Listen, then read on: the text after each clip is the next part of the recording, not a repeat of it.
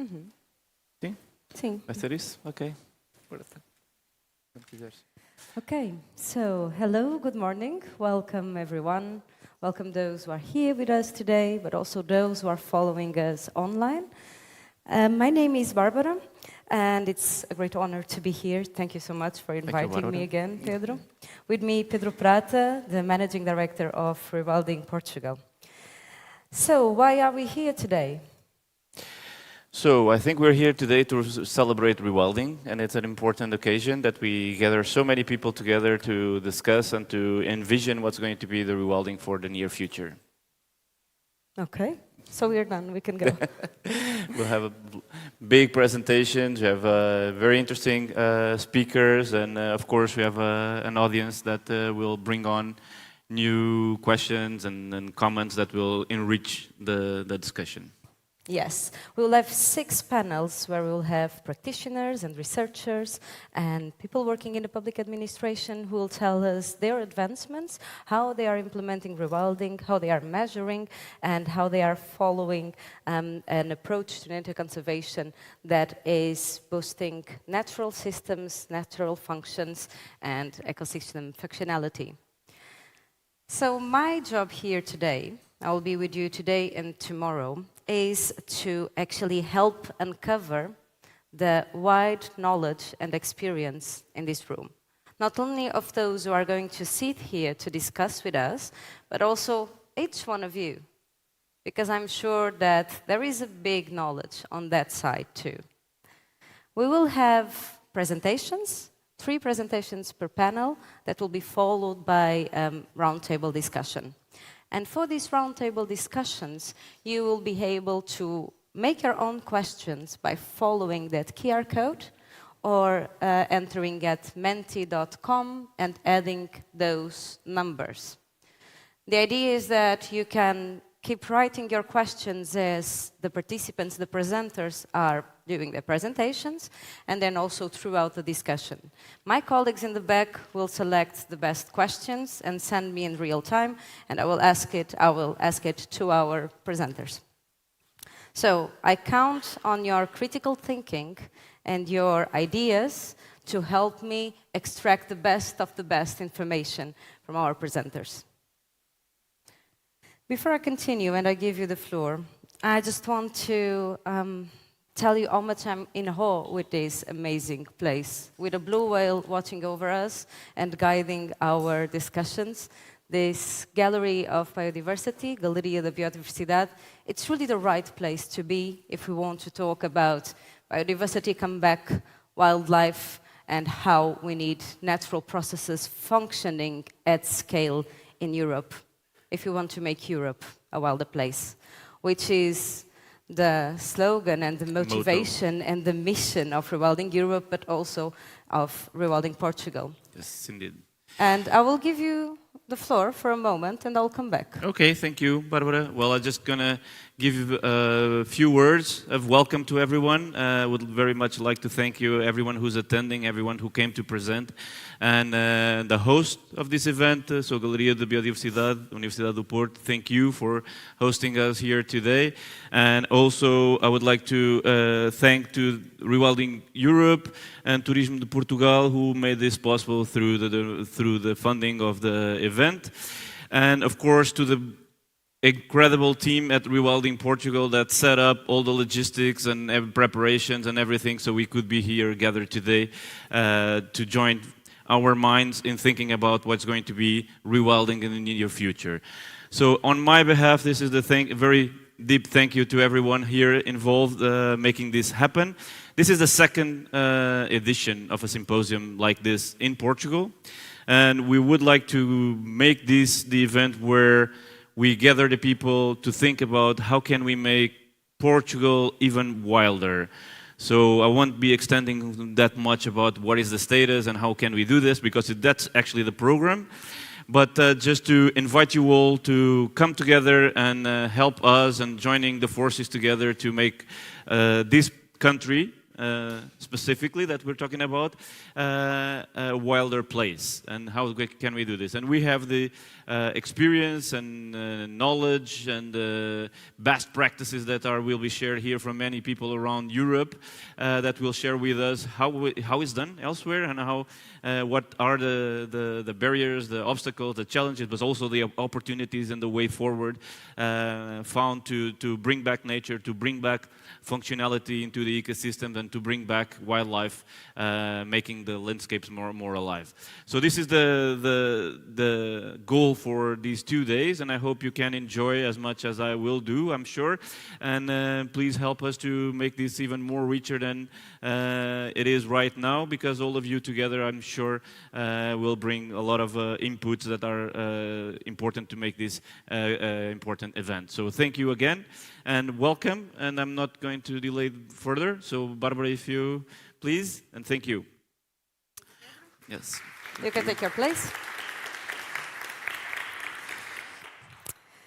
Okay, so as Pedro said, this is a moment for collective reflection. This is an opportunity for us to learn from each other, to understand what we are doing, why we are doing, how we are doing, and how we can learn from each other, from one another. And I decided to bring you something that it's a bit far away from nature conservation and the rewilding movement, but it's about art and poets. And I want to paraphrase one of our biggest poets of all times, although in English it sounds awful, but I will try my best. And this is about the need to see as we have never seen before, to be here with your ears open and with your eyes wide open, without any kind of preconception, prejudgment. So this is my quest for you, that you sit here with open eyes and open ears. And so Fernando Pessoa, of course, writing as Alberto Caeiro, wrote, I shortened it, "From my village I can see as much of the earth as it can be seen in the universe." And although it talks about a geographical place, what I want you to listen carefully is the next sentence. "For I am the size of what I see and not the size of my height," especially me. "Cities make us small because they take away what our eyes can give us. And they make us poor because our only wealth is to see." So I really hope you help me out in this quest of making great questions and delving in the hidden knowledge among each of you. Without further delays, I would like to introduce you to the first panel. We will be looking and diving into the world of wildlife return in Europe and in Portugal. We will start with Carolina Soto Navarro from Rewilding Europe, who will give us a European perspective. Then we will go down into the national perspective with Pedro Prata. And finally, we will travel back in time with Afonso Barrocal. Our idea is to look back and deep so that we can look around and further. And I would like to invite Carolina. Where is Carolina? Over there. So Carolina is the head of Wilder Nature at Rewilding Europe. She brings us over 15 years of experience. As a good Iberian, Carolina is Spanish. She, of course, did a PhD about the Iberian lynx. But then she traveled the world and different continents, applying rewilding across.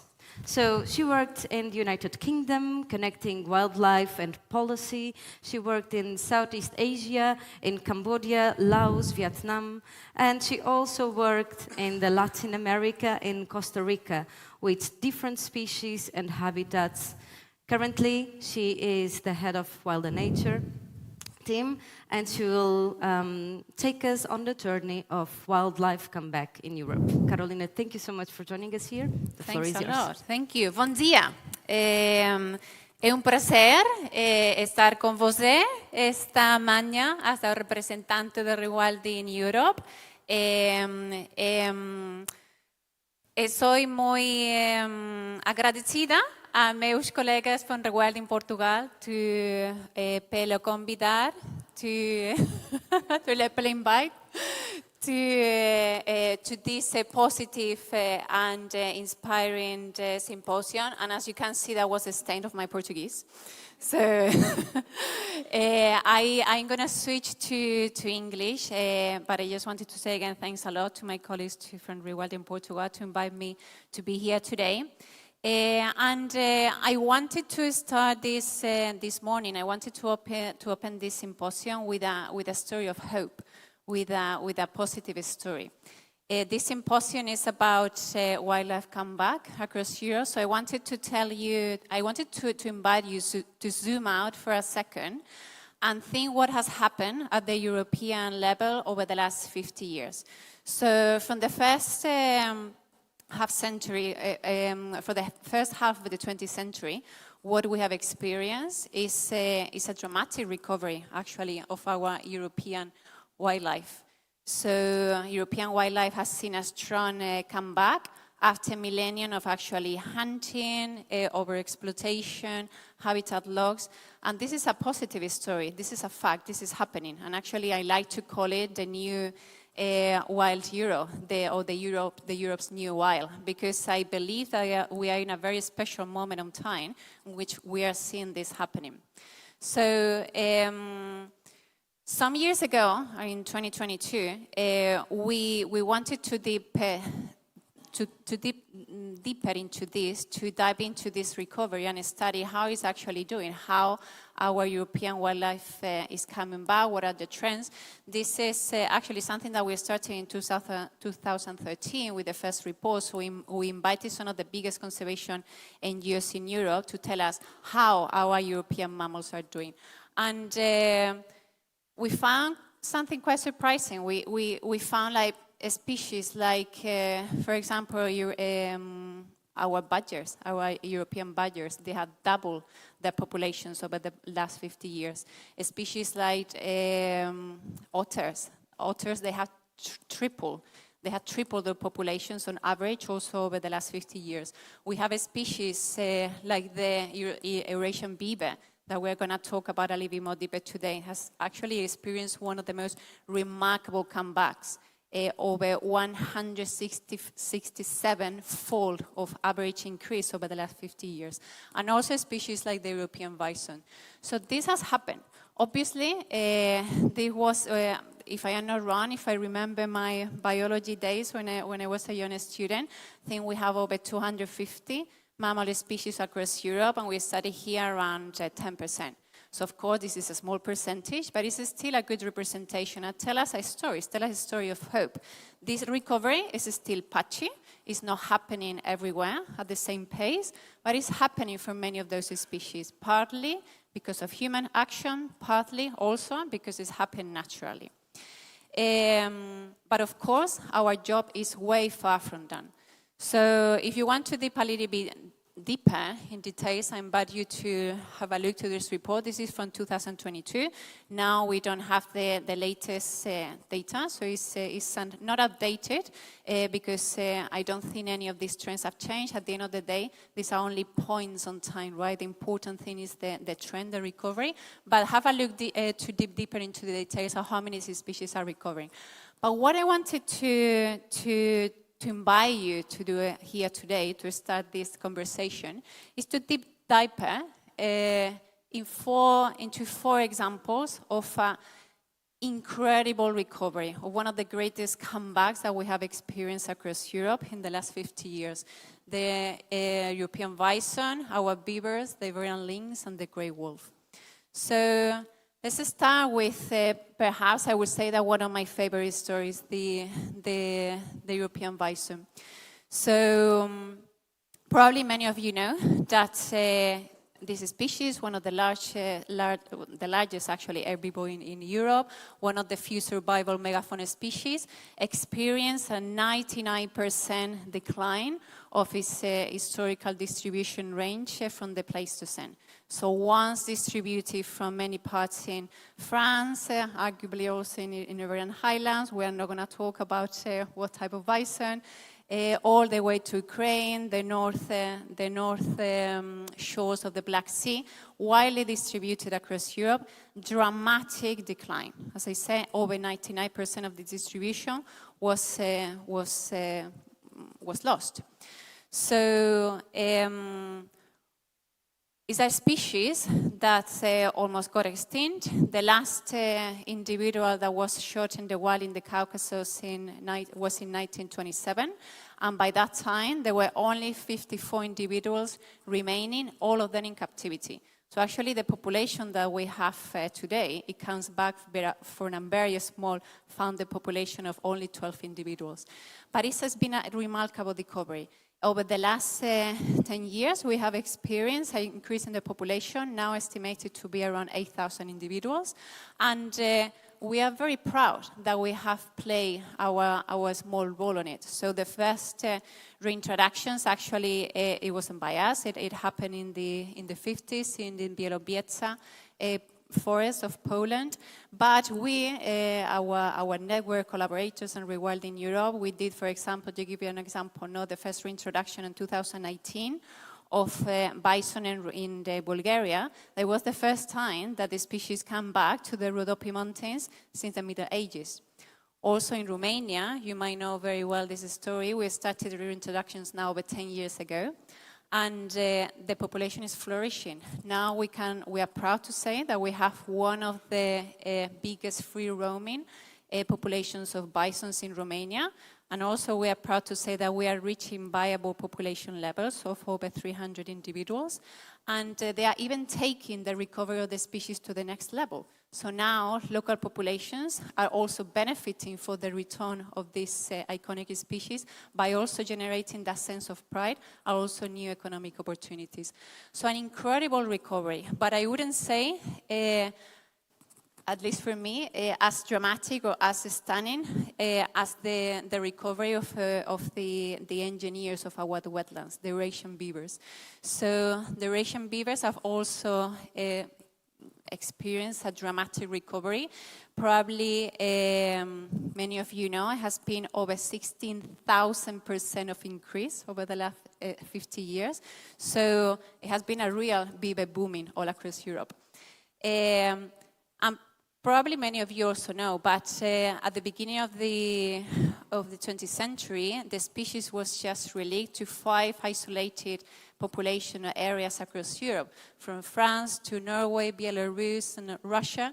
Less than 1,200 individuals, and today it's estimated that we have over 1.2 million individuals all across Europe, including UK. For me, UK is still Europe. And I'm even more proud to say that we recently also confirmed the return of the species. I think the last record was from the 15th century. So we recently confirmed the return of the species in Portugal. And I'm even prouder to say that the people who confirmed that return are here today. And I have the proof. So I think Andrea and Pedro are here. Sorry guys, what happened when you share funny pictures to your team? They end up one day in a big screen. But that was an incredible moment, as you can imagine, seeing the species coming back to Portugal. And for me, obviously in our country, in our neighbor country, in Spain, in my homeland, the species is also recovering in the Ebro River, in the Duero, in the Tagus, also even in the Guadalquivir potentially. So of course the species is expanding, and thankfully the species and watersheds, they don't understand about country boundaries. So again, for me, the return of the beaver in Portugal is another example that if you give nature space and time, it will respond. I'm a cat person. I couldn't not mention the story of the Iberian lynx, the missing lynx. Also, can you believe it? The most endangered cat species in the world some years ago. And actually, I don't have a point, but the recovery of the species started in the early 2000s. This point here is when I finished my PhD. Actually, I started my career in conservation, studying the recovery of the Iberian lynx in the Doñana National Park population with National Park, with legends like Miguel Delibes, Astrid Vargas. I perfectly remember when I started my PhD in early 2000, I asked my supervisor, Paco Palomares, how many lynxes, the 1 million question, how many lynxes we have? He was like, well, I think over 250, 300. We have way less. That was completely bullshit. I don't want to say bad things, but I think he just wanted me to not be too depressed and to actually finish my PhD, because we even published a paper on the extinction vortex of the Iberian lynx. So it wasn't very encouraging back in the day. But look at the incredible recovery. So the last censo Lince, it was in 2024, and it's estimated that it's now over around 2,400 individuals in 22 nuclei of a stable population, with 17 of them have shown success, reproduction success. One of them is in Portugal, as you all well know. So it's a story of remarkable recovery. The ingredients for this success are multifaceted, well-designed conservation strategy that includes breeding programs, reintroduction programs, rewilding, habitat restoration, stabilization of one of its main prey, rabbits, and also, of course, a big coalition from all the level of the European Commission, the European Union, to national governments, NGOs, scientists, and local stakeholders. These were all the ingredients, but the real secret for success, the recipe for success, was over 20 years of trial and error, mixing, whipping, putting different quantities of these different ingredients to test this recipe. And that is what really made this species recover. And of course, the last story of hope this morning for me, is our wolves. So we have over 21,500 reasons of hope. No matter who tries to diminish this number, no matter who tries to undermine it, even if it's coming from all over the European Commission, our wolves are coming back, and they're here to stay. And for me, it's also a very remarkable story of success, because it tells us something very critical, which is this species is not recovering in the wilderness. They are not hiding in the wilderness. These species, they live with us in a continent where we have over 450 million people and 280 million livestock heads. So it is pretty densely populated and farmed. And just to give you an idea, the average home range size of a wolf pack in Europe is in areas of around 37 human per square kilometers. I can tell you there's no wilderness. That's our backyard. That's essentially a suburban area. So it tells us something very special, that these animals are recovering in one of the most densely populated and farmed continents on Earth. And they are doing their comeback, and they are recovering. But of course, I don't want to romanticize this also either. So the species, the conflicts that we have, the wolves kill over 56,000 livestock head per year, and that is costing around 17 million euros of schemes, compensatory schemes. So this is a reality. As I said, we cannot romanticize that. But also, to put that in perspective, that only means around 0.02% of all the livestock that we have in Europe. So I think it's still pretty fair to say that that is not one of the biggest damages, not one of the biggest threats that the return of the wolves is doing. So just to give you an idea of the dimension that we are talking here, the recovery of the wolves is around 54% of these original numbers from the last 10 years. So in Germany, in the year 2000, the exact number of wolf packs was 1. In 2022, they have 184 packs of wolves. So you can see the magnitude of recovery. But I wanted to finish this section of this story of hope with our wolves, because for me, even if we are seeing this incredible comeback of our European wildlife, something is very critical, is that we cannot close our eyes to the fact that resurgence, the recovery of mammals, of apex predators, causes challenges, and we cannot obviate this. We need to tackle that. We need to work with people. And it's also a reality that when you can put measures in place, when you work in coexistence, these challenges completely diminish, they decrease. So for me, what is quite critical to remember, and I think the story of the wolves coming back in Europe, it gives us something, it tells us a very profound message, that is that wildlife can recover even in some of the most populated and, as I said, densely farmed continents on Earth. It can happen. But to be sustained in the long term, what we need to ensure is that we put measures in place, we work with people to relearn how to live with wildlife.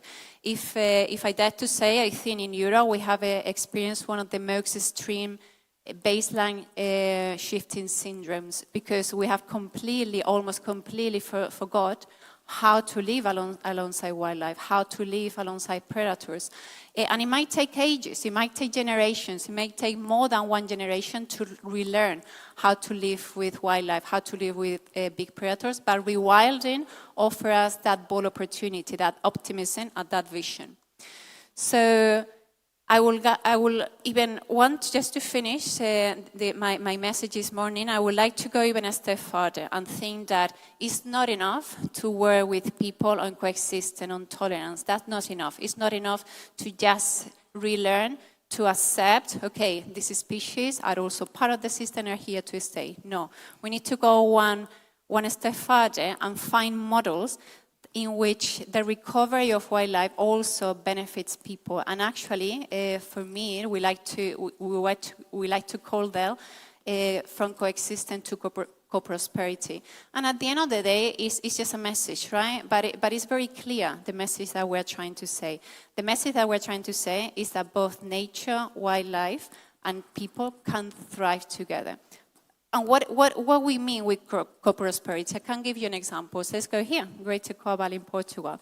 So co-prosperity means shepherds that protect their flocks with the guardian dogs and with good shepherding.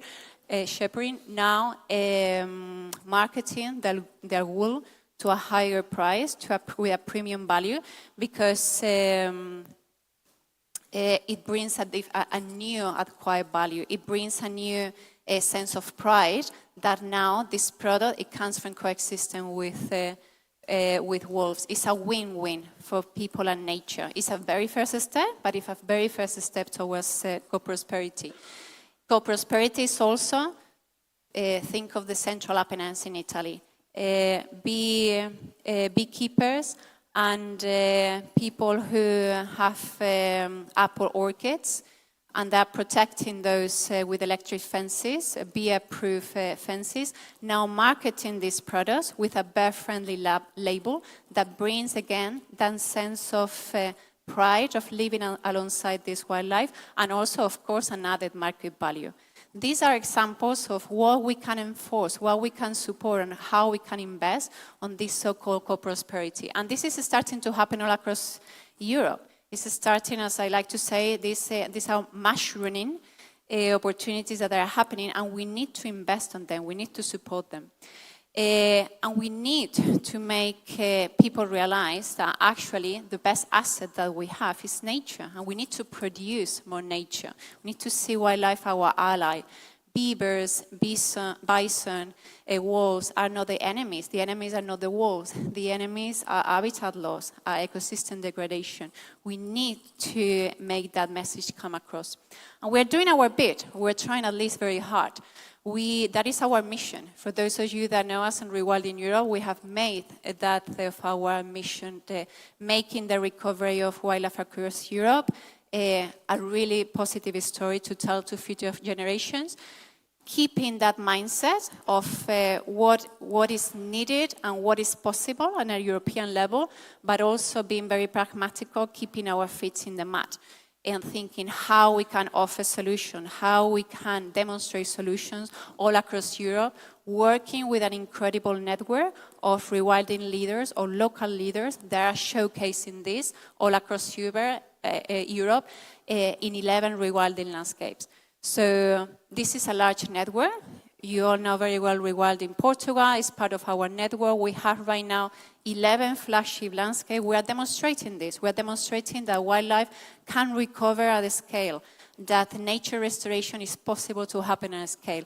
These are large initiatives. We are working here for more than 20 years. So these are not projects. So they are real investments on the ground to make things happen. And as I said, probably all of you know very well or have heard closely about Rewilding Portugal and the Great Ecoa Valley.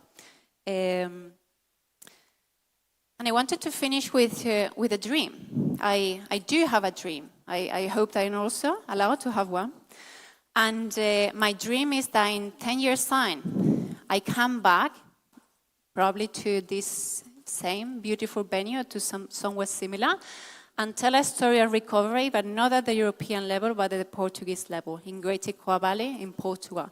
I want to see our wolves, our ibex, our Iberian lynx, our beavers roaming free in natural population densities in the Great Ecoa Valley. And I want to tell that story, because the question is not, can we rewild? We know that we can. I just show you. We have been doing it. It's possible. The question is, are you bold enough to let it happen? So that is the message that I want to leave you all this morning. So right now, it's a vision. It's a kid's illustration. It's a dream. So this is the Great Ecoa Valley. This is the Great Ecoa Valley that I want to see. And right now, it's in a piece of paper. But I'm sure that with the expertise that we have here representing today in this room, with the expertise that we have all across the country, with the expertise that we have all across Europe and our network, we can become this into reality. We can bring back all these protagonists in this empty landscape. So I dare you today to do this together and to come back here and tell that story in 5 years' time. Thank you.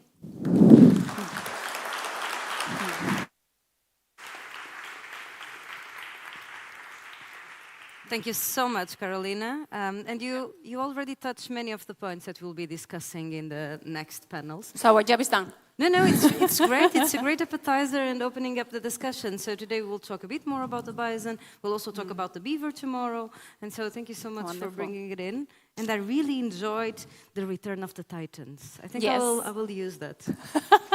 You're free. Thank you so much, Carolina. Thanks a lot, and I see you in a couple of minutes. Perfect. Okay, just to remind you, please go on menti.com, enter the code, it's there actually, 64331408, or just photograph that QR code, and keep adding your questions there, because we'll use them at the discussion table. Second thing, before I invite our next speaker, there is coffee. It's not written in the program, but we do have coffee for you. So, if you feel like I want some snack, a coffee, even a bit of chorizo, it's there. Okay? So, it's in the back room. You can just help yourself whenever you want. Try to be as quiet as possible, but feel comfortable. That's what we want, an open and comfortable atmosphere. Pedro Prata, the floor is yours now. As I told you, we'll now dive into the world of wildlife comeback in Portugal. With Pedro, I think it's known to all of you. Pedro grew up in a rural area. He went traveling the world. Yes, he worked in Curaçao in marine conservation and coral reefs. He studied in the Netherlands. He went here and there, had work in Brazil and in the Americas. And eventually, he ended up where he started, in Guarda. Yes, I did. So, in Portuguese we say, the good son returns at his home, something like that. And that's what he's doing, and he's living there for many years now. First, he started as the director of the Associação Transmissão e Natureza, which is the organization that manages the Fire Brava Reserve.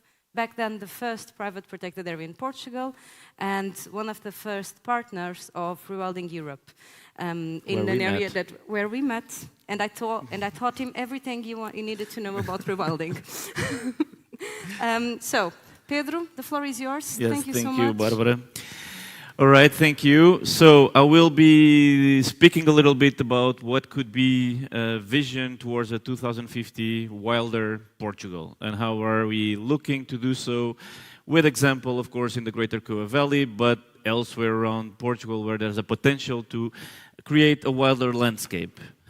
So, first of all, Rewilding Portugal is an NGO and a non-profit organization at the moment. We're about 20 people working in the organization. It was created and based, the headquarters in Guarda. It's a small town in the center of Portugal, close by to actually in the Greater Coa Valley landscape. And we work strategically with Rewilding Europe to rewild a larger landscape, which is the Greater Coa Valley. I will not extend too much on this, because I want to speak about what we are coming and where we are heading. So, the landscapes in Europe, and especially in Europe and in Portugal, have been being transformed through time and will keep changing onwards in time. So, if you look back into the Pleistocene, where already humans were shaping the landscape by their interactions with hunting and gathering and chasing wild prey in the landscape, evolved into a more manageable landscape with the rise of agriculture about 10,000 years ago or 11,000 years ago, with the stabilization of climate that allowed for the Holocene, a very stable period of time that we are now watching it end.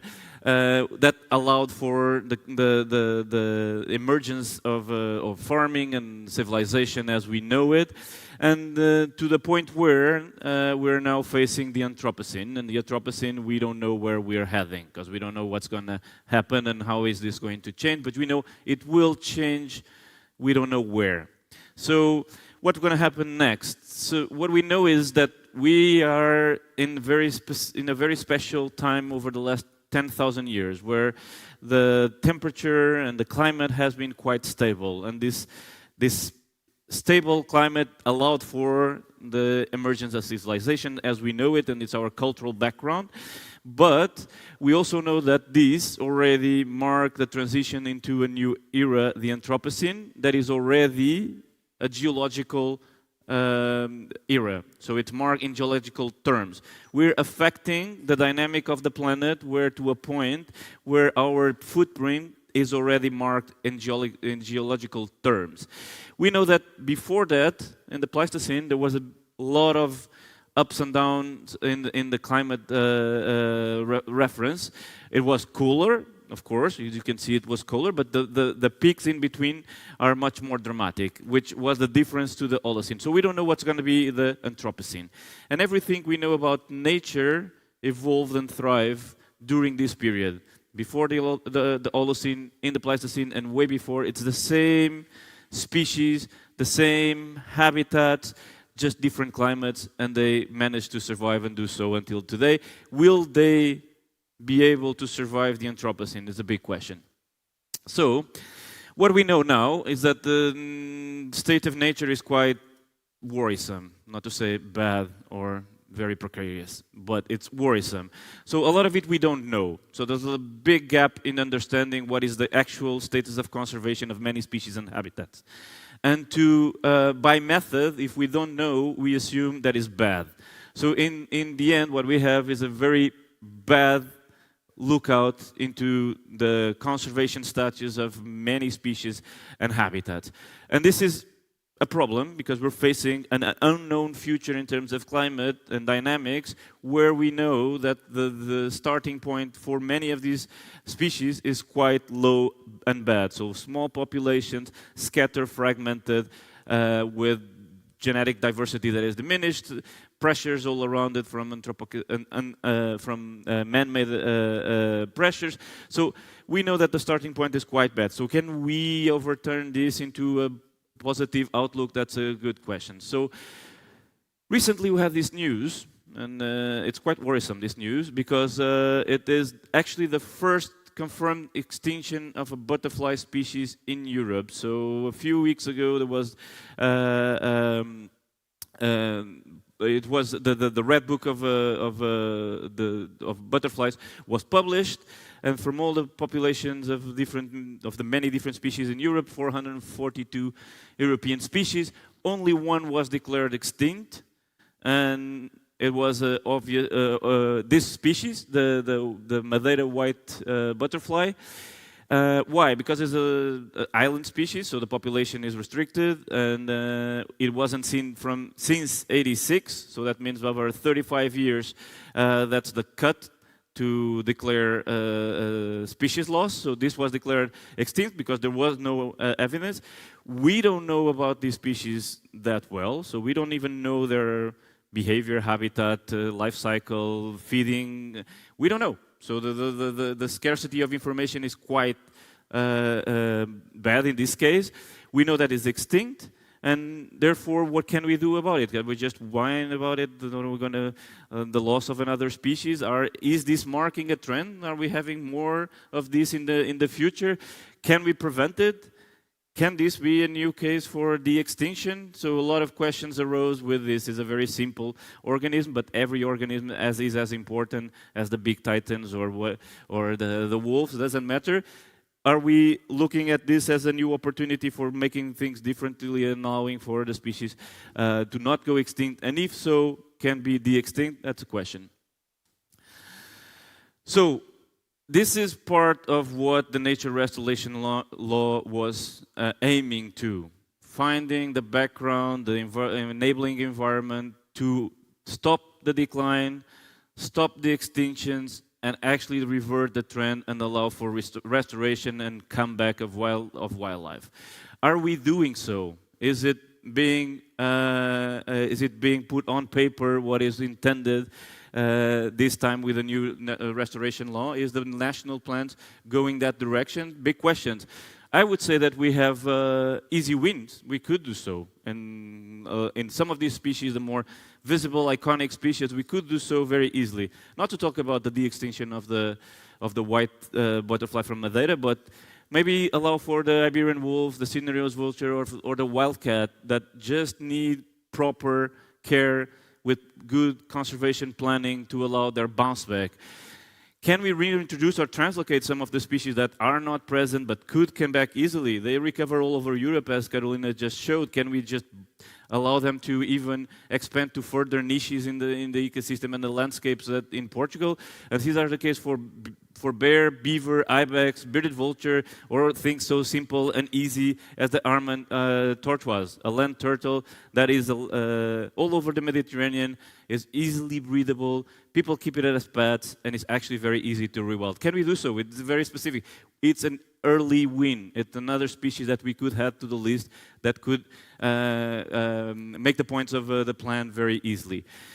And can we think about it even more ambitiously and find proxies and substitutions for the other species that we can bring back that were extinct ages ago? And these are things that are functioning in the ecosystem, such as the bison, the big herbivore, the wild ass, mouflon, or fallow deer that are easy prey for predators such as the wolf. Can we think about it in broader terms to allow nature to thrive? This is questions for debate. So the idea is not to bring the species by it per se, by the presence of the species. Of course, it's nice, and everybody likes to find a new species, and Andre and Pedro on the picture show how happy they were to find that the beaver had come back. But it's not about the species itself, it's actually about the process and the way they interact with the many other species and their environment that counts. Because this is the way to actually make ecosystems to thrive, to make ecosystems resilient, to actually fulfill the capacity to withstand the change that is coming. So climate will change, habitats will change, landscapes will change, pressures will change. the more resilient ecosystems are, and this depends on the sheer presence of many different species acting together, will make them more resilient to withstand the change and actually thrive.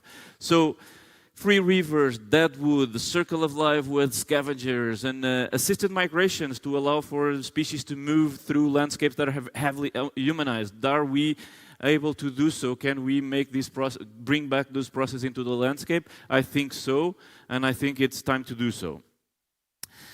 So, but for that to happen, I think we need a deep cultural policy change. So we need to look at what we have at hand and where we can act as a nation, as a state, as a group of people, a society that there is interested to do so.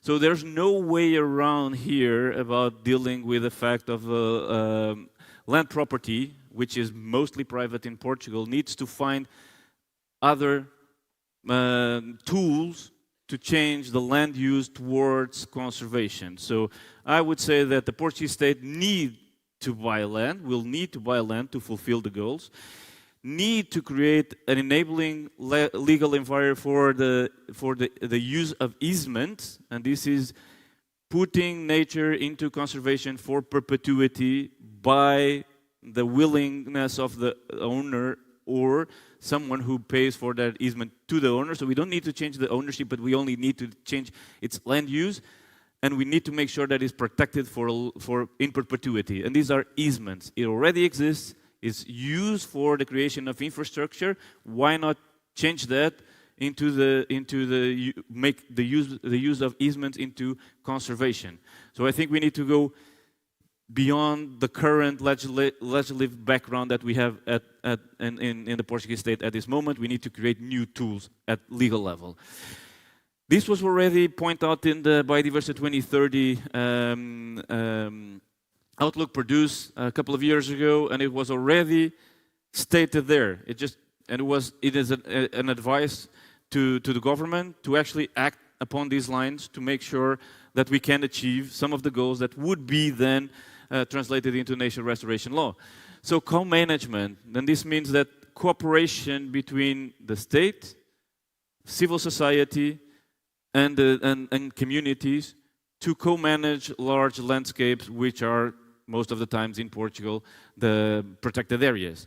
At this moment, what we have is an authority that is responsible for both planning, execution, and checking, and financing, and everything else about happens in a nature protected area. We need to separate that. We need to have, of course, someone to plan and to set out the goals, and of course it has to be highly ambitious. We need another player to actually deliver those goals, and that could be the civil society through the NGOs, cooperatives, or other types of vehicles to do so. And then we need to make sure those goals are achieved and measurable. And again, we need another entity, an agency, that can do so. And I think this is evolving from the existing model of management towards a new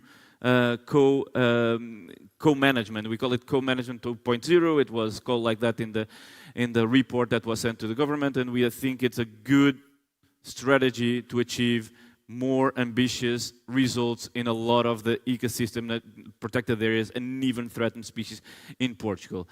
And of course, for that to happen, we need regulations that are clear, measurable, and can be translated into action on the ground. And this is regulations for species translocations and reintroductions. We don't have that in Portugal. So if anyone wants to translocate, reinforce, reintroduce a species in Portugal, he doesn't know the rules on how to do so. The rules only says send the application to the responsible authority, and they will pronounce on that. This is not the regulation. This is the use of opinions. We need specific, clear rules with objectives that can be measured and contested against. We don't need opinions. We need regulations. And this is quite important when we're talking about wildlife comeback. So in the Greater Coa Valley, what we do, we've been navigating this mass of lack of land ownership, cadastre and registration and management. We've been working with the lack of clear translocation reintroductions regulation. We've been making use of the existing law to protect whatever pieces of land we can, but everything still in the willingness of the organization, not translated into real legal backbone. So we've been using proxies such as the taurus and the wild horses for doing the grazing, and we keep them in our pilot areas that are owned by Rewilding Portugal and that we devote to the conservation.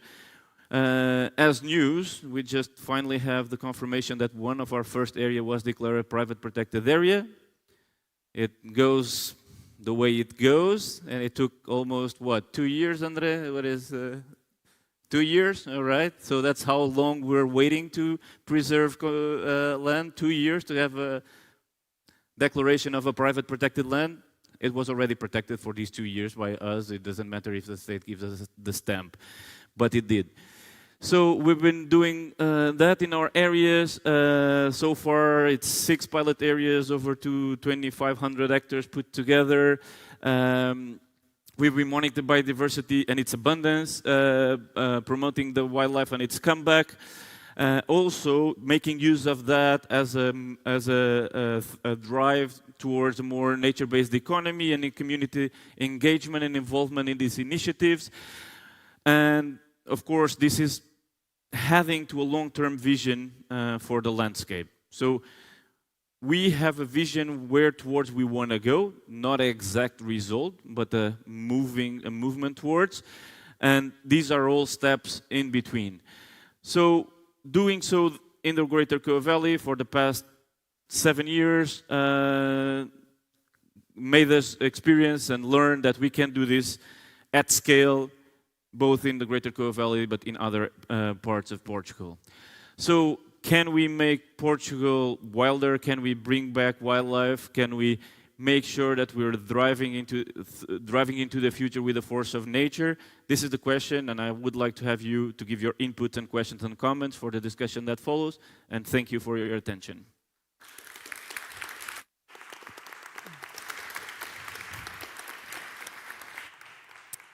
Thank you, Pedro. You really touched some of the questions we'll be discussing later on, like policy changes and the need for those. But also I really enjoyed how you said we need a vision, but we'd also need real, measurable, and ambitious action. So I hope this resonates within you. So now, ready to travel back in time? Yes? So please, I will invite Afonso Borcal to join me. Afonso is a conservation biologist who is specialized in historical ecology and ecological spatial modeling. He told me just before that he is a statistic geek, right? And more than anything, he likes to analyze distribution of species. Yeah. You are currently a researcher at the University of Lisbon in this place called CE3C, which is difficult to say and to memorize, but you focus on integrating historical and paleontological knowledge and data. Yep. And I hope you tell us how we are missing from the past, so that in the discussion we can envision what could we have in the future. I'll try. Thank you so much, Afonso. So, before I start, I'll just have to say that this is like an adaptation of a talk that I give to the Portuguese Paleontological Society. So the first slide is really just explaining a little bit what is conservation biology as like the traditional sense. So conservation biology is really the area of biology that studies how we can conserve nature and biodiversity in all their aspects. It aims obviously to protect nature, so ecosystems, species, and our wild areas. And it informs policies and strategies, so protecting species and trying to restore, for instance, landscapes. In the traditional sense, conservation biology really uses biological data, so nowadays biological data, and some kind of statistics like modeling, to try and inform policy and strategy. The main difference from typical conservation biology and conservation paleobiology is really the integration of paleontological data. We also have historical ecology, that's really what I do, that is including historical data into this whole thing. Because we miss a lot of information if we don't include past data into our statistical models and into our strategies. So I'm going to firstly try and explain how conservation paleobiology can help us inform global effects that we need to understand. For instance, it can really help us to explain large-scale biological dynamics. For instance, what is the effect of climate change in our landscapes? In this case, I use the Miocene because the Miocene is like one of the greatest proxies that we can have for one of the worst case of climate change scenarios. As you can see, it's like this dot here, it's the middle Miocene climatic optimum, and on average, we had like 4 degrees higher of temperature. In Portugal, what that meant is like that crocodile, Tomistoma lusitanica, existed in the Tagus River. But not only it is crocodiles, not only this one, but several other species, but you also have like manatees in the river, sharks, tropical turtles, and in the basin we have elephants and rhinoceros and all other kind of crazy species. So and this is obvious for everyone that had a biology degree, is that if we increase the overall average temperature of the globe, the species and the ecosystems are going to, shift to higher latitudes. But what's really the drama with this? The drama is with the species that have no other place to go. For instance, Arctic and alpine species, they have nowhere to go. If tropical ecosystems go into higher latitudes, where do they go? They don't go anywhere. They become extinct. This is also the case, for instance, for island species, because if increasing temperature, there's decreasing ice sheets, and so an increasing sea level, and so they become extinct. Basically, this is. In terms of regional and local effects, it can help us explain what are the changes in landscapes and in like really what was or what wasn't in here, population dynamics. It's really, really useful. And it can help us combat the shifting baseline syndrome that was already referred here by Carolina. So this phenomenon can be overall explained like generational amnesia, really. So we don't remember what is the natural state, and this can be discussed because what is a natural state, but we don't know what is the baseline reference of what is natural because we don't remember or we don't really have the information from the past. So without the inclusion of past data, we have the risk of going to design bad conservation targets or projects. And this brings me for like my typical example. It's the Iberian wolf. It's a species that everyone knows. But I was a little bit shocked when I knew that when my parents were kids, there were Iberian wolves until the Algarve. And nowadays, most people of my age, at least, really think that the wolf is a northern species. So we never associate the Iberian wolf with the Alentejo or with the Algarve or even with the soft margin of the Tagus River. But it existed in there. It was just 40 years ago. So it's not super long time ago. And I'm going to go to my case studies. I've got 3 case studies here: the brown bear, the Eurasian lynx, and the Eurasian beaver. So the first is the brown bear. It's one of my favorite animals, really. It's the largest terrestrial carnivore in the Iberian Peninsula.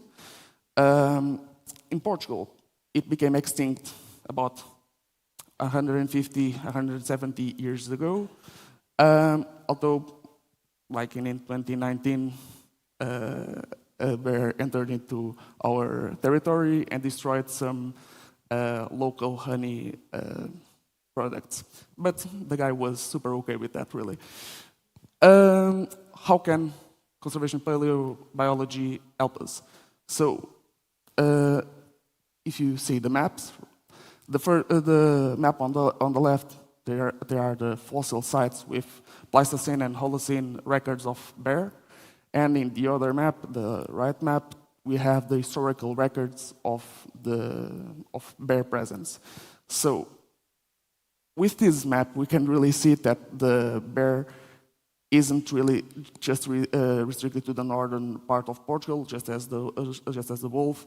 It was present until quite recently to the south of Portugal, for instance, in the zone of Moura Barrancos. There are evidence of the species until the 15th century, so it's more or less recent. In the other presentation, I had other things to say, but I cannot show it because it's not yet published. But with that, I jumped to my species. So this is the focus of my master dissertation, is the Eurasian lynx. The Eurasian lynx is the biggest feline in Europe. It's 75% larger tops than the Iberian lynx, which is indeed my favorite animal.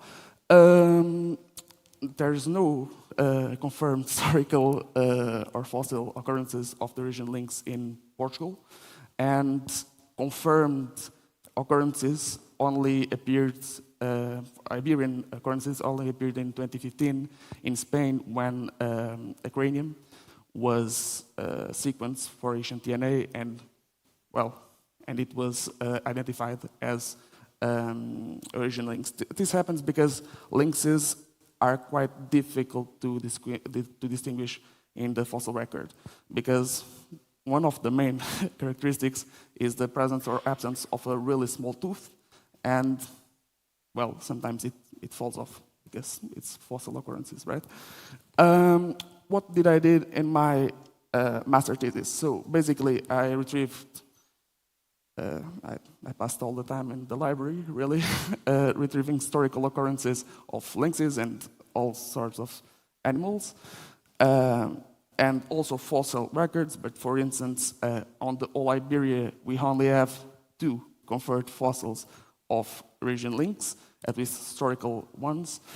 And then I did, as told previously, I'm a statistics nerd, a lot of spatial modeling, and I came up with like 3 versions of a map from different statistical techniques that I, once again, cannot show here because it's submitted, but it's not published, scientific stuff. But my main conclusion was that in the 19th century, the Eurasian lynx was probably still present in the Iberian Peninsula, in the area that we nowadays know as northern Spain and Portugal, more in the Cantabrian Mountains and the western part of the Pyrenees, but as well as like in Peneda de Gerês in Portugal. So this is what I had to tell you about the Eurasian lynx. The beaver. Well, the beaver is one of the stars of this symposium, right? It's the largest rodent in Europe. There are fossil evidence of the beaver in the Pleistocene and the Holocene of Iberia. So the Pleistocene is like from 2.6 million years ago to until 12,000 years ago. And the Holocene, well, it's from 10 till now. It's easy. But the main question that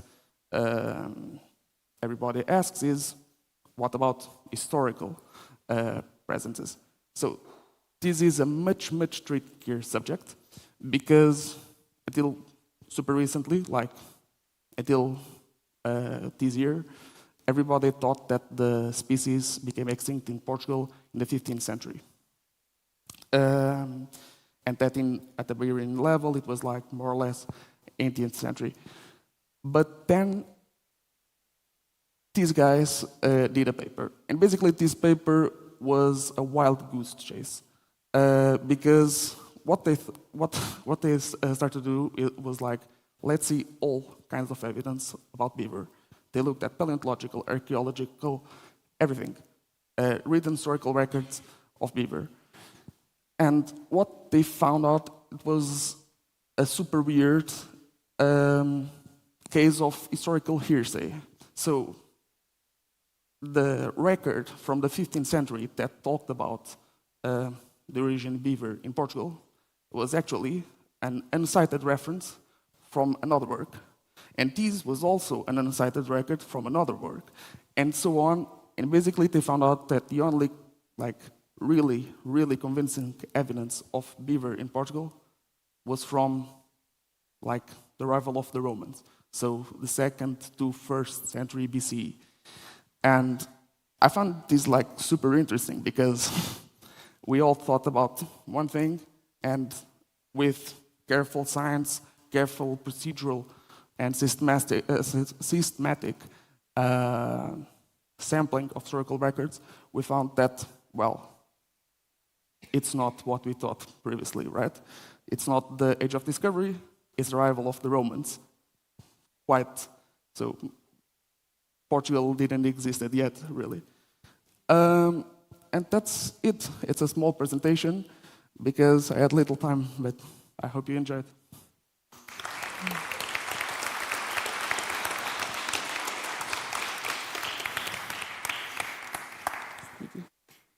Thank you so much, Afonso. And I'm sure that all the beaver experts in the room were excited to see this information. So it also feeds our our panel tomorrow. Without further delay, please join me, Carolina, Pedro, and Afonso. Join me here. And those who want coffee, coffee is still there, okay? You can have coffee. Okay.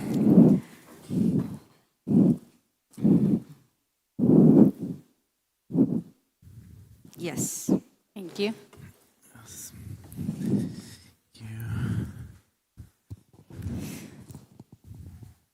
Okay. So, thank you all for your very insightful presentations. I want to start with the last part, and I want to hear from all of you how the work of researchers like Afonso can really support the work of practitioners like you. And you can decide who starts, because I think all of you will give me a different answer. Ladies first, right? Ladies first. I can start. I think we always say in rewilding something that is very critical to remember, right? That is, it's not about curating a painting of the past, but it's about reimagining the landscape of the future. And I think we never should lose perspective of that, because Pedro was telling also, right, in his presentation, we are in a changing world. We have two massive global crises, climate crisis, biodiversity crisis. We don't know how the landscape of the future will be. So what is critical is to build resilience, and that means bringing back the key species that they are being lost, bringing back the key processes. So rewilding is really about rebuilding that resilience. But now, having said that, I think the past is always a reference, and it makes us understand where we are coming from, and we have been talking about this shift in baseline syndrome. So I think the work of scientists is critical. It's critical to remember this was the real Europe. This was the reality of our landscape. We have all these species. Now, thanks for correcting my presentation. I said that the last record of the beaver was of the 15th century. Actually, it wasn't, right? It was even earlier. So I think that information is critical to remind us where we're coming from, and to, as I said this morning, not to make us rethink, okay, we have been living for centuries with all this wildlife. It's in our historical record. The scientists are telling this us. We have evidence, so we can do this in the future again. So looking at the past, it gives us all that background of knowledge that we know to look into the future with a new eyes. That's my opinion. Thank you. Thank you. Yes, I like the bit of we don't need a curating painting, but we need ecosystem that can sustain itself. Yeah, exactly. Pedro or Afonso, you can also skip it because I have plenty of questions. Well, I have a question actually. Of course, your new study, the study that you presented that draws back the presence of beaver in Portugal to like 2,000 years ago. My question is, a lot of the historical data or records about the presence of beaver also comes from in the form of the names of localities, so like the nomination of places, where are references or the use of the term beaver for those localities. Since most of the localities in what is nowadays Portugal was established in early Middle Ages, so like 1,000 years ago, that means that how come there were naming places with beaver names if there were no beavers for 1,000 years before that?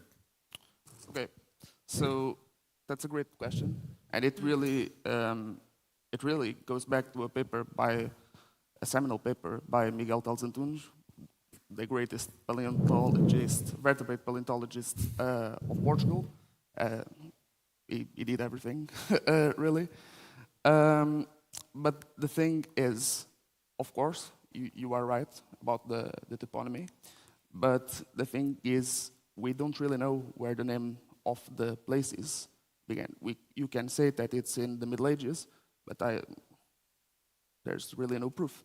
It can go way back. For instance, the name Lisbon goes back to the times of the Greeks, so 3,000 years ago, and we still have it. Porto, here, it's also super ancient. And the truth of the matter is really that we don't have, for instance, in the Lei da Almoçaria, one of the king's laws about what animals should be hunted or not, and which were the prices of each piece of the animal. We don't have the beaver in there, and we have a lot of other animals. So why wouldn't it be in there? I'm not saying that it wasn't. I'm just saying that we don't have the proof, and I'm probably because I'm a conservation biologist. I'm quite conservative. But all right.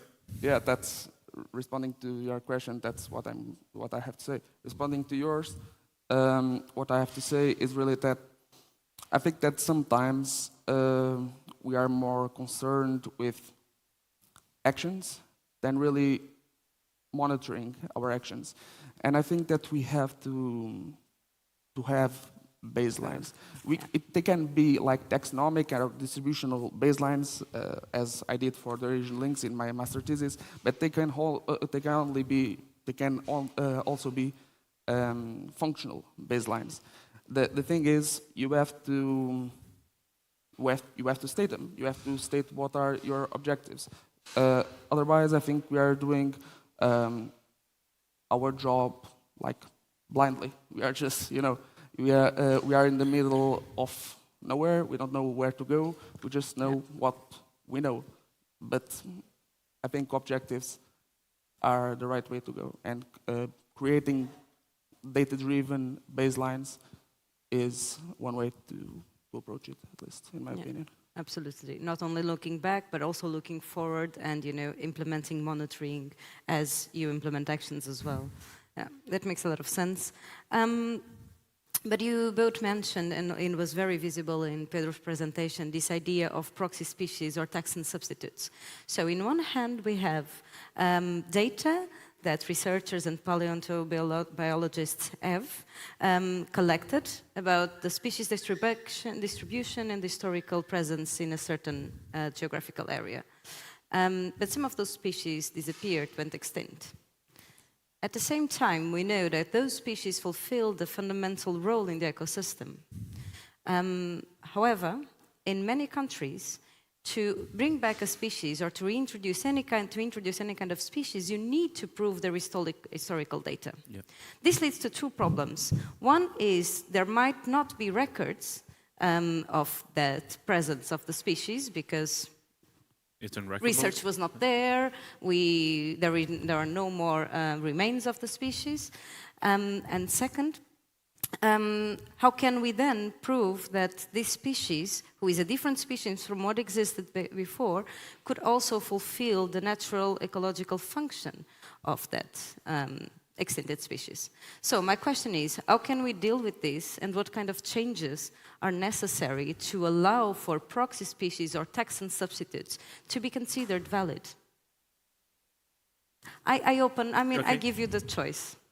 Well, I pointed out to a possible solution for that. One is to have regulations about it and not think about the regulations as a fixed framework to fit the recovery or the reintroduction or reinforcement of or use of proxies, but rather as a motive to actually fulfill that role. That I think at least would ease up things to where we are now at.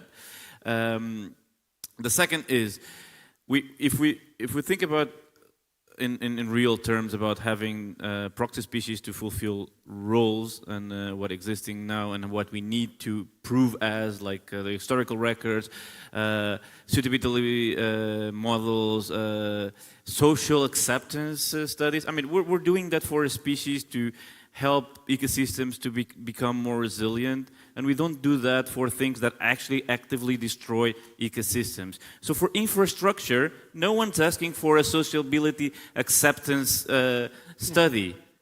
You can build 1,700 hectares, 1,700 hectares covered with solar panels, destroying habitats and species and everything, and no one's asking for a social acceptance study or historical record study. But for a species to be present, yes. And if you don't prove it well enough, then it's not allowed to. So that, I mean, it's double standards. That's what it is. It's a double standards, and the make use of double standards for actually not doing. It's the inertia of doing things badly. We keep doing things badly because we always did.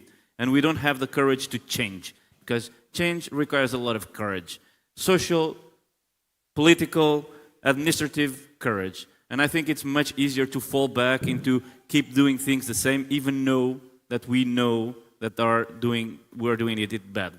So recognize that is the first step, and of course then translate that into real regulations and action and law to allow for it. I think it's a way forward.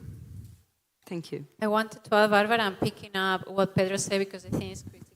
That courage is difficult, but that is the entry point. So for us, as rewilders, one of the things that we always need to find is that these pioneering people, that bold people, that want to experiment, that want to see a change, because I always say also that seeing is believing. So you can have all the evidence in place, all the studies in place, all your feasibility studies in place, but you still don't know if that is going to work. So sometimes you just need to get to do it and start doing it. And I think finding those people, and for us as a network, that has been critical. Finding that people at the governmental level that are bold enough to try to change things and to see if that is going to happen. And I can give you a very clear example. It's actually quite polemical. We have been talking this morning about the return of the titans in Europe, the bison. Yeah. Not everybody agrees that bison should be back everywhere, like in the Iberian Peninsula. Yeah. But you need to find people that are willing to see, well, actually these species have much more ecological plasticity than we think. So can we, in a smart way, obviously with people who have the knowledge and expertise, see if actually this is going to make a difference, if we bring these animals back, can we monitor this population, how it's adapting, what changes they're making in the landscape. Can we work with people that are willing to do that? Because then, in the moment that you will see it, other people will start believing. So I think that is critical, to have that courage, to want to take that first step, to start changing things. And then monitoring. And then monitoring, Right. exactly. So there was a lot of things to respond to. Firstly, regarding like the need of proof of anything, I think that, well, at least I don't think that science really works that way, like in a way of proving or making facts or anything like that. It's really incremental steps to try it and go in the right direction. That's at least the way I see it. And I think it's a good way to see it. Regarding the proxies, I agree. There are some great proxies. For instance, the aurochs, they are not really here anymore, or the tarpan, or the zebra in Portugal, right? So we have to find replacements for them. And I think that the Taurus project is doing its thing. And the Soraya horses as well. Yes. But I also think that there's a thing that almost you three referred, that's like you cannot prove because you don't have the historical records or anything like that. Well, that's why I like statistics, really, because you don't have to have all the points to make a model. Otherwise, you didn't need the model, right? You just need some points and good modeling procedures, and to state the uncertainty of what you are doing. So being transparent is really important to me. In my master thesis, I did a whole section on that. And so you don't have to have all the points, you don't have to have all the records, because if you, for instance, in the case of, I don't know, you can use all the species that we talked to really, make a species distribution model, right? The first step is to reconstruct mathematically the ecological niche of the species. If we do it right, then while projecting it to the current situation, we'll know if the species will be able or wouldn't be able to be here in the 19th century, in the 18th century, or even now. The thing is, you don't have to have the points if you have a good model, based, of course, on evidence, right? You can make that jump. But it's only if you have this kind of evidence, at least in my opinion, of course. I cannot speak for everyone. Yeah, sure. Thank you all. I would like to get this last point that you said, that we need good modeling, and with good modeling based on reliable data and transparent processes, we can then foresee how will species adapt in the context of climate change and the foreseen changes in precipitation, in temperature, in all of that. The study that Pedro mentioned, Biodiversity 2030, actually is a great exercise of modeling. And what they have seen is that many of the species where they currently occur, they will look for climate refugia, and they will probably move away from what we have now as a protected area. So many of our protected areas will no longer protect the values that they are supposed to, because those values will move, those that can move. Having this in mind, and especially considering the regulation for the creation of protected areas, what can we do to make sure that this kind of knowledge, it's really embedded in policy? And do you have any examples? Because I have some examples, but I want to hear from you. Do we have examples from across Europe where we can say that policy is following these patterns? Well, I'm not sure if they're following, actually. I'm quite concerned they are not, and that's the thing. I think that study has been on the shelf for 3 years now, and no one's really paying attention to the modeling that was done. And as you say, a lot of the climate refugia for species and priority species that was identified in that study were to be suggested as the new areas to be protected in the nature restoration law, and as far as I know, there's not being considered, and we keep talking about the same protected areas, the same species in the same situation, in the same places in the future, and well, that's a recipe for failure, because that's not going to happen. So I'm afraid they're not. I can give you an example, Barbara, because I don't have any example of Europe, but this morning you mentioned that I work in Costa Rica. Actually, one of the things that we did, I was living and working there for almost 3 years with a conservation NGO, and when you think of Costa Rica, the government is one of the most fast-forward thinking in terms of conservation. But something that they were not addressing is precisely the context of climate change. So we did a huge modeling exercise with big NGOs, with TNC, with CI, and we analyzed all across Central America what are the climate refugia for species that are not currently protected.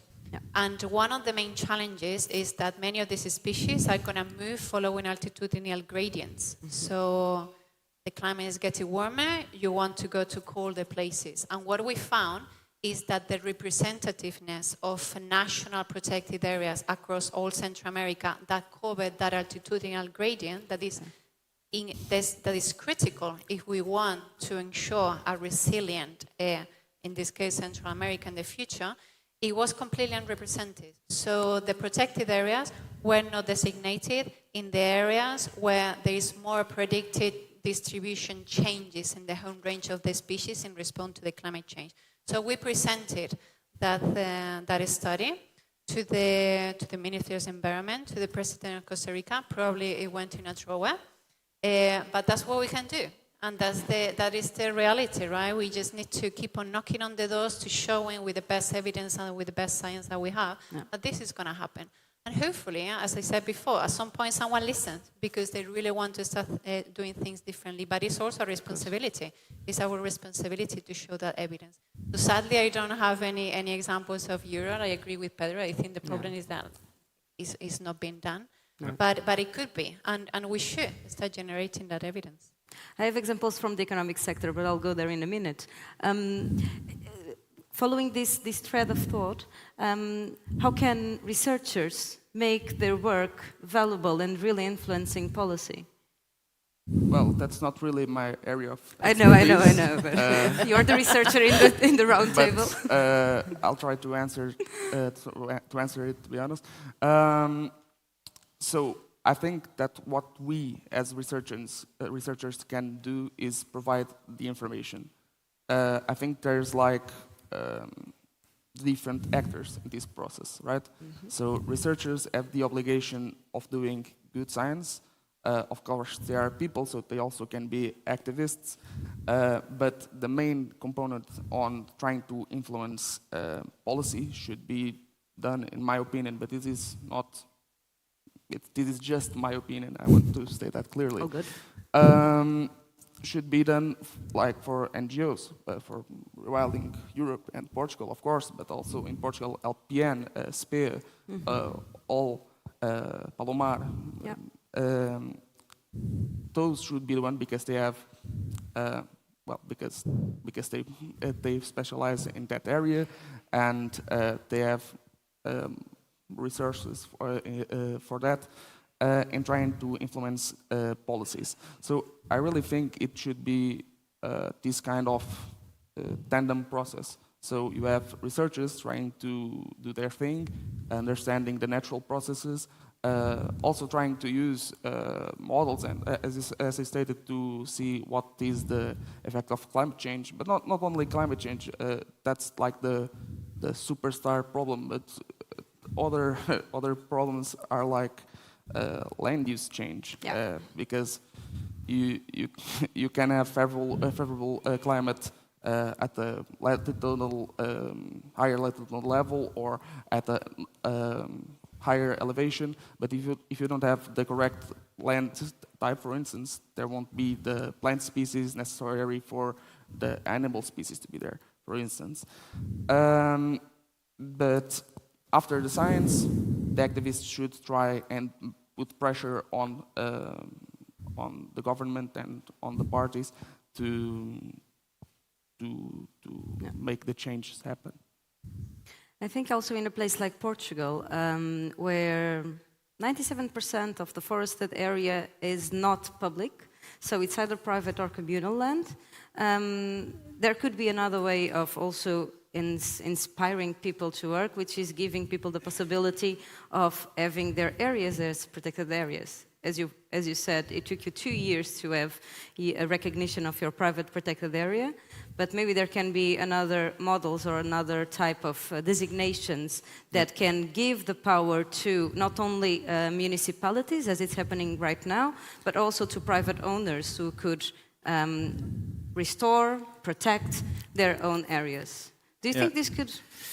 No, I'll pick up on that. I'll pick up on that because, yeah, that's what I was suggesting with the use of easements. It's nothing new. I mean, easements in conservation is something that was first tried and tested in the 70s. So we're talking about 50 years of knowledge around the world, in the US and France and Brazil, Chile, whatever. There's a few countries. France for 10 years. And France now. Yes.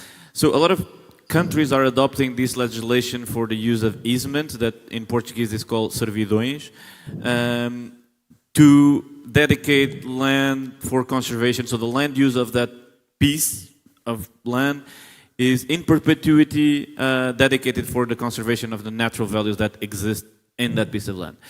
And we've been advocating for this in various levels. Even this week I was in Serralves, and again I presented this as a new policy for restoration in Portugal. And it was funny to see that after the presentation, several people came to talk to me, to know about it. And these are people who are landowners of pieces of land scattered around the country. And the reaction they feed back to me was, we don't have any alternative. And this could be an alternative. That's great, because this could be an alternative. Because nowadays we are mandated to clean the properties or get fined if we don't clean it.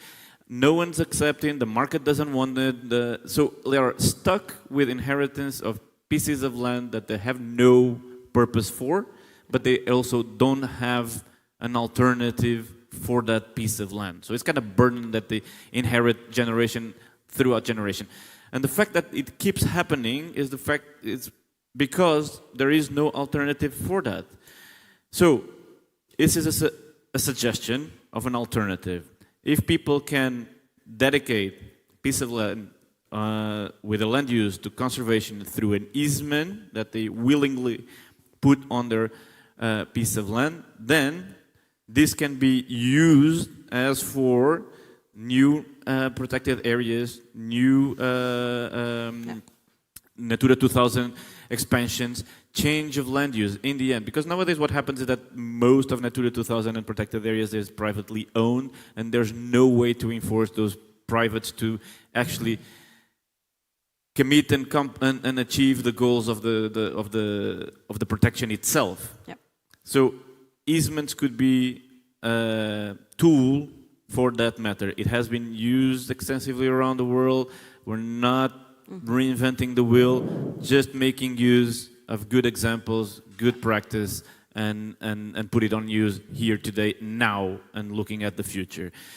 Picking on the modeling that Costa Rica and the America continent has looked for in terms of refugia, the study has pointed out several specific areas for refugia in Portugal. One being the western side of the mountain, the Algarve Mountains, so Monchique area. The other one is the northwest of Lisbon, and another one is the Coa Valley, actually, because of its orography, because it's a north-facing, downwarding, so it's refugia by itself, because as climate warms up and moves species northward, that is basically a nice inclination where none of those areas is being considered for any kind of new protection. First. Second, at least the west, so the north of Lisbon and the west of the Serra da Malcata, is being actively developed for new infrastructure and monoculture plantations. So we're actively doing the opposite of what we should be doing to avoid future problems in conservation of many of the species and habitats that we're now planning in this nature restoration to protect, looking at the picture that is way off the past. It's gone. His expiration date is over. We can no longer make that as a reference. We need these new references. And instead of using these new references, we're actually destroying it by developing new infrastructure on top of it. The only one that is still, for the moment, being at bay from these pressures of development is the Greater Coa Valley. And that's what we want to keep. And hopefully we'll keep working on the prospect of actually creating a larger, connected, multiple layer and functioning landscape that is a reference in terms of refuge in the future and a rewilded landscape in the Greater Coa Valley. That's at least my hope. Yeah. Yes. Thank you. Thank you. I would like to look a bit on the economic perspective. I've looked at policy, but on the economic perspective, those examples that I wanted to give you about modeling and moving species and thinking about refugia are actually forests in Germany. And I remember attending a conference a long time ago where the minister was thinking, what kind of species are we bringing in? Because, of course, what we have done with the spruce, it's not working and they are all dying. So are we going to bring species from Africa? Are we going to bring species from Southern Europe? How can we ensure that our forests are ready for the future? And the other economical example is vines. So for wine production that are being planted in the UK, from France to the UK, and from the Mediterranean basin to France. So they are much ahead of us in terms of adapting and envisioning a future. And this is an open question with no answer for now. When is conservation looking at this possibility as well? When will we look at this? But talking about economic perspective, Carolina, you mentioned the coexistence, from coexistence towards co-prosperity, and how we can create conditions in land that enable people to thrive along wildlife. At the same time, we have examples such as the COA network. I wanted you to give us concrete examples that can inspire the work in Portugal or elsewhere on how can we and how are you in Rewilding Europe really delivering these benefits and supporting local communities to accept, but also to benefit from wildlife comeback. I think I gave a couple of examples this morning, right? Greater Coa Valley is actually one example from the whole network, no? And the partnership with Rewilding shoes, I think you're wearing, right? Yes. I think this is one of my favorite stories across the Rewilding network. Of course, also in Central Apennines, as I mentioned this morning, no? What the work that they are doing with honey farmers, with people that have apple plantations and they develop that they produce cider. And it's also something that is starting to bloom quite a bit actually in Southern Carpathian. No, I mentioned this morning that the population of bison in Southern Carpathian is one of the most blooming at the moment. So we have now one of the largest free-roaming bison herds in Europe in the Southern Carpathian, and we are very proud of that. And as I mentioned, the team is taking it to the next level because, of course, it's creating coexisting challenges. So the bisons like to eat apples. So they go into the orchards and they try to eat them. But the team is working, it's a similar example actually in Central Apennines. They are also working with local producers of these apples to commercialize it to companies that want to produce a better product, a product with a higher market value, and they're actually producing a very, very nice, I didn't put a picture, a very, very nice apple juice in this case. And that is bringing, that stamp, and I can tell you, I have worked in many years in certifications for coffee, for others, not always work. You have many challenges also, even perverse outcomes. Yeah. But sometimes a label is just a sign of pride. And for them, the fact that they can, in Central Apennines, put a label that is bird-friendly or in South occupation, put a label that is this is supporting bison coexistence, automatically bring a sense of local pride to the local communities, which is what it matters at the end of the day. Obviously, it's generate an economic value, so they can see that they can benefit for the fact that now the bison roaming in the land, they can actually use it also as a benefit for marketing, but it also brings that sense of pride, and that's what you need to call into the end of the day for long-term sustainability of the comeback of these species. So I think this is a very empowering example. And as I said, there are smaller steps. So it's not generating huge profits, but it's a smaller step that all sum up. And then you end up with a network like in the Greater Coa Valley of I don't know how many producers we have now. But 70 or so, 80. You're lost count. Yeah, but lost count. but then that's when systematic changes start happening, right? When you can bring all these people together into a network that actually generates a product, generates an economic value, but also a product that they can sell and feel proud of. So I think these are examples, that we can help upscaling all across our network and in other parts of Europe. We just need to identify what these challenges are, identify what the opportunity is, how we can convert that potential into a product and help. We are doing something similar with tourism now. Yes. So we have Wilder Places, which is a new tourism platform where across all of our landscapes we're identifying local providers of, it could be accommodation, it could be restaurant, and we're doing is again, it's generating a product that they can sell. So you are coming perhaps even in highlands where you think about our rewilding landscape, many people may not want to come like 3 days to a very remote area where you cannot do much, apart of one day going to see vultures in a hide, and do some trekking. But if you combine that, 2 days doing this, 2 days doing that, into a whole experience, rewilding experience, now you have a product. And now all these people are coming together into something that is starting to make a difference at the local level in terms of the economy. Yeah, that's very important. So Wilder Places, for those who don't know it yet, thank you for that add-on. Keeping our heads on the economic perspective, and then we'll go to species in a minute. You made you participated or co-authored an article about the impact of businesses in biodiversity. And basically one of the conclusions is that often, well, almost everywhere, biodiversity impacts are not really assessed or taken into account in business as usual. So what benefits could it bring that companies really start assessing, measuring, mapping their real impact? And would this make them more likely to change or adopt different approaches? Well, I think it really depends.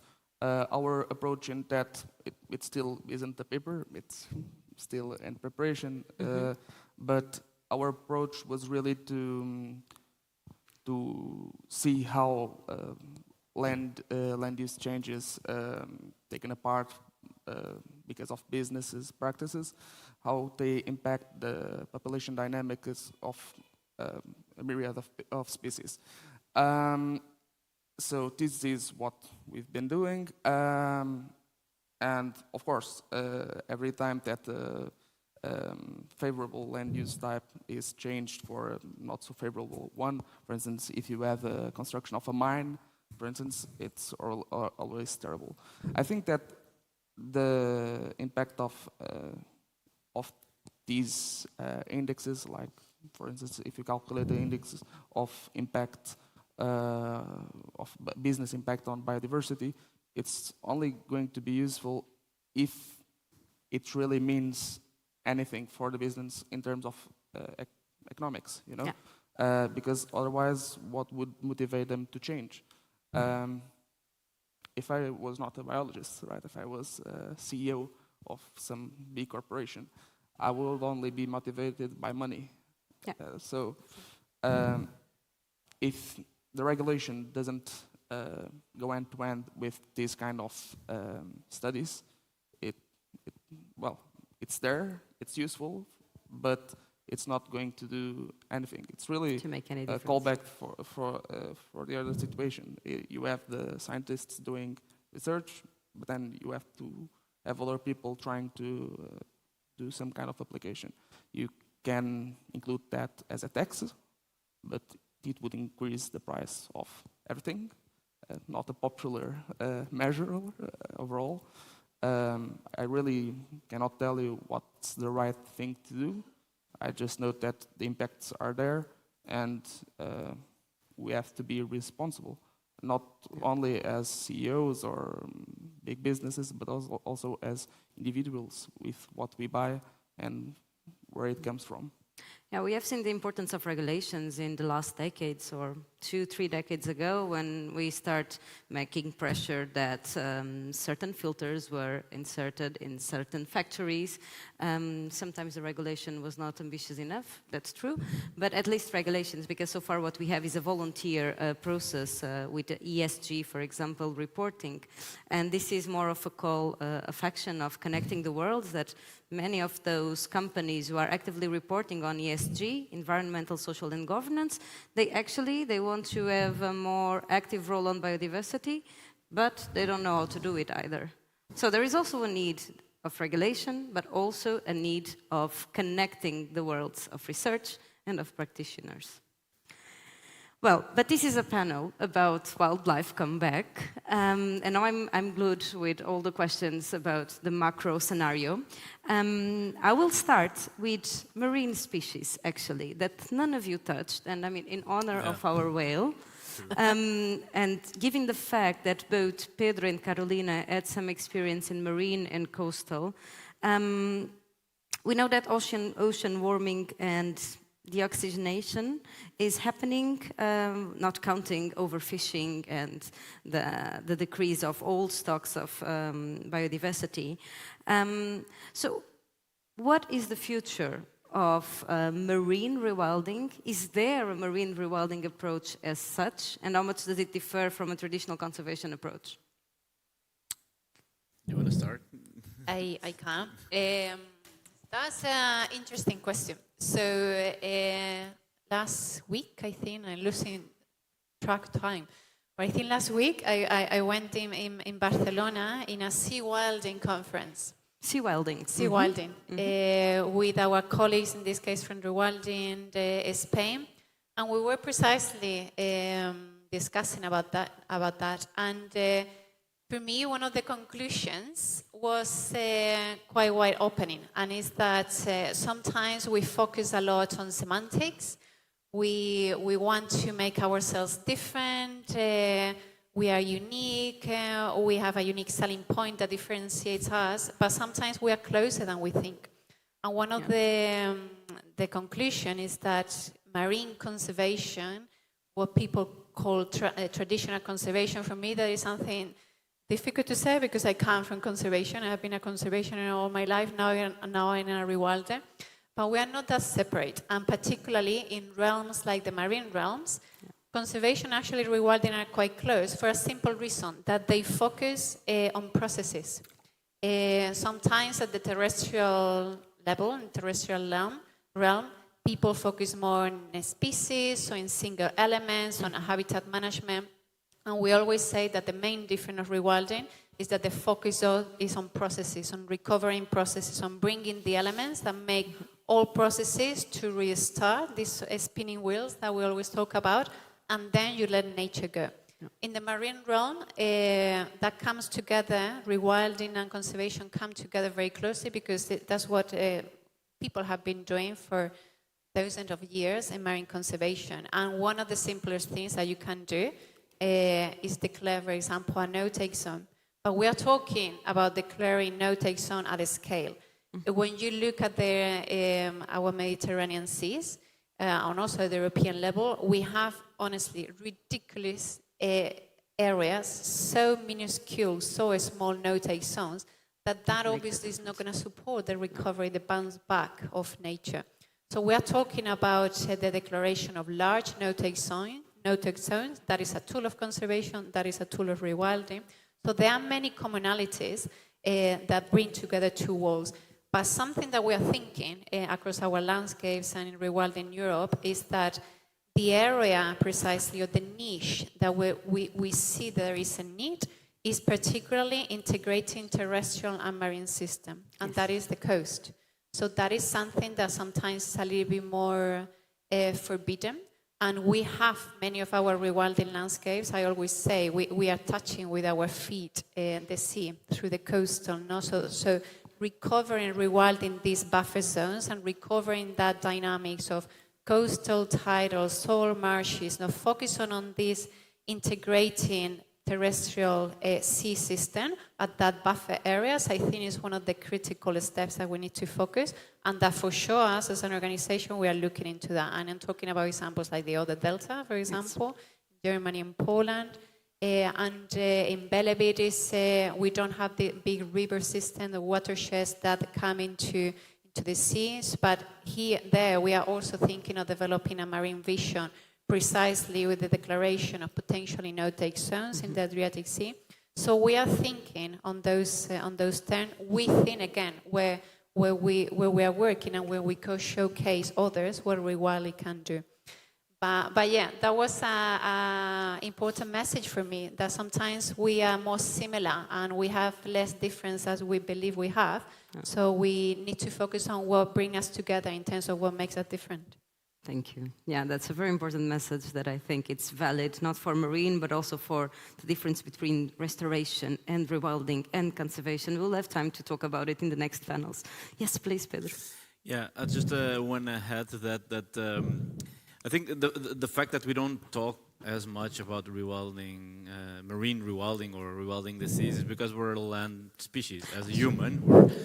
But that also makes it very strikingly clear how we are biased to think about conservation, rewilding, and in between the difference between marine and land ecosystems.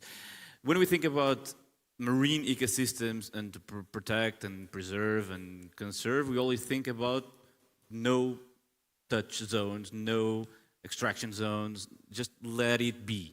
Basically, it's let it be. It's very simple. You allow the process to develop, you allow nature to thrive, you allow species to come back. That's it. It's quite simple. Then we have a very different approach and mindset when we think about land ecosystem. We always think, oh, we need to manage somehow because we feel left out. But that's the thing. We don't need to manage most of the time. Sometimes just bring back a few species, avoid a few threats, and let it be as well. And I think rewilding, it's a bit, to me, like it's the motto, it's let it be. Because marine is very clear, because as we don't swim or breathe underwater, it's easier to let it be. But as we always walk the earth, it's very hard for us to let it go on the terrestrial system. So that's what I would add to the discussion. Let it be, let it be.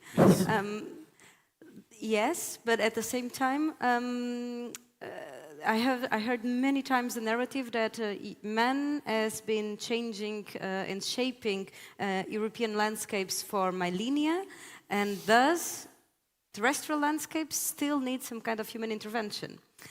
And this blends very well with one of the questions that was most voted, and I will read it out for you.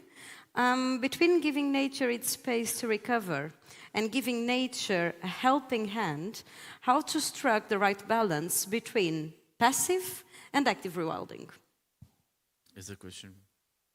I'm just, you just decide. throwing it out. You decide.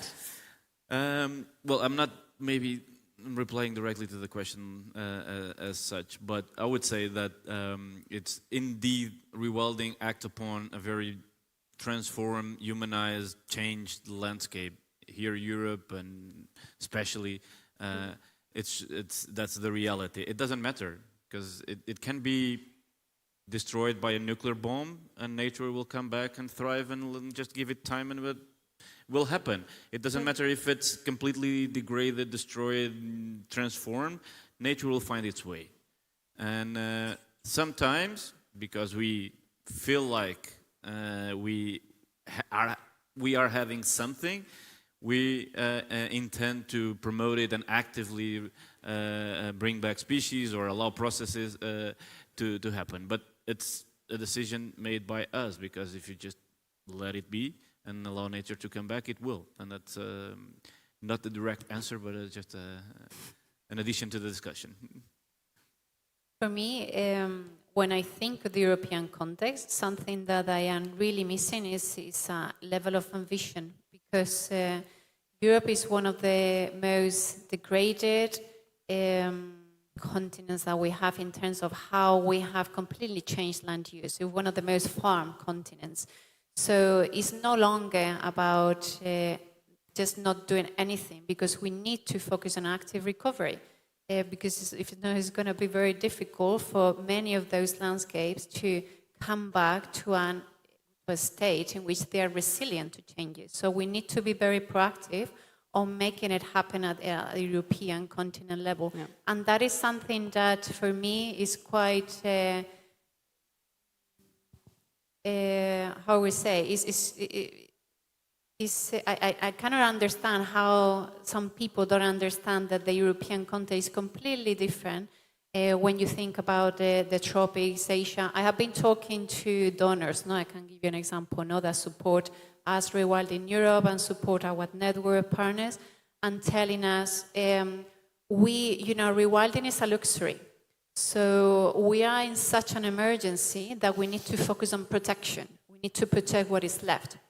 And obviously you need to be diplomatic, but somehow you need to say, well, you don't really understand the European context. Here is not about protection.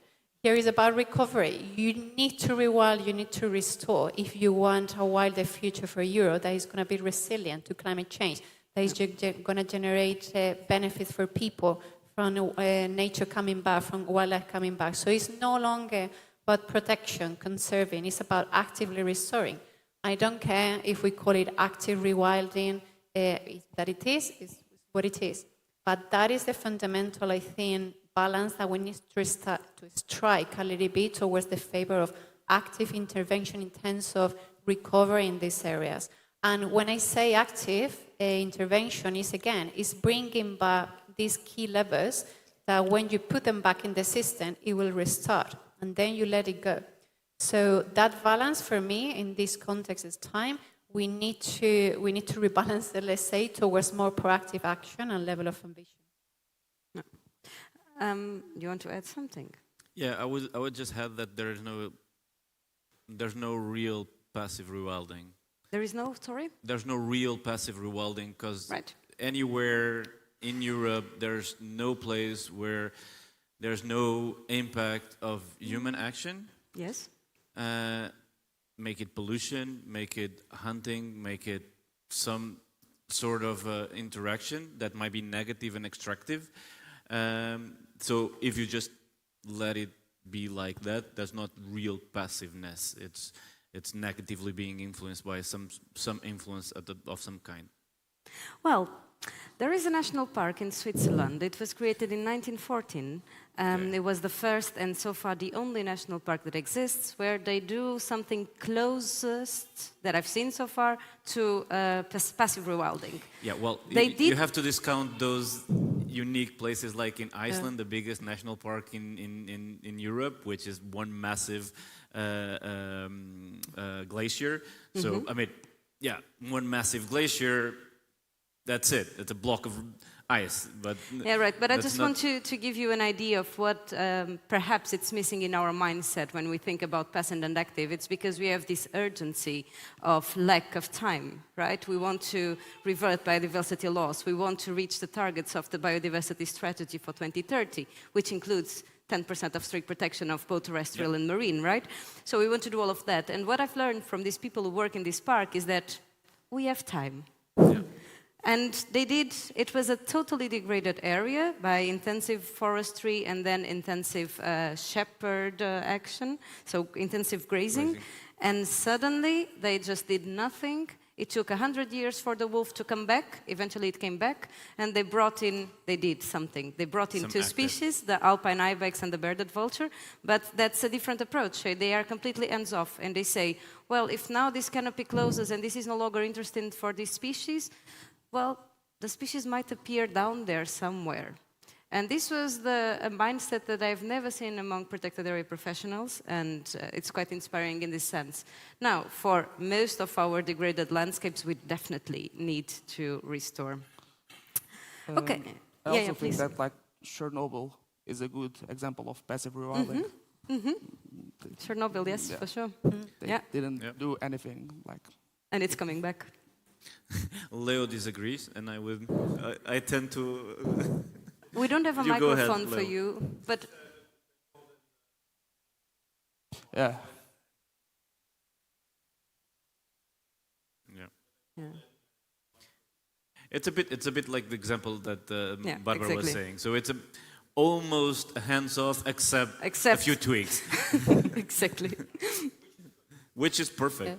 Absolutely. And then you can withdraw yourself. Okay, more questions from the audience. And by the way, thank you for putting up your questions and for voting. The ones that I received are the most voted so far, but you can always keep on adding them. So, are there plans in place of what to do if bison or other reintroduced animals start to exceed the so-called viable population levels? So what we do when we have an overpopulation? Overpopulation. If there's plans? Yeah. I don't know. Are there Carolina, plans in place? Maybe you can give us some examples from what's happening in the rewilding landscapes. Yeah. I can tell you. Unfortunately, we are not in that occasion, in that stage yet, that we need to think we have too many animals. I would really love to be in that situation. But yeah, of course, particularly when we work in the smaller areas, when we talk about not free roaming animals, like for example, Taurus. Taurus is an analogous of the ancient extinct aurochs that we're trying to bring back in our landscape, and these animals are considered semi-wild livestock, so they are submitted to many regulations, veterinary regulation, we need to fence, etc. So of course, these areas have a maximum carrying capacity, so you need to translocate individuals. So there are, of course, plans on that. We have, looking at the audience, we have experts in our team, natural grazing experts that support our team on doing natural grazing plans. So, okay, what happened with this individual, with these animals, when they are overgrazing the area? Because we are not cattle ranching, right? We're doing rewilding. So these animals are there to meet a function, but obviously in a system which is not ideal, in which you still need fences. There are many other things that we can discuss. We're working to find derogations and to achieve wild status of these animals, so then they don't have to be in fences, they don't need to have veterinary checks. But the reality is what it is. We still need to manage sometimes the population, and we need to translocate individuals, and what we do is to try to find other areas, to do new agreements with new people where we can do natural grazing. In Everett Highlands, for example, is a good example of that. We are developing what we call the gracelands of Everett Highlands. So essentially, that is working with local municipalities to rent areas to do grazing. So these are areas that traditionally were grazed by sheep, but now they are being grazed by Przewalski horses, hopefully in the future by bison. So again, these areas at the moment are managed, but the idea is to translocate individuals between them and to expand to other areas where they can do their function. So again, when you think about rewilding, it's on a spectrum, right? So the smaller the area, the more management that you still need to do. And that's why I'm always very persistent about the importance of thinking of processes at a scale, because then is where it really happens in a natural way. So yeah. The short question, probably that was a very long way to say, yeah, there are plans in place. And of course, we need to tackle all these challenges still. Thank you. Any of you would like to comment on this? Yeah, I think that if things are done properly, it will not really be a problem at all, because I know that at least in practice, trophic rewilding really focus on herbivores, and I know the motives and I understand them. But if predators are taken into account, it would probably, work out. You have bison, but if you have predators for the bison or something like that, it will all work out. I think it seems like you read my mind, because that blends perfectly with the next question that is about the wolf. And the question is, what is Rewilding Europe and Rewilding Portugal's strategy to tackle the issue of the reduction of protection status for wolves in the EU? What is that? The strategy. The strategy regarding the reduced protection, legal protection of wolves. Is there any strategy? Is there anything that Rewilding Europe or Rewilding Portugal is doing? That's what they want to listen. So we've been active, presently contributing to the discussion at the national level regarding the wolf, the species, and now it's about the new conservation plan that is being developed. I think it was approved already or is about to. Anyway, so we're contributing to those, not actively lobbying or making a policy towards not changing the protection for the species, because in Portugal it doesn't apply due to the fact that the species has its own law. So it's, for us, is a bit different in terms of what we can. Nevertheless, we've been also in close contact with the Spanish authorities because we have joint projects regarding the protection of the species in both sides of the border, and that's where we find the most challenging environment to be at, advocating for the species.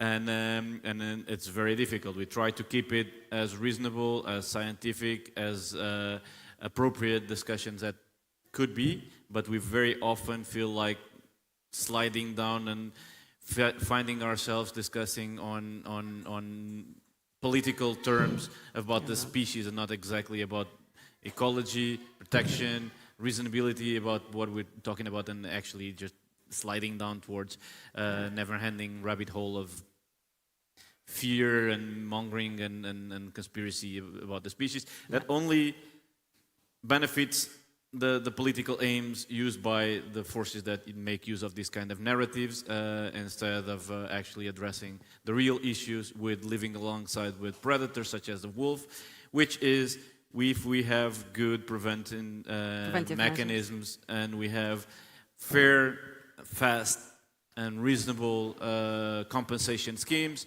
it's possible, it's doable. If we left these two out, then it's completely hard, and we are discussing ghosts and we're not really discussing reality. So we need measures and proper action to make sure that this coexistence, co-prosperity, living in harmony can actually happen. But it's very easy for a political to tap on the innate fear of carnivores, right? So there is also some reminiscence of that fear. I don't know if you want to add something to this. If not, I have another question. I can add something very fast because it's a big question that we can be here discussing for hours. No, but for us, I think what is critical is that we keep on doing what we are best at doing, which is demonstrating what coexistence is, what co-prosperity is. Pedro and Tina are doing very well in the Great Equal Valley is actually an example.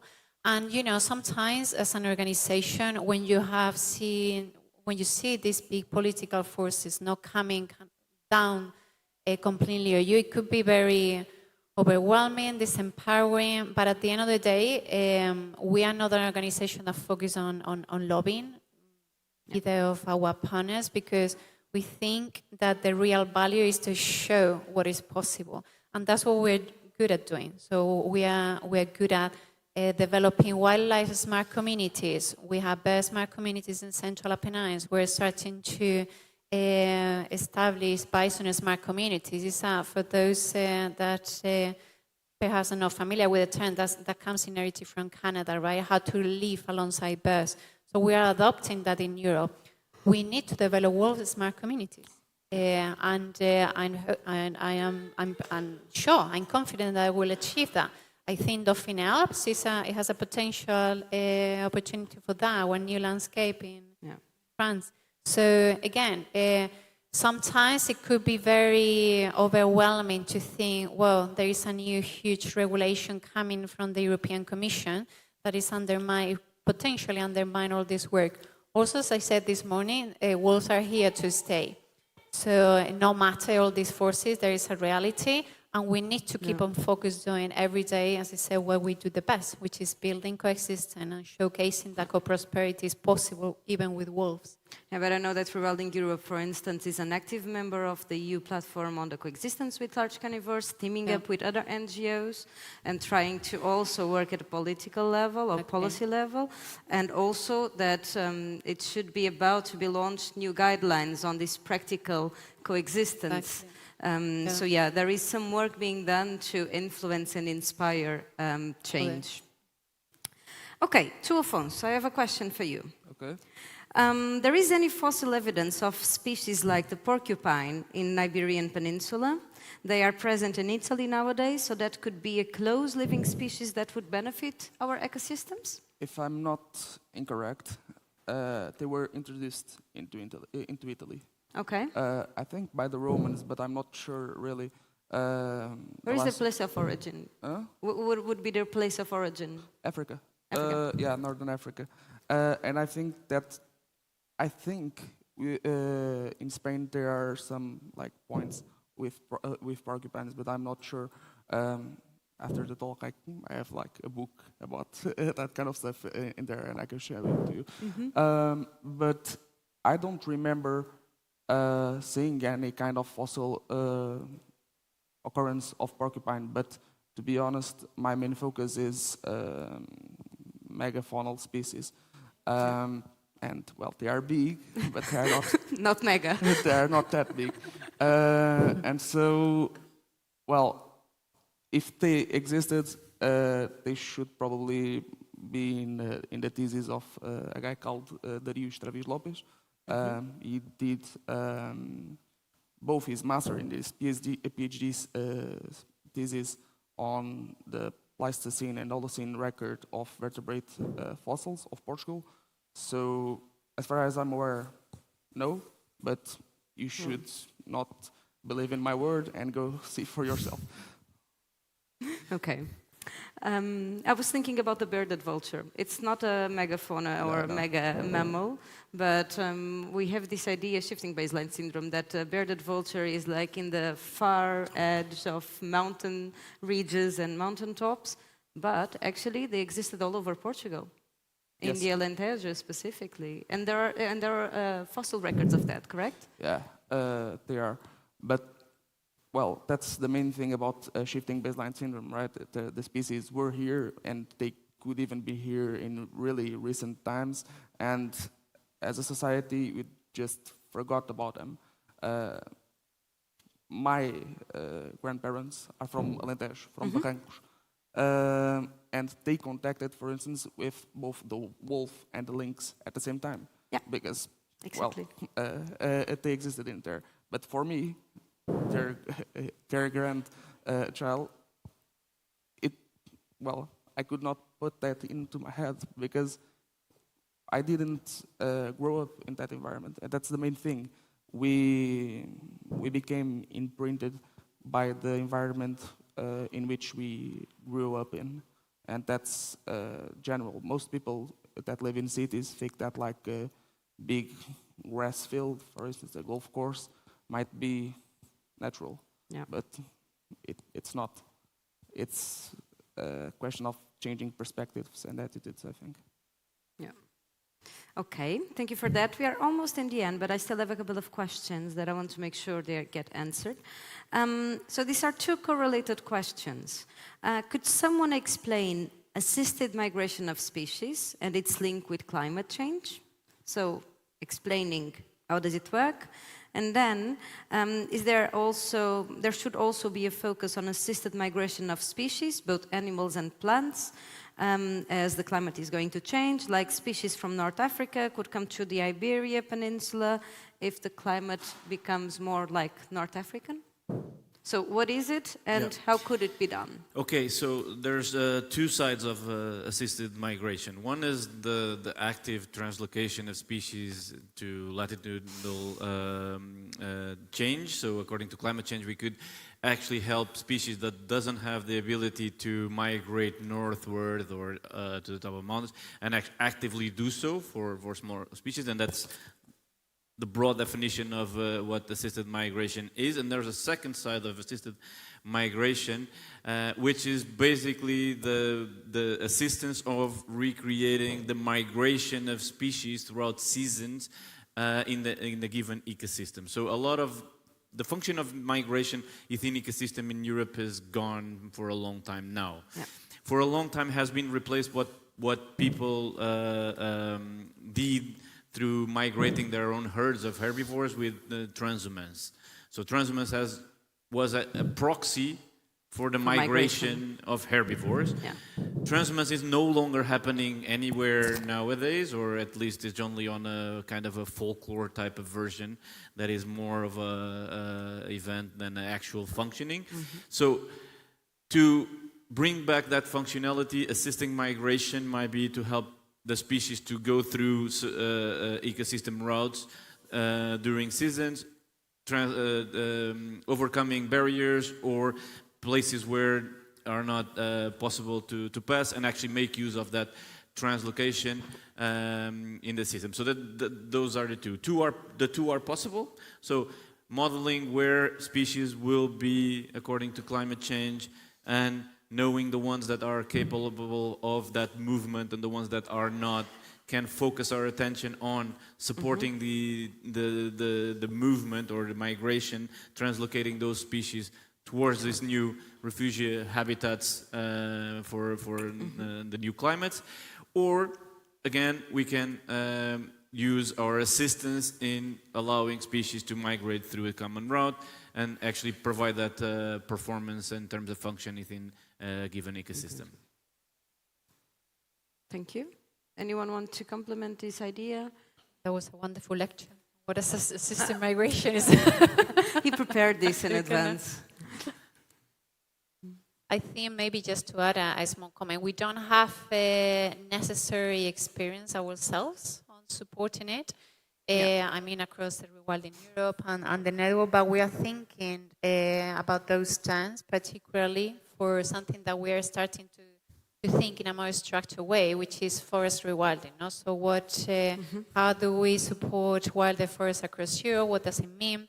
And of course, there are many things that we can talk about, from veterinization, etc., no? Achieving like an heterogeneous structure of ages.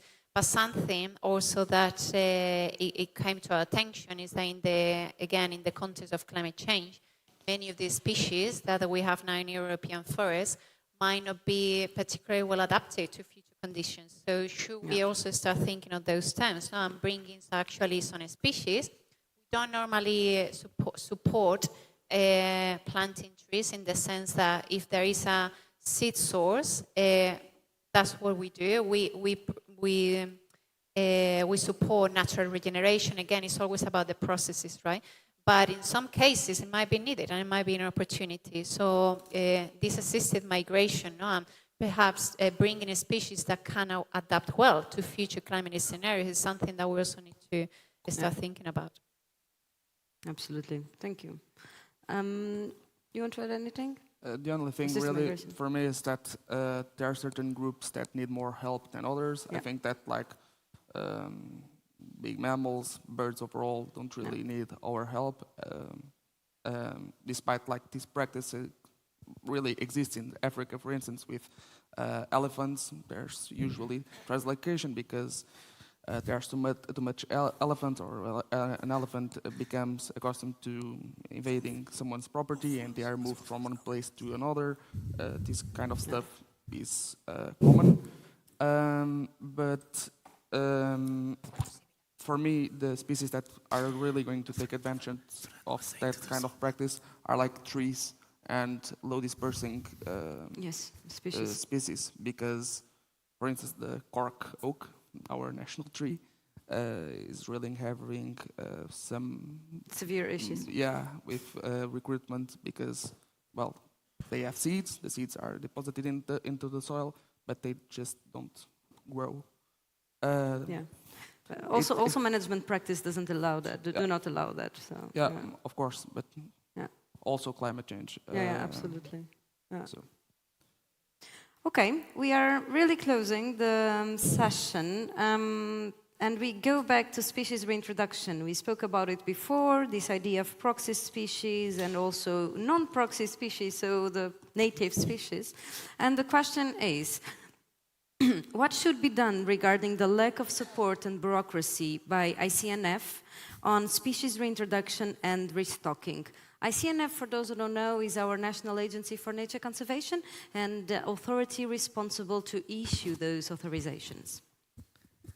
So what could be done regarding the lack of support? First, do we have a lack of support? That's the first thing that we need. If we have what? A lack of support. And second, what can be done? Well, I don't think we don't have any support. We have no support. No. So it's been quite difficult to actually discuss these matters with the authority, to be honest, as my experience for the last 10 years on discussing. I've heard officially things like reintroductions are not even the third, first, second, third, or even fourth priority. So just to put out how willing the authority is on these matters. We've been facing ourselves a couple of rejections on what I would say are not reasonable terms. And I hope it's not to Hendrik's job to do so. I will still want to do it myself. So I think we need to really sit down with the authority to think otherwise in terms of what can be done in terms of translocations, reintroduction, use of proxies, and these kind of species, as much as for what I've pointed out in the presentation. If we want to achieve change of conservation status for some of the species, for some it's so easy as bring them back. Now they're extinct, you bring them back, they're no longer extinct. So that's an easy win. And for some it's so simple, non-conflictive, non-difficult, not expensive, that I don't see any reason why not. And I think we also miss this idea that bringing specific species back, keystone species, flagship species, whatever you want to call it, can actually help the ecosystem to regenerate. Can you elaborate a bit on that, so that just we have like the effect of mammals, the need of scavengers, of the soil microbiota that recycles nutrients? Can we just, as a closing remark, can you give us a bit how Rewilding is positioned and how Rewilding believes that bringing species back can actually be a catalyzer for bioabundance? Yes, and I think it's quite evident when you think about if you're an ecologist. I'm sure that many people are here today. When you think on how an ecosystem works, so an ecosystem is a form of components, is a form of elements that all play a fundamental role. But then the ecosystem is more than the sum of its parts, right? It's about all the interactions, all the processes, all the emergent properties that come from all these single elements that creates a system that works, that is self-sustained, that is resilient, that can adapt to change. So when we talk about rewilding, and I am leading, let's say, our thinking in terms of how we recover ecosystems and how we support wildlife across Europe, we do kind of an artificial distinction, which is recovering functional ecosystem and supporting wildlife come back. Wildlife is critical of a functional ecosystem. We separate it in the way that we want also to make sure that we focus right on supporting those and bringing back keystone species. But that's what we do. We focus on what we call keystone species. Again, it's just a label, no? But the thinking is very simple. They are species that play something fundamental in that systems, in those ecosystems, that bring all these emergent properties together to create a system, to support a system that is self-sufficient. And these species, in comparison with others, they have less redundancy. Let's say, if you remove, not that we want, a butterfly, a fungi, a species of frog, in a system that have many other elements, many other butterflies, many other frogs doing similar function, the system at the end, it can still holds. But if you remove key stone, like imagine like an arch, right? So if you start on an airplane, actually, I always make this metaphor, right? Thinking of in the wing of an airplane, how many matches, tornillos, how we say that in English? Screws, a wing of an airplane have. Way more than it's needed, but of course that's for security, right? But if you start removing some of those elements, the wing still stands and the plane can still fly.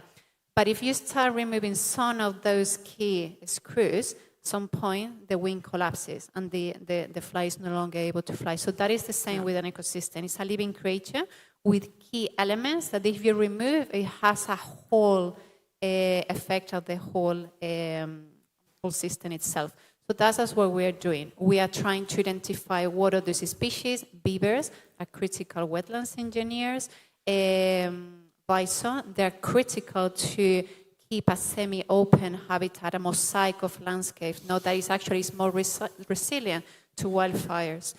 So these species are element, not just because of the intrinsic value that they have, but also for the role that they play and how they mold, how they architect their ecosystem. And that is our mission. Identify those species, support them the recovery, do active reintroductions, and also focus at the ecological level process and bring together these two elements to make the system reset again. Thank you. Afonso, you want to add something? Yeah, I think that key species are like super important, and one of the most, in my opinion, overlooked keystone species in the Iberian Peninsula is one that is really small. Yeah. It's the wild rabbit. I think that at the Iberian level, it's really the keystone of the keystone, you know? The basis. Most predators really depend on the rabbit, at least in Portugal and in Spain, where it's native, also southern France, you know. And the rabbit, it's not doing so well right now. I think one of the priorities, if we are talking about keystone species, should really be bringing the rabbit back. Because it's not only useful for us that we all love wildlife, right? But it has a huge economic value. And losing that one, that will be quite costly overall, I think. Thank you. Can I just agree with Afonso about that? I think rabbits are a keystone species and actually in a mega herbivore, because in big numbers they are mega herbivore, and they actually sustain a lot of the trophic chain of the Iberian predators. And just to point out that bring back the rabbit in numbers, densities, and distribution that makes resilience to a lot of ecosystems in Iberia would mean to actually address the situation as in real terms. So, of course, the rabbit is facing problems with disease, with habitat degradation, pesticides, to be clear. It's facing problems with the abundance of mesocarnivores and the lack of a top predator, such as the lynx in many areas. But even though, and that's common in most of its distribution, but even though that some of the populations that still survive these three pressure face another pressure that comes after they've survived these three, which is hunting. Yeah. So we keep extracting the most viable individuals of the reminiscent population in the ecosystem, while wishing that the population bounces back. However, in Portugal, most of the successful stories of wild rabbit are done by farmers. Hunters, yeah, and that's why the Iberian lynx was being reintroduced. But there's a big difference between the hunting situation in terms of management and regulation south of the Tejo to north of the Tejo. Yeah, that's right. That's a different scene. And we don't have the same distribution of rabbit in both sides of the river, north and south, and As an example, again, the turtle dove faced a similar situation recently. Yeah. And we've seen how it bounced back only after 2 years of moratorium on hunting. And as fast as it bounced back, it recovered. The public pressure and lobbying towards returning hunting is again declining the same population. So we cannot avoid this discussion. Yeah, the extraction. We cannot just put a nice poster of saying, oh yeah, but we did so well with the lynx in the south and the hunters and the rabbit. Yeah, but we're doing very, very bad with the same hunting organizations, with the same species north. So there's something to be headed there. Yeah. We cannot avoid it, and we cannot cover behind the poster child.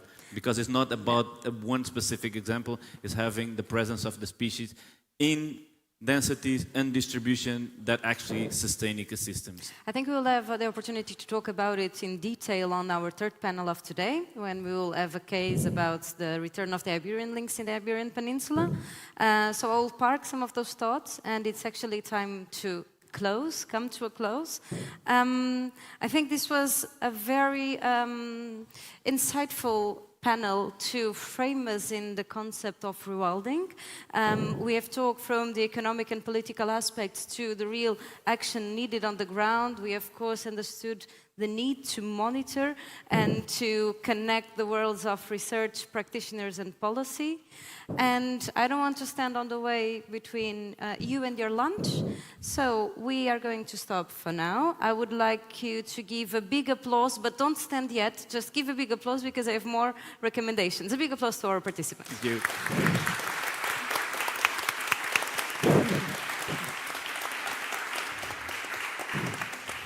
Thank you so much, Afonso, Carolina, and Pedro. And now, I believe that when you registered, you were told the restaurant where you should head to, correct?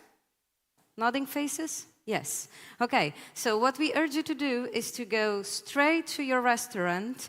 Don't wait for anyone, don't be polite. Just go to the restaurant and enjoy your meal with your colleagues, and we'll be back at 1:30. Thank you.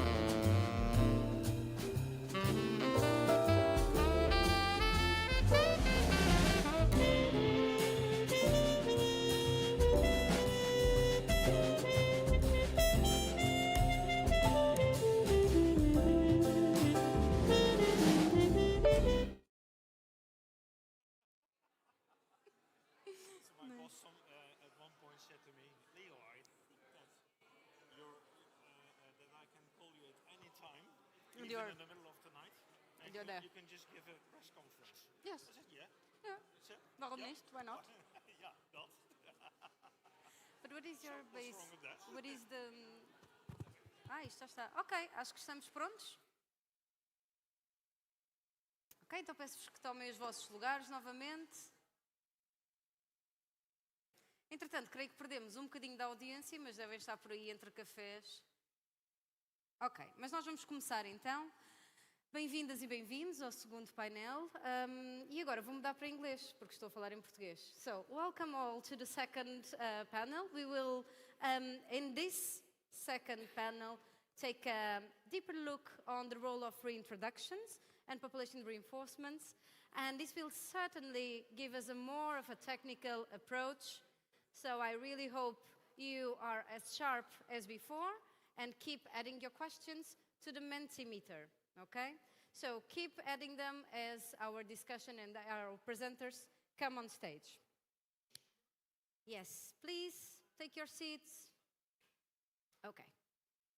So we have with us Leo Linaerts. Leo came from the Netherlands. He was born there, but he traveled all over the world where he got his inspiration for the work he does nowadays, especially in the African continent. In which countries have you worked there? I haven't worked there. But you just visited? Visited. And I visited first time South Africa as an apprentice, was doing for school. And then I came back there and visited more countries. Visited Morocco, which was a bit disappointing, so little wildlife over there, but beautiful birds. Beautiful birds, for sure. Beautiful birds, so I was happy with that, but not with the wildlife. And I was a bit spoiled in Southern Africa. So when I afterwards visited Spain, I thought, why are there no elephants in this landscape? Because it looks so similar. Yes, the savannah style. Yes. Actually, Leo told me yesterday that the first time we visited Portugal was 44 years ago, 46 years ago. Yeah, something like that, yeah. And thank God someone invited him to come again, because for 44 years it was not It's too long. Exactly. It's way too long, yeah. So Leo will tell us about his work on with ARC Rewilding Netherlands, and I'll give you the floor. It's all yours. Thank you you. have Yeah. the pointer there. Good. Yeah, successful reintroductions. That's quite a quite a title to work with. That's me. I've been rewilding for almost 27 years now, and I really do love rewilding, and I hope to continue rewilding for another 27 years, because something I really don't want to do is go and retire, which is, I think, a waste of time. I work for ARC Rewilding Nederland, the Netherlands, and it's an NGO with 40 employees, office in Nijmegen, but most of the people work at home, so do I. And ARC has over 35 years of experience in rewilding. This picture you saw before, it's from Jeroen Helmer, a colleague of mine, depicting that once upon a time, everything was entangled in nature. Then we disentangled it. We put grasslands on one end, agricultural fields on the other end, forest or woodland on yet another end. So we split all these ecosystems in tiny parts and intensified use of it, which is bad for nature, as we know. So what we try with rewilding is reconnect everything. So this is one of the results. Some people have seen it. It's the Slikken van de Hen, and it's a beautiful area. 10 years ago, when there weren't any horses, there were no flowers. There was just one species of grass. That was it. One species of grass, no flowers, no diversity, nothing. After 10 years, flowers came back, many species of grass nowadays, and loads of insects, just to give an example. So this is what the herbivores do, what rewilding does, creating mosaic landscapes. Full of birds, full of flowers, full of insects, and it's really beautiful. these are all pictures in the neighborhood where I live. And what ARC finds really important is that the nature is accessible for people, that you can enjoy it, that you can enjoy nature, can be there, and only if you have nature in your heart, you can really conserve nature or protect it. Whereas if you keep the people out, they don't like it, they don't like that they can't come there, and they hate your nature reserve, which is very bad for the continuation of the nature reserve. So why introduce species? Well, we all know that we're going down the drain, as we do. We can try and conserve nature and then follow the yellow line. Hopefully it works. But rewilding is actually aiming for the green line to go up. But I want to point to another thing, is that somewhere it says historical here on this line, but it's biodiversity was way up before we started writing down about biodiversity or measuring it or calculating it. And many people, and also, well, in the Netherlands, when I talk to biologists and talk to people that love birds or love insects or love nature in general, when they think about nature and nature management, they think about old-fashioned agriculture. But it's in the Netherlands, agriculture and this way of treating the landscape is less than 7,000 years old. It's a novel ecosystem. So our thinking of biodiversity is way too much focused on old agricultural use, because this is how and where our biodiversity evolved. In an often quite open or half-closed landscape, where there is space for both shadow-loving species and open land, sun-loving species. And most important is that many species need a mosaic, because at one point of life, insects need the rotten wood, and the other time they need a flower. And it can't be a flower up there, it should be a flower down there. And then they have this other thing that they really need. So, and you get that in your mosaic landscape. This is a picture from a Spanish museum. And it's depicting the Spain at the previous interglacial. I loved it because what you see in the back is the straight-tusked elephant, the European elephant for many, hundreds of thousands of years, I think even a few million years. And there's a rhino, but for the rest, we see species we know, like the mallard, like the fallow deer, and the wolf, of course, the Iberian wolf. This picture. And as I said, it's in a mix of open and closed woodland. So closed woodland is not as closed as we think it should be.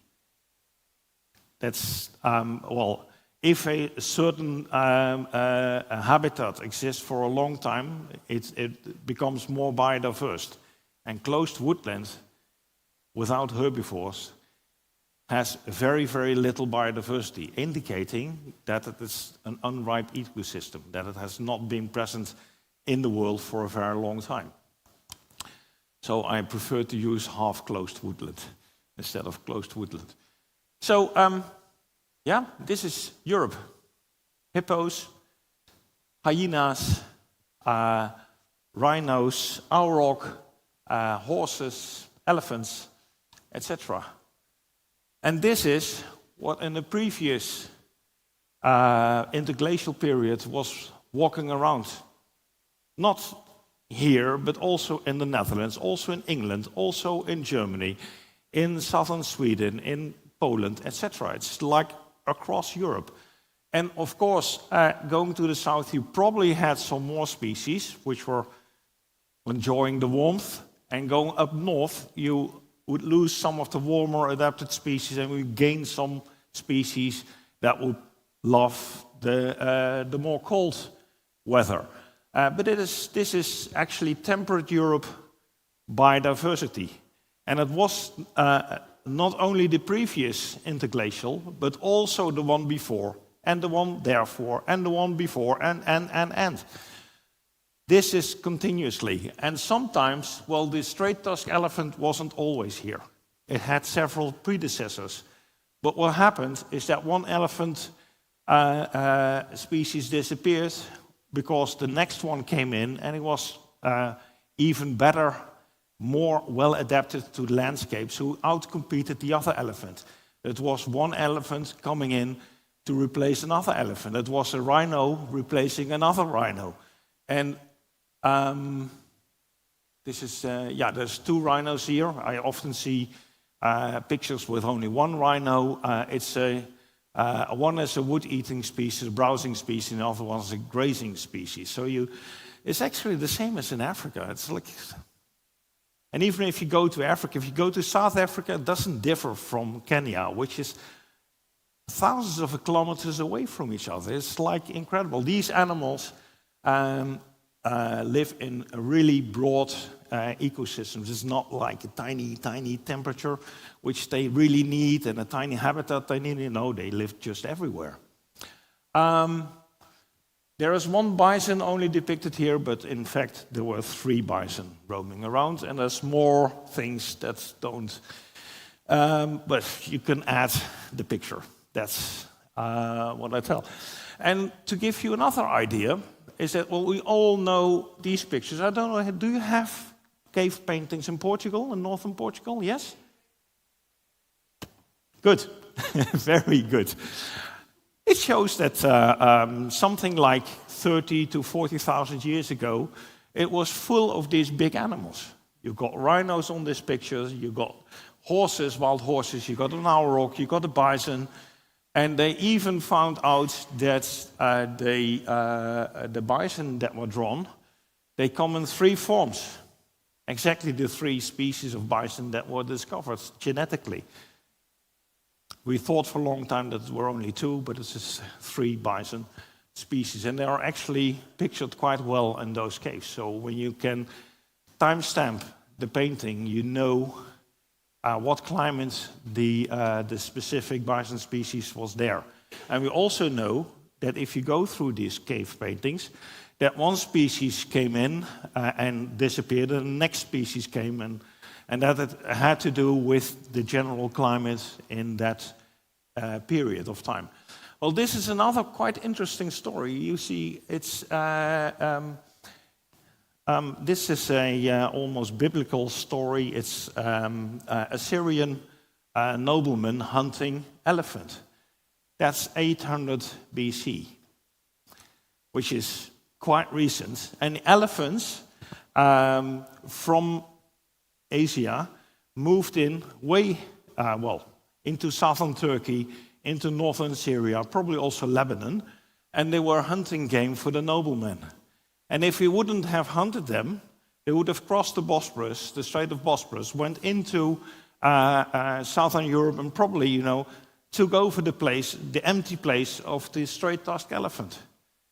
But we were already, at that time, we were already for 30,000 years very good elephant hunters. So these elephants didn't make it, and now they only live in Asia again. And also this one, this is a picture of northern Assyria, and it's Arabian oryx. I thought they would be, way in the south of the Middle East. Now, they lived up to and into Turkey as well, just shifting our baseline. So reintroducing animals, grazing animals, predators, is restoring their role in the ecosystem, restoring lost natural processes. And I often hear in the Netherlands that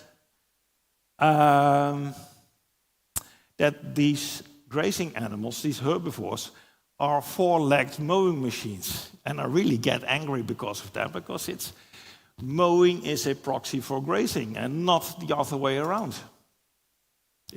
Grazing is much more older. It's been there already in the time of the dinosaurs. The dinosaurs were grazing, they were browsing, they were doing everything.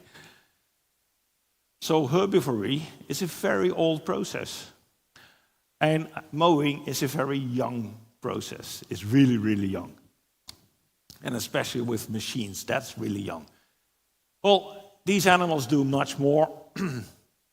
And one of the things that your mowing machine destroys is the ant hills and the mole hills, and which all have different biodiversity than the flat grasslands. Your machines destroy the microrelief, and the animals increase it actually. So a grazed grassland is never even. It becomes more uneven when time evolves. Good. Now we want to reintroduce, and we already heard it this morning, there's lots of questions and discussions before reintroduction. Does this species belong here? You know what it is, this species? Yeah?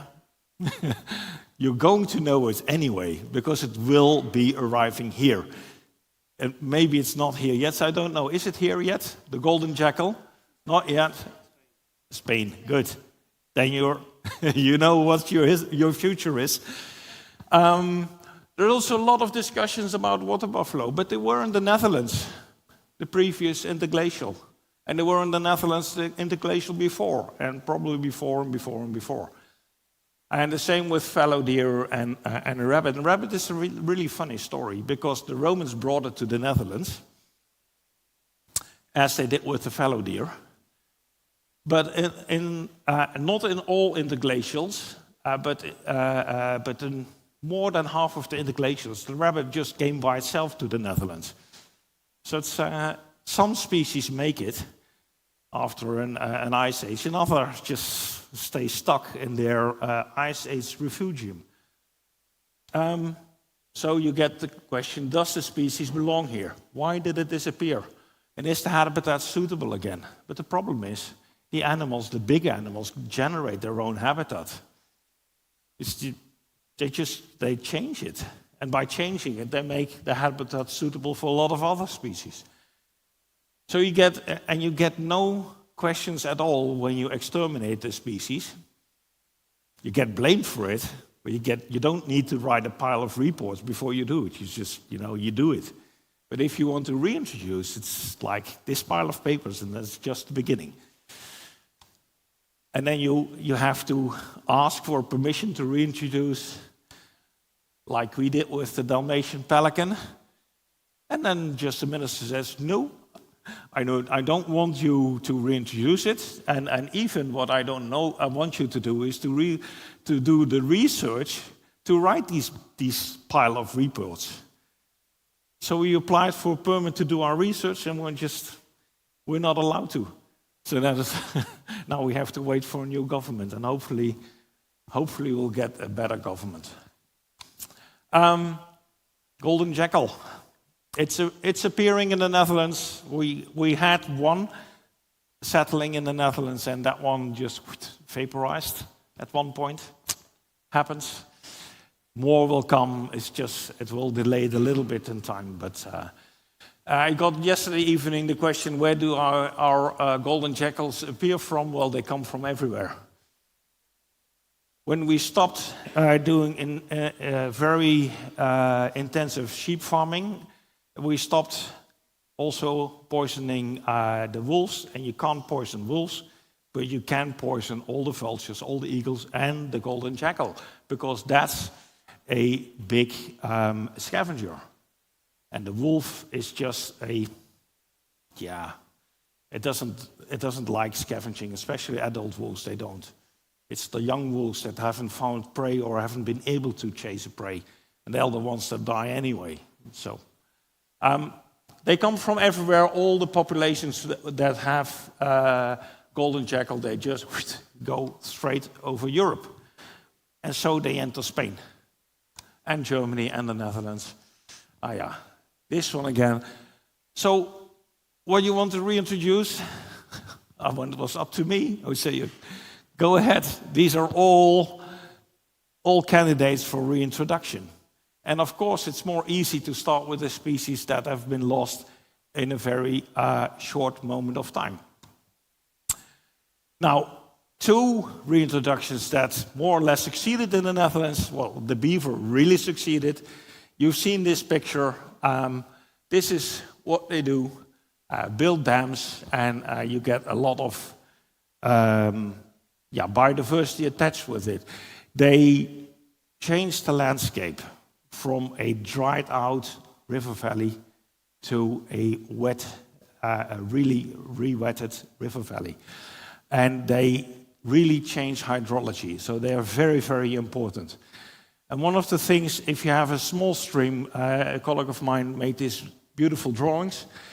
This is a cyclic process. A beaver starts here, builds a dam. It uses the wood for food, but also for dam building this beautiful mound to live in. But then at one point of time, the beaver is running out of food. It doesn't want to move away from the water more than 20 meters because he's afraid of wolves and bears, etc. So I want to be able to rush back into the water whenever he senses that there is danger around. So when the food is gone, he will abandon his lake and he will find such a new spot and will start all over again. But what happens is the dam will break quite soon when the beaver is not repairing it. The valley will drain again, but it will be a wet fallow and quite shallow because of all the silt that has accumulated there. And you get your wet hay meadow exactly there. It's wet and it will stay wet. And the animals from the woodland and surrounding woodland will go there and graze because it's the best quality habitat, the best food there is around. So they will suppress wood encroachment, but in time the wood will be back and you end, the circle ends here. And now the funny thing is that when you allow beavers to colonize an area, they colonize it in such a way that their territory makes sure that they have food for their life and the life of the ones that come after them. So they have all these 6 phases inside their territory. It's not that they defend only this part or that part. No, they defend also the other parts, so that after a while they can move to a patch of woodlands that is not yet eaten by beaver. So they're quite clever species. They turn wooded valleys into swamplands, and you see the flower-rich vegetation here, and the really, really wet meadows. And they do raise water levels, sometimes very, very, very high. And this can cause quite a lot of problems. Even nature managers are complaining that the beaver drowns their nature reserve. Well, I think the nature reserve was drained, and now the beavers do a little bit of work to repair that. So I think that's okay. Let's drown the nature reserve. It's good. But if you're an owner of a commercial tree plantation, and here you see the spruce trees, they don't love to stand in the water all year round, so they die. And that's, of course, a problem. You have some discussion with the owner. What also is a problem is that they build these mounds, and from the sides of a channel or river, you get these burrows, and after 5 or 10 years, they all collapse. Over time, they all do.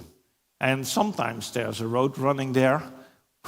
You get this sinkhole in the middle of the road, or in a walking trail, or you drive with your tractor over there, and then suddenly half of the tractor disappears because the burrow collapses. But I think that these examples all have to do that we do the wrong thing at the wrong place. They shouldn't have been a road or a tractor driving there or whatever. It's too close to the water. There should be nature over there. So it's a kind of how you fill your landscape problem. What really does help is to bring people and to let them enjoy the changed landscape and to give them a good feeling. We heard it this morning. The hearts of people need to connect with the changes in the landscape.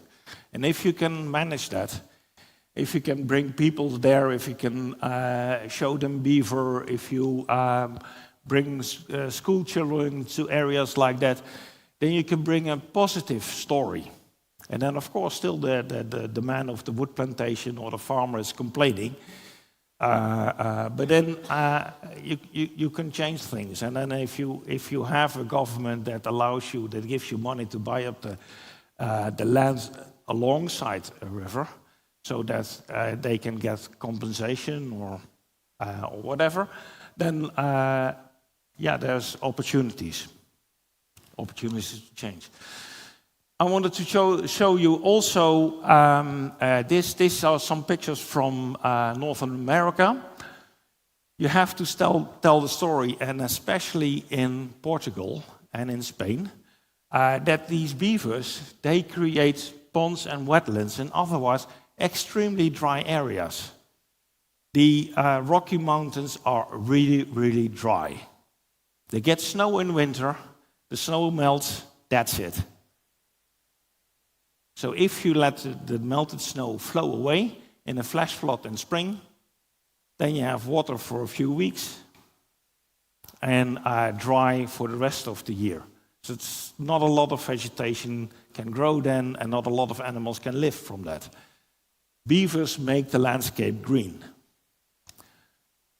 And this is a mountain stream coming down the Rocky Mountains. And beavers just rebuilt the whole valley, making dam after dam after dam after dam after dam. And it's like a mesh, like a mosaic of wetlands on different terraces, making the whole valley, like completely wet, instead of a small stream which is eroding the river bottom and which is going down, down, down every year, making it steeper and drier, the environment. This is re-wetting the environment. And they also, if the environment re-wets, you get young willows and poplar trees growing on the riversides.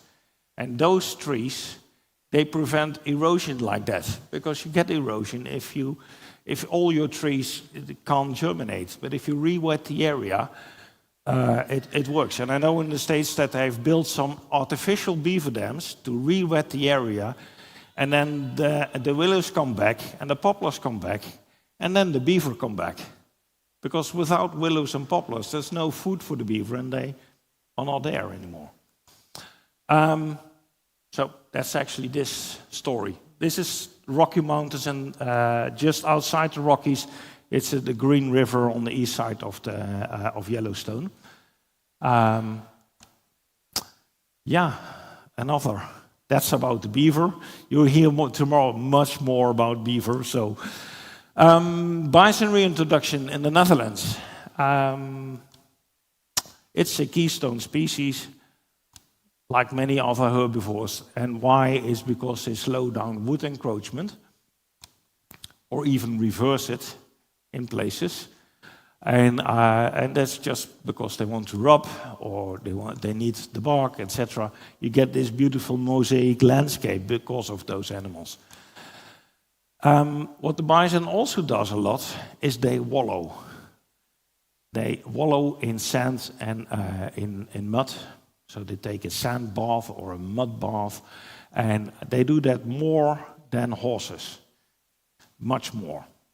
And that creates a lot of biodiversity, and especially in countries like the Netherlands, like probably, you have the bees that really need the barren soil, but you also have a lot of heat-loving insects that only occur on barren soil. And the barren soil gets overgrown easily in the Netherlands, but with these bison, they make, a small herd of bison makes 60, 70 wallows a year, and most of them are used only for half a year or a couple of months, and then they make new ones. So they produce a lot of wallows all over the time. And some plants also, I don't have a picture of a bison with seeds, but if you look at the Koninklijke horse's head, it's seeds of agrimone sitting in it. And it's the same way these plants, which are houndstong, ended up in this wallow of the bison. And without these wallows, without these animals, the houndstong, it doesn't spread. The agrimone doesn't spread. But once you introduce your large herbivores, it spreads all over your area. I have many examples of plants that had very, very localized appearance, and then we put in large herbivores, and people say, are you sure that they don't trample or eat all the agrimone or all of this or all of that? And in the end, it is all over the place. Not in huge numbers, but in much nicer numbers than before. And much more spread out. So when a part of the area would burn or would otherwise suffer or drown, it's not a problem because they are spread out everywhere. And of course, we don't have to treat bison with all kinds of medicine, ivermectin and all kinds of other poison. So their dung is very healthy and is really extremely full of insects and fungi, mushrooms, etc. Really, really rich. And even when they are dead, they are they enhance biodiversity. There's an enormous amount of insects living from these big herbivores, and the bigger the herbivore is, the more insects can enjoy it. In the Netherlands, we don't have that many vultures. So we have to do it mostly with raven and insects. And with cattle and horses, you have to take the dead animals away. But in the Netherlands, he said bison is wild, and so you can just leave it in the field. If we would ask the minister if we would be able to leave it, she would say no, just because she's a farmer. These big animals, they come in social herds. That's also something we have to account for, because you get if you don't have them in a social herd, you'll get all kinds of problems, and biodiversity also profits from your social groups. Well, these social groups consist for bison of large cow groups with their young. The 3-year-old bulls leave the cow group, the younger females stay. And you have small bull groups or solitary bulls. And and especially the old bulls, they check out with the cow group every now and then if there is a cow in heat, and then they stay with the cow to prevent any other bull from covering her. And then they leave again. So it's, you get your tiny bull groups or solitary bulls roaming all over the place, and your female groups, which are much larger, are visiting the better areas. What we were also interested in was, the big question, is bison a species of a closed woodland or not? And if you look here, it's actually, it looks like it's visiting the open, the closed area, but it's not. It's like visiting the open patches in the woodland. Quickly continue to a few last slides.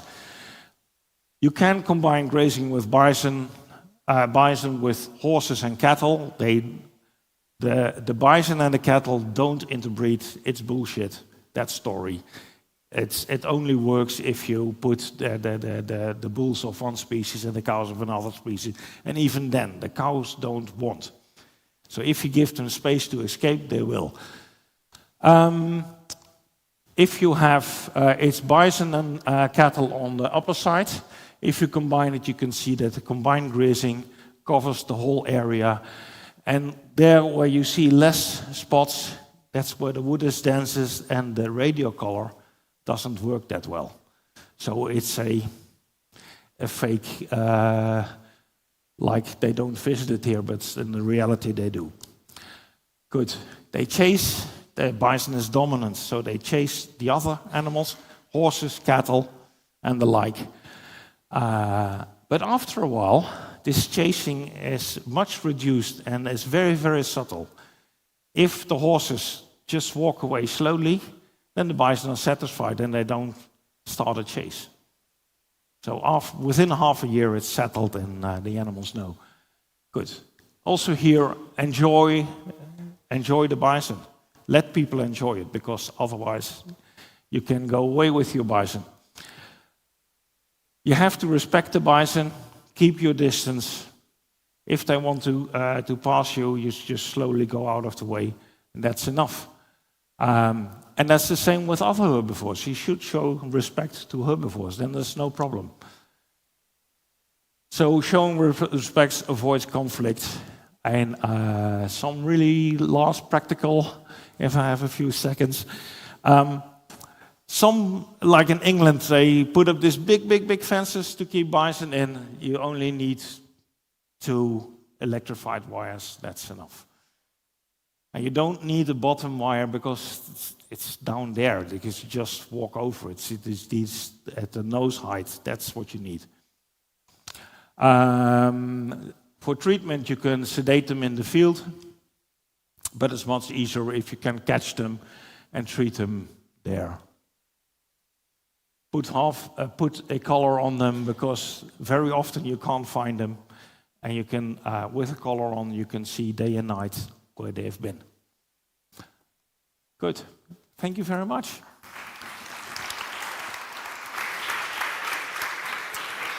Thank you, Leonard. Thank you for also the introduction to the beaver. Tomorrow we'll have a panel dedicated to that, so thank you for opening up our eyes to the importance of that. There is something that you said that for me is quite important, and I think we forgot because of the shifting baseline syndrome that we have spoken before. That is this idea of mowing is a proxy for grazing and not the other way around.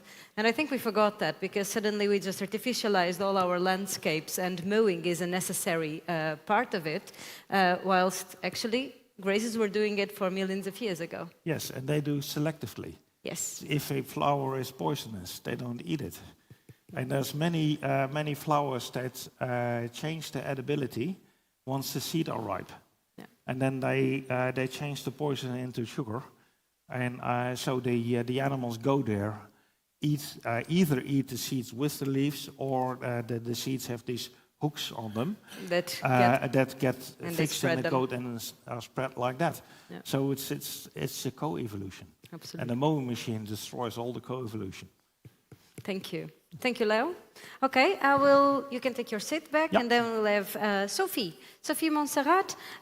Sophie is a Rewilding landscapes manager at Rewilding Europe, but actually her background comes from a research and historical evolution perspective, like Afonso before in our panel. She has worked across different landscapes, and she lived in different countries like South Africa, Denmark, France. Now she lives in the Netherlands. And she is responsible for several landscapes that Rewilding Europe works with: the Danube Delta, the Greater Coa Valley, and the Velebit Mountains in Croatia. But what she's coming to tell us about is about the European Wildlife Comeback Fund, which is a tool that Rewilding Europe manages. And she will also tell us a bit about the natural grazing facility.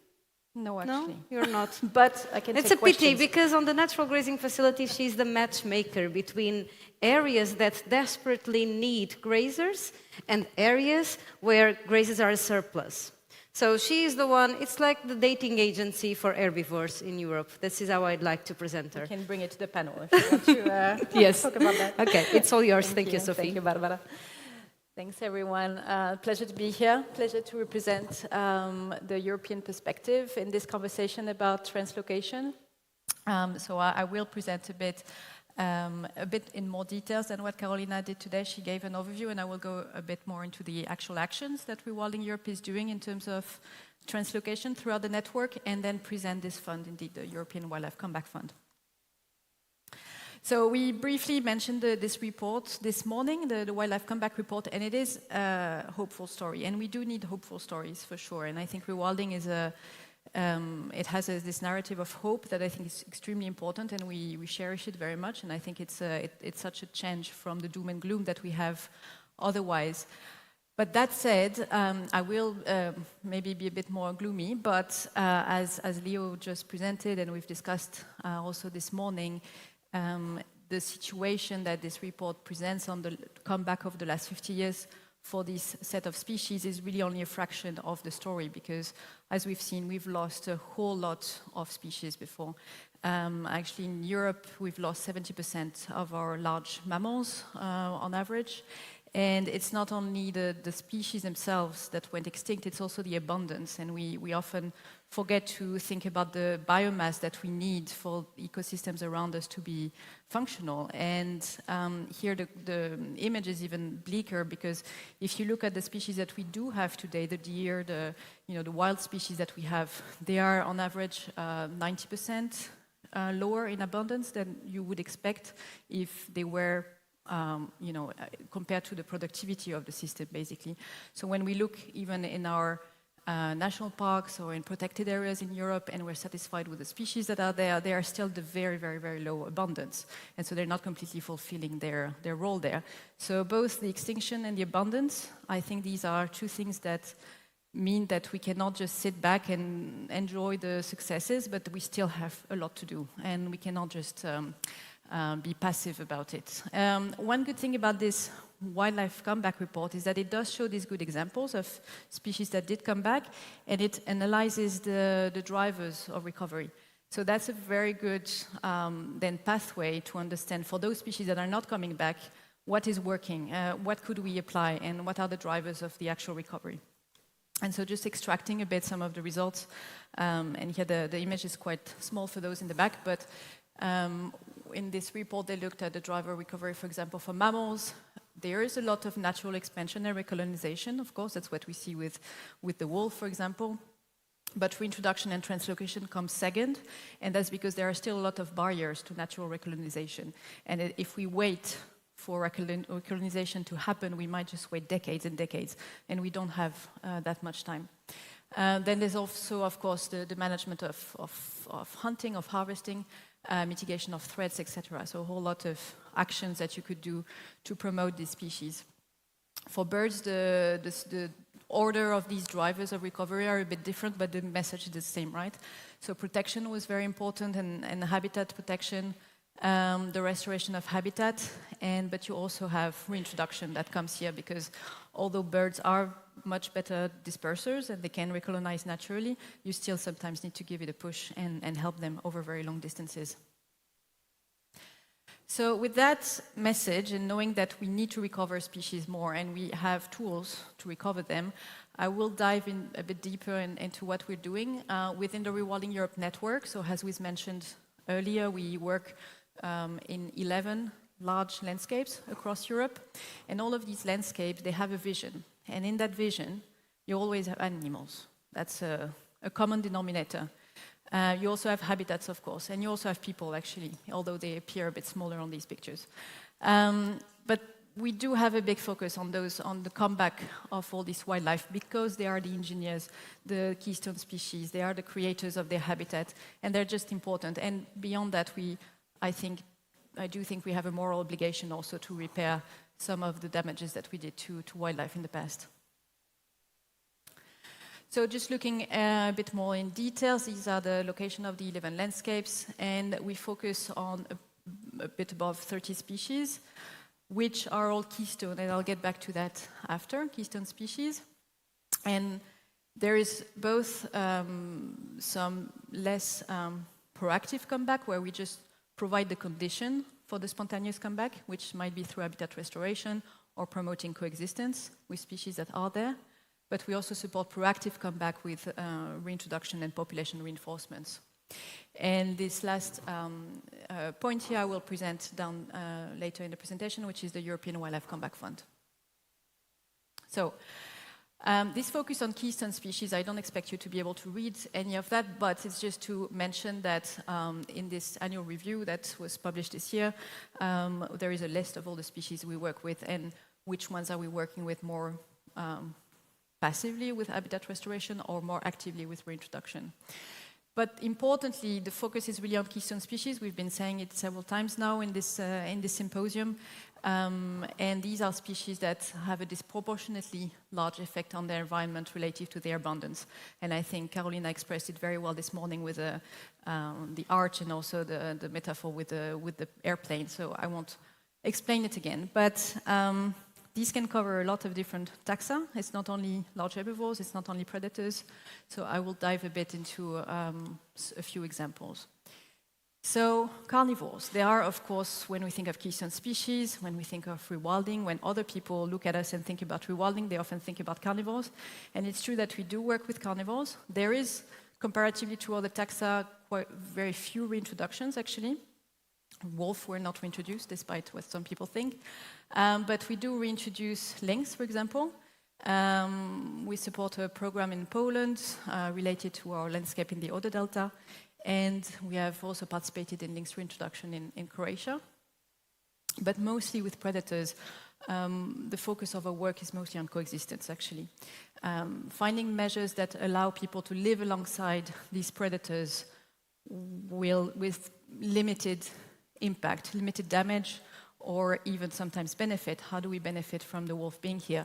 And we had a few examples this morning, so I won't get back to that, but Portugal is very active with promoting coexistence with wolf and lynx.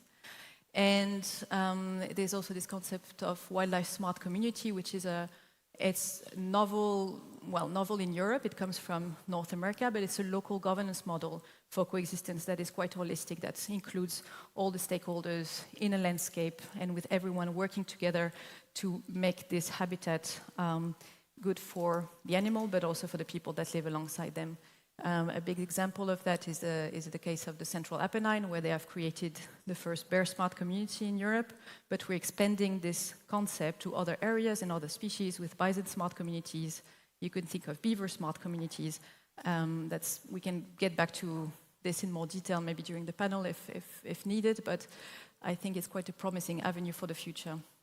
And of course, this couldn't happen without a lot of partners, so I could not mention them all, but we have quite a few live projects actually that were funded to focus on coexistence aspects on predators. So I'm just mentioning them here. All right, and then we just went through quite a bit of examples of large herbivore reintroductions, and indeed also there's sometimes a misconception that rewilding is only about large herbivore. I hope I'll show after that it's not the case, but there's a really good reason why we also focus on large herbivore. It's not because we are horse lovers or we want to, we just like bison. No, these animals really have a huge impact on their ecosystem. They used to be all over the place. I think Leo made quite a good case for that. They used to be found in high abundance all over Europe, and species that are completely disappeared today, like the very large megafauna and mega herbivores. All of these niches are empty, and we now are working towards bringing back this process of natural grazing through reintroduction. And I voluntarily use the taros here as an example because it's not a threatened species, right? It's most people consider this, this is a cattle.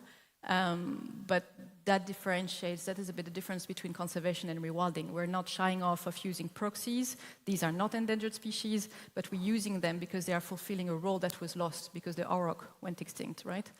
So the taros is fulfilling a really important role in the system. It's maintaining this semi-open mosaic habitat. It's digging bull pits that are very good for all kinds of species, the carcasses, the dung, and so on. I'm not going to repeat what Leo just said, but this is hugely important. And also these different herbivores, they're overlapping with each other in their niche, but they're not interchangeable, right? They all have a different role in the system. So ideally, when you can bring them all together in the same place, then you have a better range of ecological benefits than if you had only one species. So we do focus on bringing back herbivores, and since the beginning of Rewilding Europe in 2012, we've done quite a few reintroductions in different landscapes, in 7 landscapes. In total, over 1,750 individuals that were translocated. You can see there's a big focus on bringing back deer, which are really an important part of the food chain, of the circle of life. They're a prey species for predators. They also have an impact on the forests, etc. Then we have the more focus on the grazers with the horses and the auroch that we brought back as proxies for wild horses and the horses and the taurus as a proxy for the wild horse and the auroch. The bison, these are Przewalski horses that we started to reintroduce in Spain. Kulan in the Tarutino steppe of Ukraine, water buffalo also in Ukraine, and chamois in Italy. And of course, we are continuing this effort. This is not the end. But the objective is not just to add numbers and do reintroduction. The objective is to obtain viable population of herbivores that are independently living in the wild and fulfilling their ecological role. And that takes a lot of time to get there. For example, this Bison reintroduction program in Romania started 10 years ago, and we're only now reaching a point where we think the population is at the viable level. We have over 230 individuals in the wild. More than half of them were born in the wild, and they are now resilient to diseases, and they find they're absolutely not, there's no supplementary feeding. So that's the objective, right? It's not just to manicure and reintroduce animals and manage. It's to, at some point, just let them be and do their thing. And I think that's a hugely exciting a program here that we had in Romania that's showcasing what's possible. All right, and so it's not just about predators and herbivores, right? There's plenty of other natural processes. I will not go through all of them, but for example, scavenging is a big one. The circle of life, we call it. The circle of life basically has to do with everything that goes around death, that goes around the very important process of an animal decaying, being eaten, all the nutrients being recycled, just the energy flux that are coming through the system because a carcass was there. This is a process that we've been very uncomfortable with as humans, and so we've tried to remove it from the system as much as possible. Do not leave a dead animal outside. This is not a site that people want to have. So we've really reduced this process. And so one objective of rewilding is to bring it back and to normalize it again. It is normal to have dead animals, and it's normal to see them being recycled through all this guild of scavengers. So we actively work, especially with avian scavengers. So the vultures that we have in Europe, we have active reintroduction programs for 3 of the species in 5 landscapes. But we're also working on the food availability. Of course, bringing back prey and predators is a big one to increase food availability. But we also work on installing feeding stations. The team here in Portugal is quite active in that to allow farmers to be able to leave their carcass out in the field for vultures instead of going and incinerating them. And we're also working on the improving free carcass deposition, so where wild animals are just more available for these scavengers. And on top of that, of course, there's a lot of threats around these avian scavengers with collisions, electrocution, poisoning, so we are quite active also in some of these landscapes you see here to reduce these threats. All right, and I could go on and talk about all the keystone species we're working on, but so here is a few more from the ones that we don't think about so much, like white-clawed crayfish, which is an important keystone species in rivers, to the rodents in the steppe with the suslik, the marmots, the hamsters. We're also actively reintroducing them in Ukraine. The beaver, we've talked about it and we'll talk more about it. Trouts, pelicans, rabbits, of course. There's a range of actions on all of these species. All right, and that brings me to the second part of this presentation. I'm sorry it's a bit cut in half, but I did want to present the European Wildlife Comeback Fund because I think it's an important piece of information for you, as I'm guessing there's many practitioners in the room and you're part of networks that might be involved in reintroduction. So I think this is important that I present that we did create a fund to support wildlife comeback at Rewilding Europe. This fund is for Keystone Species reintroductions or population reinforcement. And the purpose of it is to provide funding for wildlife translocations that are ready to proceed. This is a fund that's focusing on the last bits of the reintroduction, which is not all the feasibility study, but really funding the purchase of animals, the transport, the release, etc. Of course, the objective is to increase wildlife reintroductions and population reinforcements across Europe for all the reasons we've been presenting. And this funding is quite, it allows to be proactive, and it's quite flexible, actually. Yeah, anyway. So the fund operates on a first-come, first-served basis with two conditions, which are to have the permits in place and the source of animals secured. And in terms of the finance, we have raised 5 million euros for a period of 5 years, and we fund on average 50,000 euros per grant for activities that can take place over 2 years maximum. Okay, so what actions are eligible? Anything that has to do with the actual release. So the purchase of animals, construction of release facility, transport equipment, food, monitoring equipment, and even some educational and communication material. And everyone's eligible, so it's not limited to Rewilding Europe network, it's not limited even to the European Wilding Network, although they will have priority, but anyone who is involved in translocation of keystone species can potentially apply to this fund. And again, a large list of species. It can be taxa from insects, crustaceans, birds, mammals, as long as it's a keystone species, of which we can discuss the definition forever, but we have kind of an idea of what it means, right? It's potentially eligible. And so to come to the results now, since 2022, we've actually accepted 47 applications for 36 species across 13 countries, and some of them are missing because we just funded one in the Netherlands with ARC. And committed already 2.4 million, but we are very excited to keep fundraising so we can keep the momentum going. And I will say that it covered quite a range of species, of habitats, of places, of stakeholders. We've reintroduced dung beetles, we've reintroduced bison, water voles, sturgeons, bearded vulture, pine marten, so it covers quite a range of species. And I do like this set of pictures for the smiles on the face on the people, including me, actually, because yeah, it's always an important moment to bring back these animals in the wild. So if you need any information, of course, feel free to look at our website or to contact me and to spread the word, because we're very happy to hear about any program that's ongoing that would benefit from this fund. And with this, I will invite you to, if you want to know more about our work, to read the annual review. But mostly, I hope that with this presentation and the one we had before, that we're showing that in Europe we do have the knowledge, we do have the network of people, we are doing things. We have been doing reintroductions for years, actually. We have been doing wildlife comeback for decades. We have the expertise, and now we have the funding, and it's not the only source of funding, of course. So let's just do it. I think there is no excuse.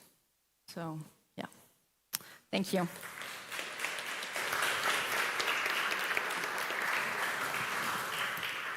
Thank you, Sophie. I like the positive call to action in the end, so thank you so much for that.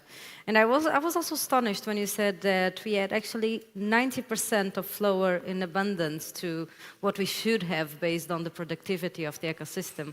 That's quite something that I think it should make us consider. Okay, so Sophie mentioned the circle of life and scavengers and how Rewilding Europe is working with vultures across Europe. But we'll now hear how Palombar, José, come close to me please, how Palombar is actually boosting the population of the Cinereous Vulture in Portugal. With us is José Pereira. José is a biologist and a conservation specialist that works for the NGO Palombar. They are based, well, they started their action in Trás-os-Montes, but they have spread across the north of Portugal. He will tell us all about this project, Life Aegyptius Return, where they are one of the partners and one of the most fragile colonies in Portugal of this species. Apart from his role as a biologist, he is also in the board of CAPADA. CAPADA is the Confederation of Environmental NGOs. And, well, he's involved in many other organizations supporting and promoting the role of NGOs. Thank you so much for coming, José. Thank you, Bárbara. Boa tarde a todos. Good afternoon to you all. Thank you for inviting me to deliver this talk. It's very enthusiastic to me to be able to talk in this Anderson House. It's a very well-known patrimony of Porto, and it's nowadays the Biodiversity Gallery, and very good, and also the Botanical Garden, which I invite you to visit if you didn't do it till now.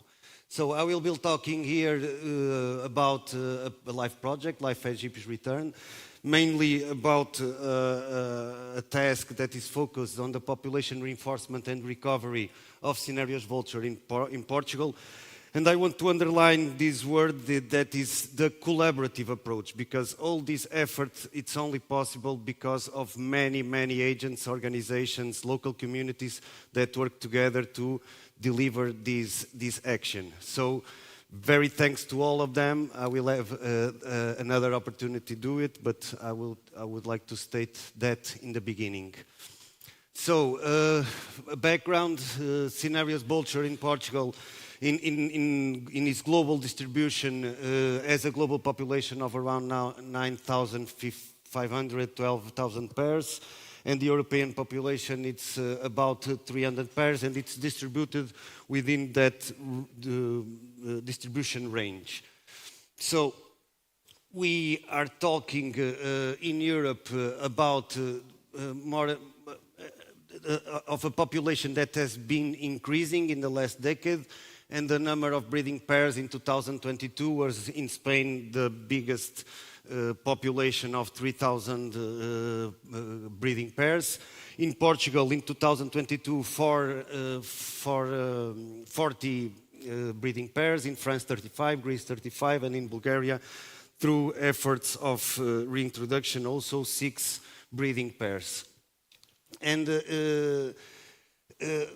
the beginning of the 80s in Spain, where we have this massive population, it could be bigger, we had only 250 breeding pairs, and it's been growing and it's been growing due to efforts of conservation directed to these species. Nowadays we have a number of colonies estimated in 43 colonies in Spain, and in Portugal. In the early 90s, in the 20th century, in the beginning of the 20th century, we had a well-distributed species in Portugal, maybe common, and along the decades, there has been a decreasing on its population since we arrived in the beginning of the 70s. With an extinction of the breeding population in Portugal, due to several factors, but mainly, of course, about persecution, direct persecution, illegal poisoning, and many other threats that have led to the extinction of this beautiful bird. From then on, since 2010, the first breeding pair has started nesting in the Tejo International Natural Park, and so on. The species, it's been recolonizing Portugal. In 2012, Douro International Natural Park saw its first breeding pair reproducing. I will be talking mainly about this colony. As you might seen in the distribution range, this is the most western and in the edge of its distribution range, so it's a very fragile and isolated colony. And in 2015, in Herdade da Contenda, another breeding colony started breeding, and finally in 2021 in Serra da Malcata, the first breeding success was registered. So a quick project overview. The focus of the project was to consolidate the expansion of the Cinereous vulture population in the border of Portugal and Western Spain. It was a project that started, it is a project that started in the beginning of September 2022, and it will end 2 years from now on in 31 December 2027, with a budget of more or less 3.5 million and a life co-financing of 75%. I will, of course, like to take this opportunity to thank our co-financing partners, MAVA, the Foundation MAVA that has already been extinct, and the National Conservation in Action organization, Viridia, that has been supporting and co-financing Palombar for several years now, and to whom I give a special thanks. The project is focused in 10 special protected areas distributed along the border of Spain and Portugal, 7 in Portugal and 3 in Spain. I will be mainly talking on the most northern, not the most, but the second most northern special protection area classified under the under the Bird Directive of the European Union. So the general objectives of the project would be to improve the sustainability and the conservation status of the Cinereous Vulture in Portugal, to consolidate its recolonization and improve the habitat and food availability for the species, and of course the mitigation and minimization of threats. The specific object would be to double the Portuguese breeding population from the baseline, 40 pairs in 2022 in 4 colonies, into a minimum of 80 pairs in 5 colonies within the project timeline. Increasing breeding success from, at the time, 0.38 to surpass 0.5 of, I will not be here explaining what is a breeding success, but afterwards, if you want to learn more, I can tell you. And of course, to promote connectivity between colonies and to change the national conservation status from critical endangered to endangered. The work plan is simple, despite being challenging, and our main conservation actions have focused on 4 thematic areas: the improving of breeding success, the reinforcement of population, improving the food basis for vultures, and mitigation of threats and reduction of mortality. So, as I've been invited here to talk about reinforcement, population reinforcement, I will focus my talk in these thematics. But of course, all the other are really, really important for a successful reinforcement, population reinforcement project. So, the expected results on this work package, on this task, would be to soft release of approximately 20 rehabilitated Cinereous vultures, and to reinforce this breeding colony of the Douro International and Val do Águeda Special Protection Area through a soft release program where the individuals, the Cinereous vultures, would come from rehabilitation rescue centers that are in the network that is coordinated by ICNF, the national authority, and as lots of organizations also collaborating and managing many of these different wildlife recovery centers. So, of course, this is not a reintroduction, it's a translocation. I will be talking here about methodology and how to conceptualize a program for the reinforcement. So, first of all, we have to follow the IUCN conservation translocation criteria for population restoration. You can find the guidelines in the internet, so this is how can I say, the reference for most of all reintroduction or reinforcement programs. And as I mentioned, it's a reinforcement initiative that aims to increase the population viability by boosting its population size. And the methodology is based on the best practices from similar projects. So before we conceptualize the reinforcement of this population in Douro Internacional, we visit and get to know different projects. One of the first was a project that was being delivered in Serra da Demanda in Burgos in Spain, led by Grefa. It was our first contact with a similar action, and it was amazing the work they have developed there, and of course many others. While after the start of the project, we visit the Vultures Back to Life project and visit all the program of reintroduction in this case. And many other cases are many other projects, similar projects can be found. I just noticed that Rewilding Spain has delivered to the nature 16, if I'm not wrong, in the Alto Tajo in Spain. So there is a huge effort on the conservation of this species all across Europe, and I am very pleased and very happy that we have been able to start a project of this dimension in Portugal, and we are doing all of our best effort to have success, to be also an example for future situations and for future programs in Portugal. In this test, we are also expected to expand the knowledge of the conservation on conservation translocation, and of course serve as an example of good practices applicable to other regions with similar ecological and conservation contexts.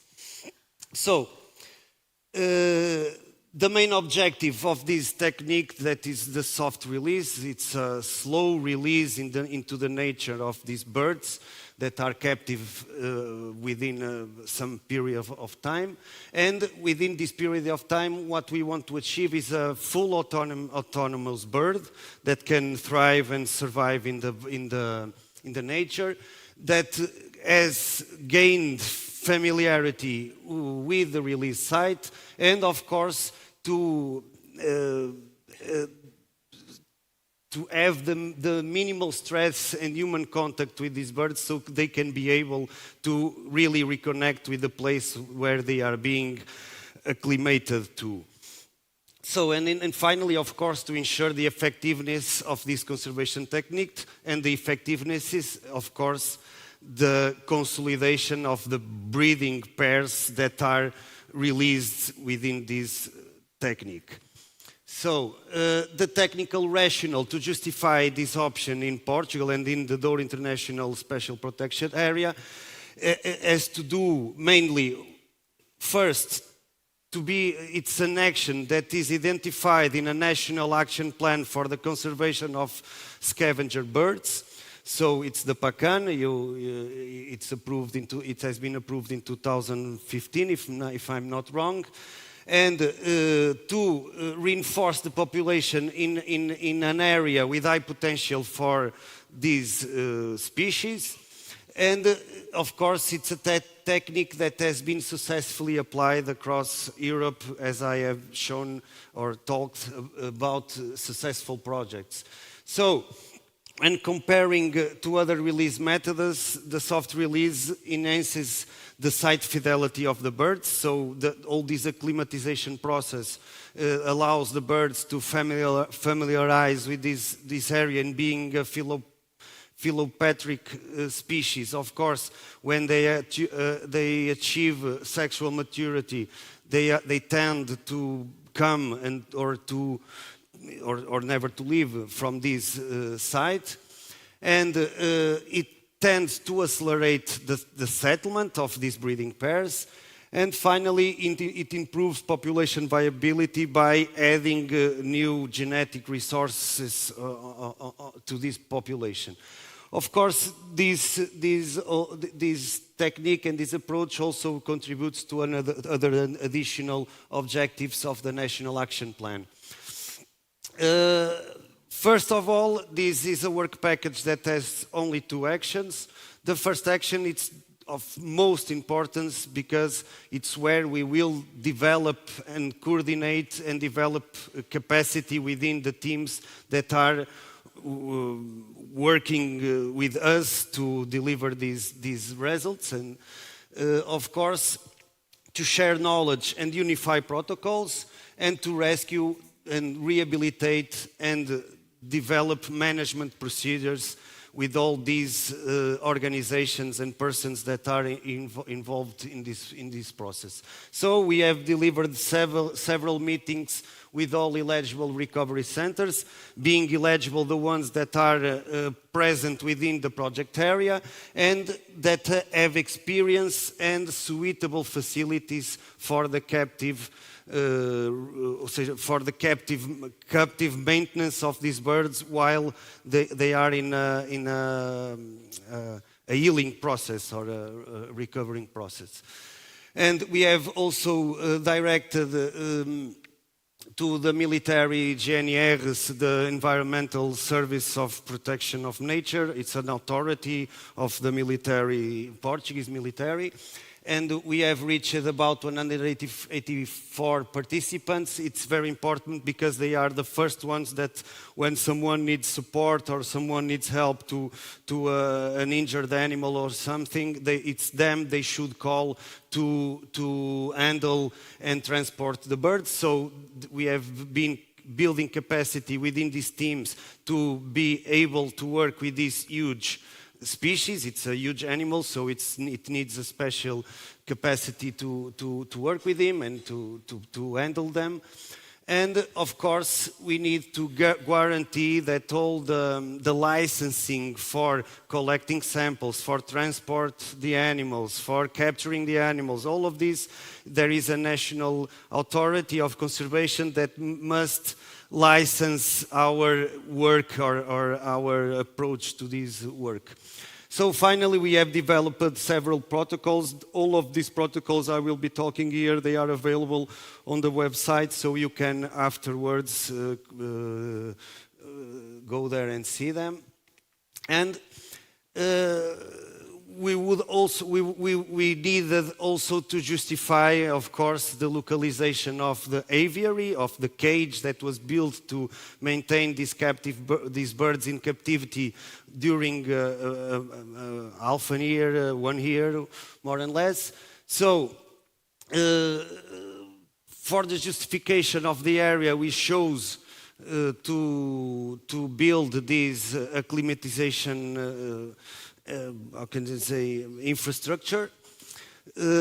We had in mind that the natural recolonization in Douro began in 2012, that this colony has had a very slow growth because it has a particular situation that is more than 100 kilometers from the nearest colony that is present in Spain.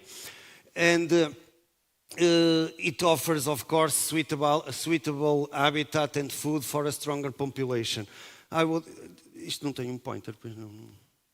So, if you see that this is the Douro Canyon, I invite you all to visit this region. It's really, really amazing.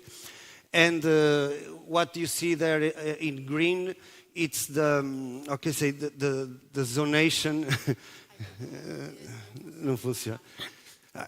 It's the zonation of the park, of the natural park. It has total protected areas, complementary protected areas, partial protected areas. So, and each of these areas has different regulations on what we can do in these areas. So we needed to surpass all of these and to, how can I say, building an approach with our partners, and I include here the National Authority for the Conservation, for Nature Conservation. We needed to find the solution on how to build such an infrastructure in these areas. So it was really important to have an architectural design of the cage and the aviary, to make visits to the terrain, to the area, to the project area with all these organizations. So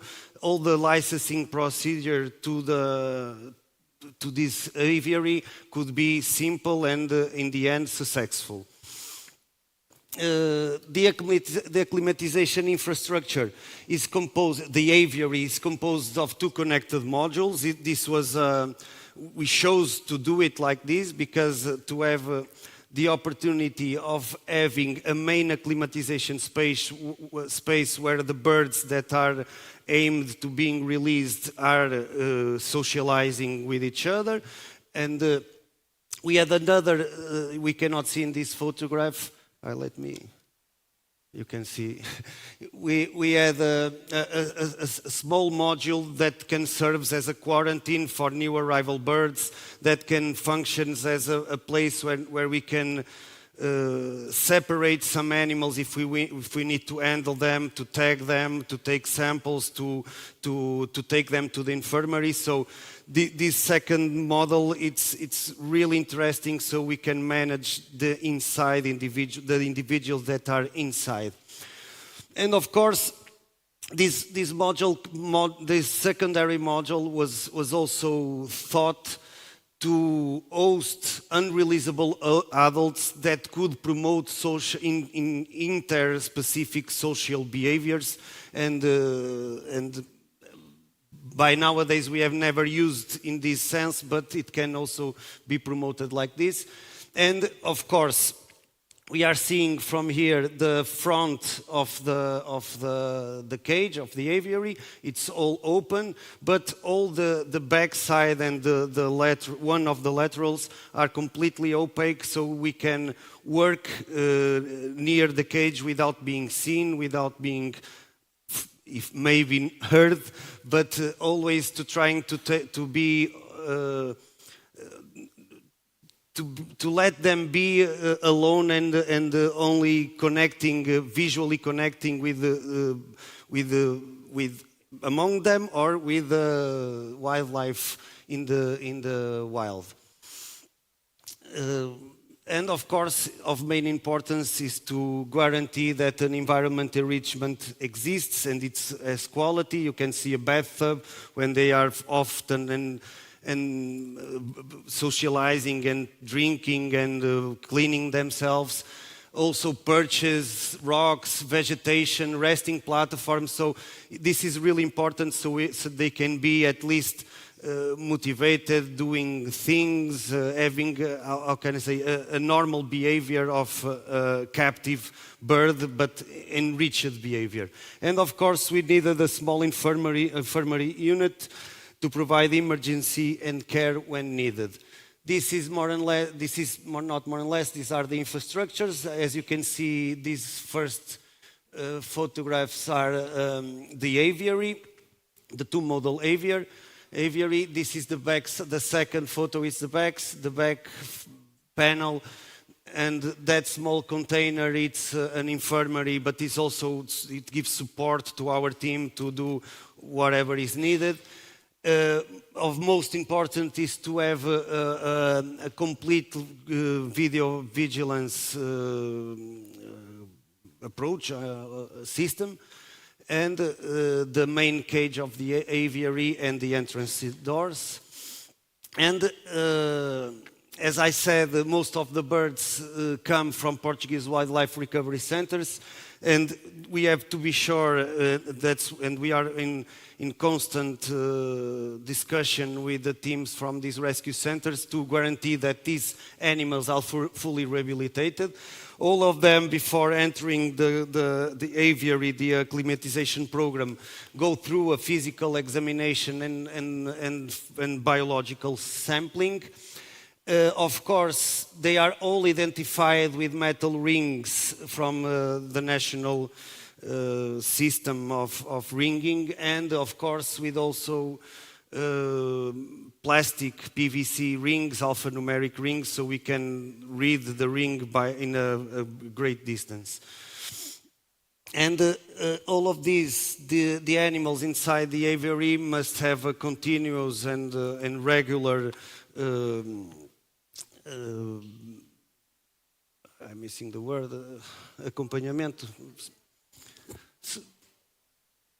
Yeah, follow-up, and of course they need to be fed, and the diet includes traceable contaminant-free meat, mainly rabbit and small ruminants. That would be the most interesting food basis for these species. But we also give them fallows from bovine cattle. That is the most abundant cattle from the region. The Mirandesa, it's an autochthonous breed from the region.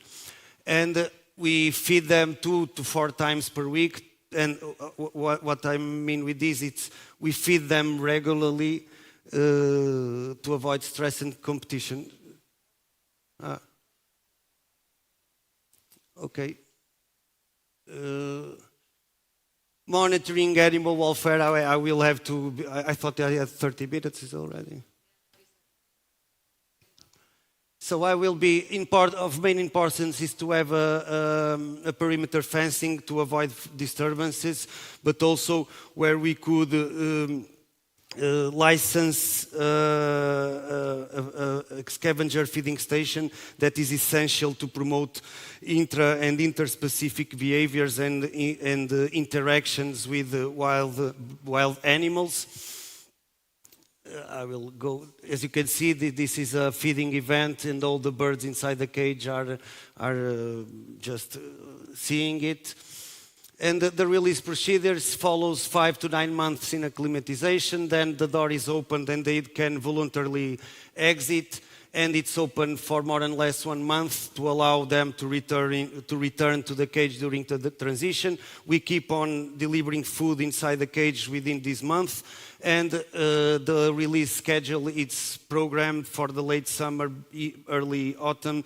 So to avoid the dispersal period of these species and to promote that can stay in this region for a long time. This is a timeline. We had a huge fire this year. We have already released 10 Cinereous Vultures in 2 different years. You can see here the fire that has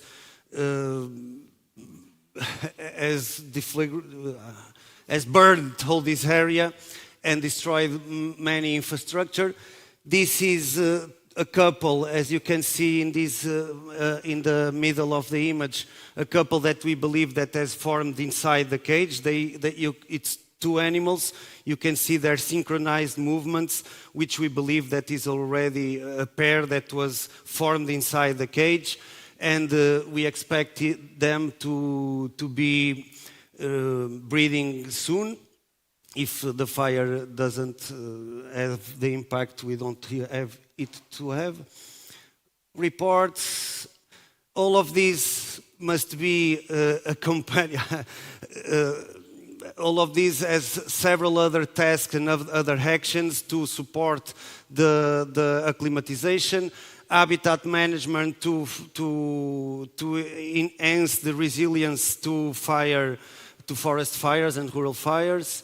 Improvement of nesting conditions. We have built more than 26 nesting platforms and repaired 14 platforms. Habitat management. Also working to improve the perceptions of farmers considering the livestock vulture conflict or that has been increasing. So a huge effort has been done in all the project area. Also to understand what motivates the headlines, and we are doing an analysis on news articles for targeted awareness to this sector. We are also studying formal complaints that arrive to the National Authority of Conservation of Nature Conservation. Also in we are going to 3 sources on information to understand and tackle the perceptions and the impact those perceptions have on the conservation of the species.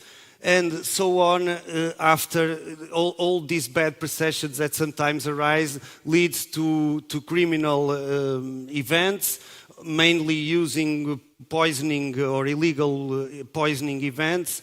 And in the coordination with other projects Palombari is leading for several years, We have several tagged animals, and we are trying to take these cases to the courts and to have a criminal justice. And of course, and the last but not the least, it's of main importance for a reinforcement, reintroduction, translocation program to have all the community, all the local stakeholders aligned with these initiatives. So we work in schools, we work with the local communities, presenting the project, taking them to the project area, to the facilities, presentations and discussions with farmers and this is a cattle fair in the region where we present the project and all this work we are doing, and more technical side, more technical events, and finally just the results. The number of breeding pairs in Portugal has been increasing, as you can see, 2022, 2023, 2024, and as well the number of newborn Cinereous vultures. In 2023, Portugal has reached 80 pairs, as you remember. In the target, so in 2023 we achieved the one of the targets, that is the 80 pairs. In 2024 the second targeted, that is the 5th colony in Vidigueira. And the results from 2024, it's about 108 and 116 breeding pairs, with more or less 48, 49 fledglings, and as you can see in Douro International area, we have gone from 3 pairs in the beginning of the project to have now 8 pairs. In 2024, 4 newborns, 4 fledglings, and the breeding success has already reached also the target. It's above 0.5. And finally, just more recent results in the breeding season. I'm just talking in the Douro International project area, that we had 8 pairs breeding in the colony, 5 in Portugal, 3 in Spain, with 5 chicks. But unfortunately, the fire that took this place this year was really intense, and it burned more than 50,000 hectares. And we believe, because we are only certain of 2 of these chicks have died, but we believe the other 2 also died, and just the one that was breeding in the Spanish side that was not affected by the wildfire, could survive. Thank you all. Thank you to all the partners. As I can say, I would like to underline really this. This is a collaborative approach. It's really important to have all these partners and everyone together to the same mission. Of course, Rewilding Portugal, just to have a word to them, it's also a partner working with the project and delivering also very good results. And of course, and the most important maybe, our local partners, the organizations and the local authorities. They are really important for the project. And finally, due to the impact of the fire in the colony, we launched a crowdfunding campaign, which I appeal everyone to support, so we can continue this conservation effort and continue delivering, I believe, good results. Thank you very much, and sorry for...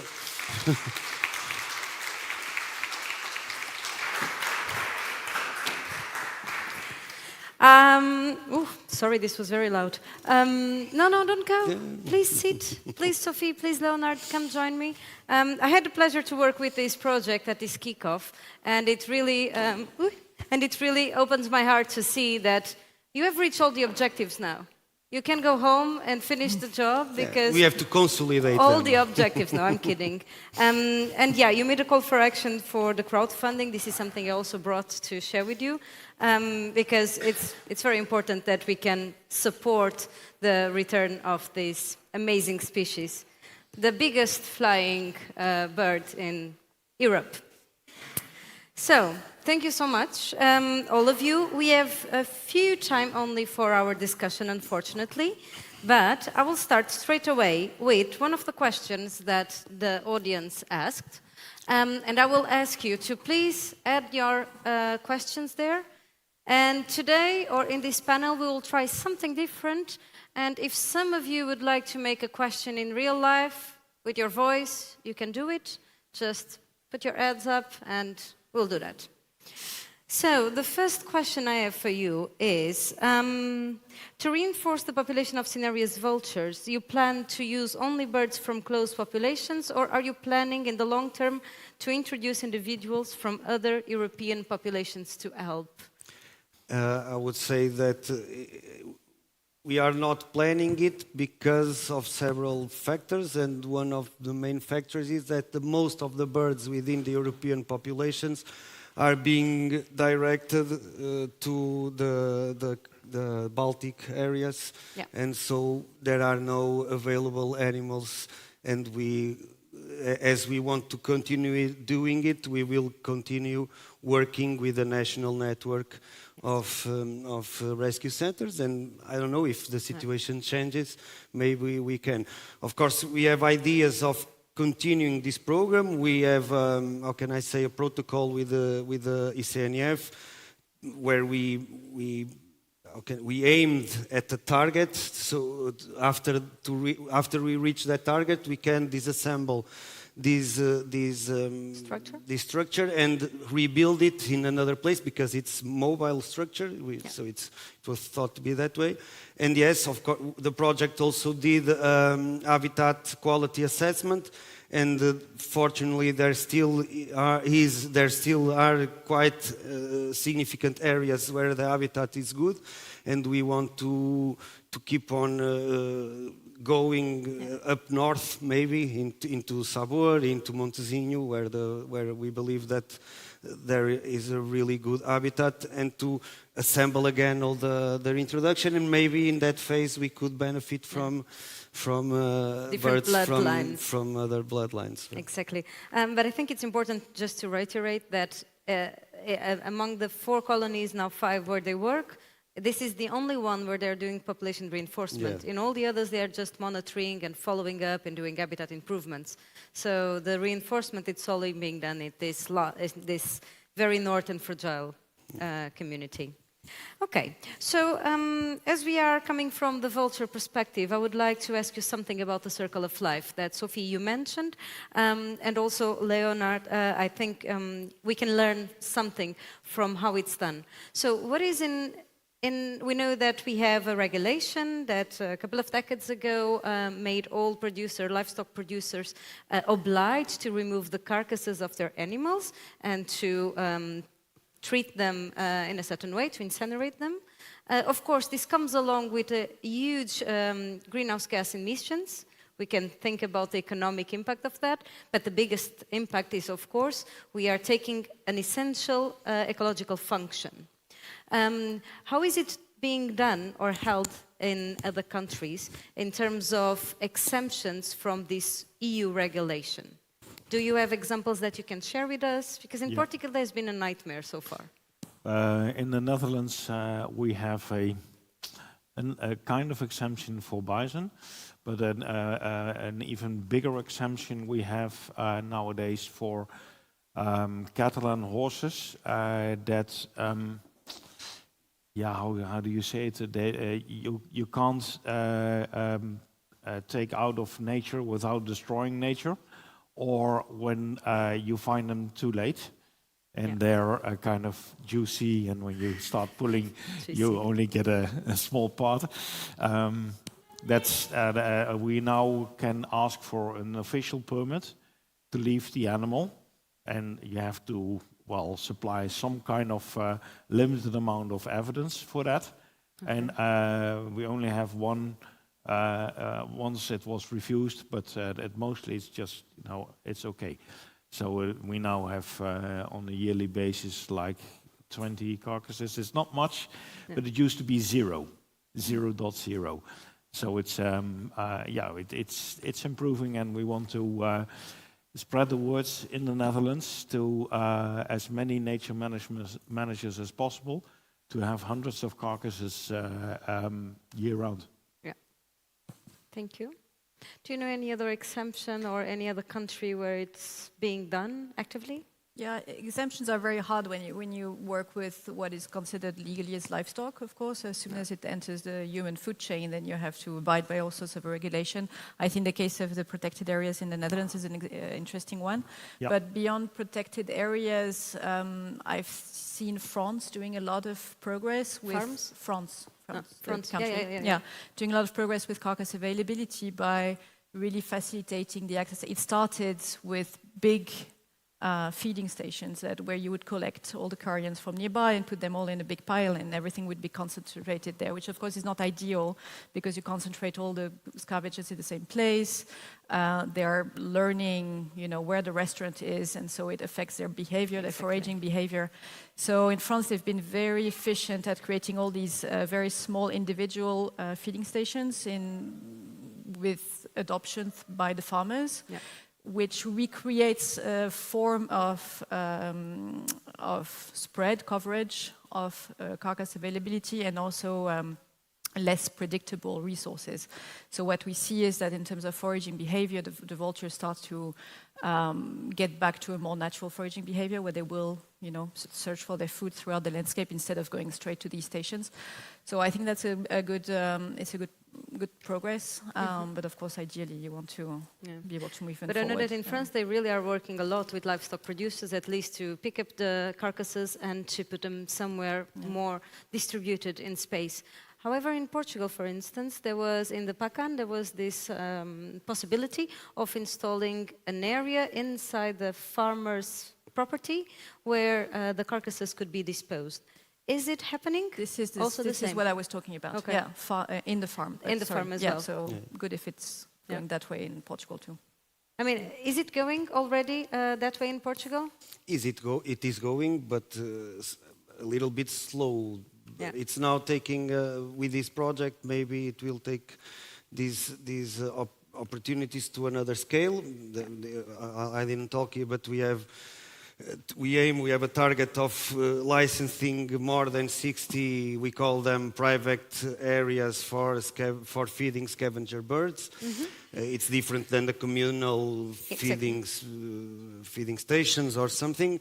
It's inside the farmer's exploration. And yes, we have already the first one. So this is a long work. So in 2015, we had the project Life for Hoopies. By the end of the project, in 2020, we were able to take the next step of influencing the law. So the law changed in 2020 with the new legislation that brought the opportunity for a farmer to leave the carcass in a specific place within his farm. But as you can imagine, this brings different challenges. If you are talking, it depends on the region you are in Portugal. If you are in Alentejo, it's a simple question, it's a simple situation, it's big areas, big herdades, no? And if you are talking in the north of Portugal, the situation is completely different because we are talking about small property, and of course to take all the legislation by the rule, it's really difficult. So it's been slow, but I do believe that from now on, many more will be started to be functioning. The first one. From 2015, all this work, the first approved one was in 2022, exactly. A process that came from Life for Fish project. Yeah. But nowadays, I know, for example, our colleagues working in Alentejo have already, in the last 2 months, licensed five new private. ones. So that's good. It's starting to be an effective measure. Yeah. Yes, good. You have to say very short because I have to repeat it so that the people at home could.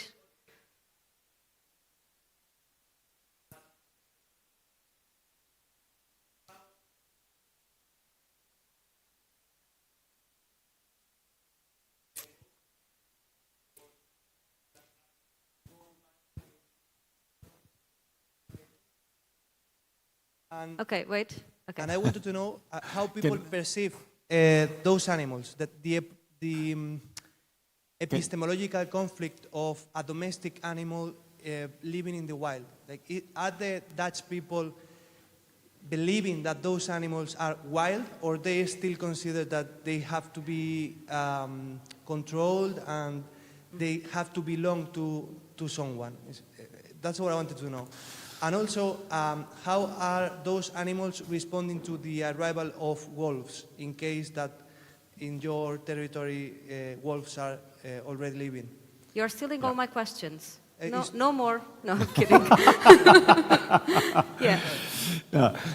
It's two good questions. It's like, well, within the public acceptance of domestic animals becoming wild animals, it's a little bit of a tricky story. Some people really love the wild horses, and other people think they need to be groomed and cuddled and stuff like that. And that's the natural place of a horse is in a stable where it can't move, but is packed with food and drink and etc. But if you ask the horse, he'll be rather outside than inside. And only when it's very cold, they love some kind of shelter. But shelter can be anything. It can be a bush, it can be a big tree, it can be a rock cliff, whatever. So they don't need us humans that much. And if you give them enough time, they even start really ignoring us, or like the bison running away from us. But in the public, there is, you have people that really love the horses as a wild animal, and you have people that really hate the idea, and everything in between. No. Legally, do they have any special category for them, or they're like?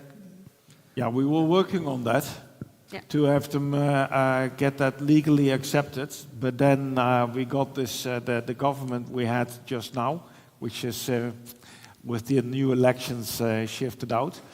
But with this government, everything stopped that we were working on, and then that was really very difficult.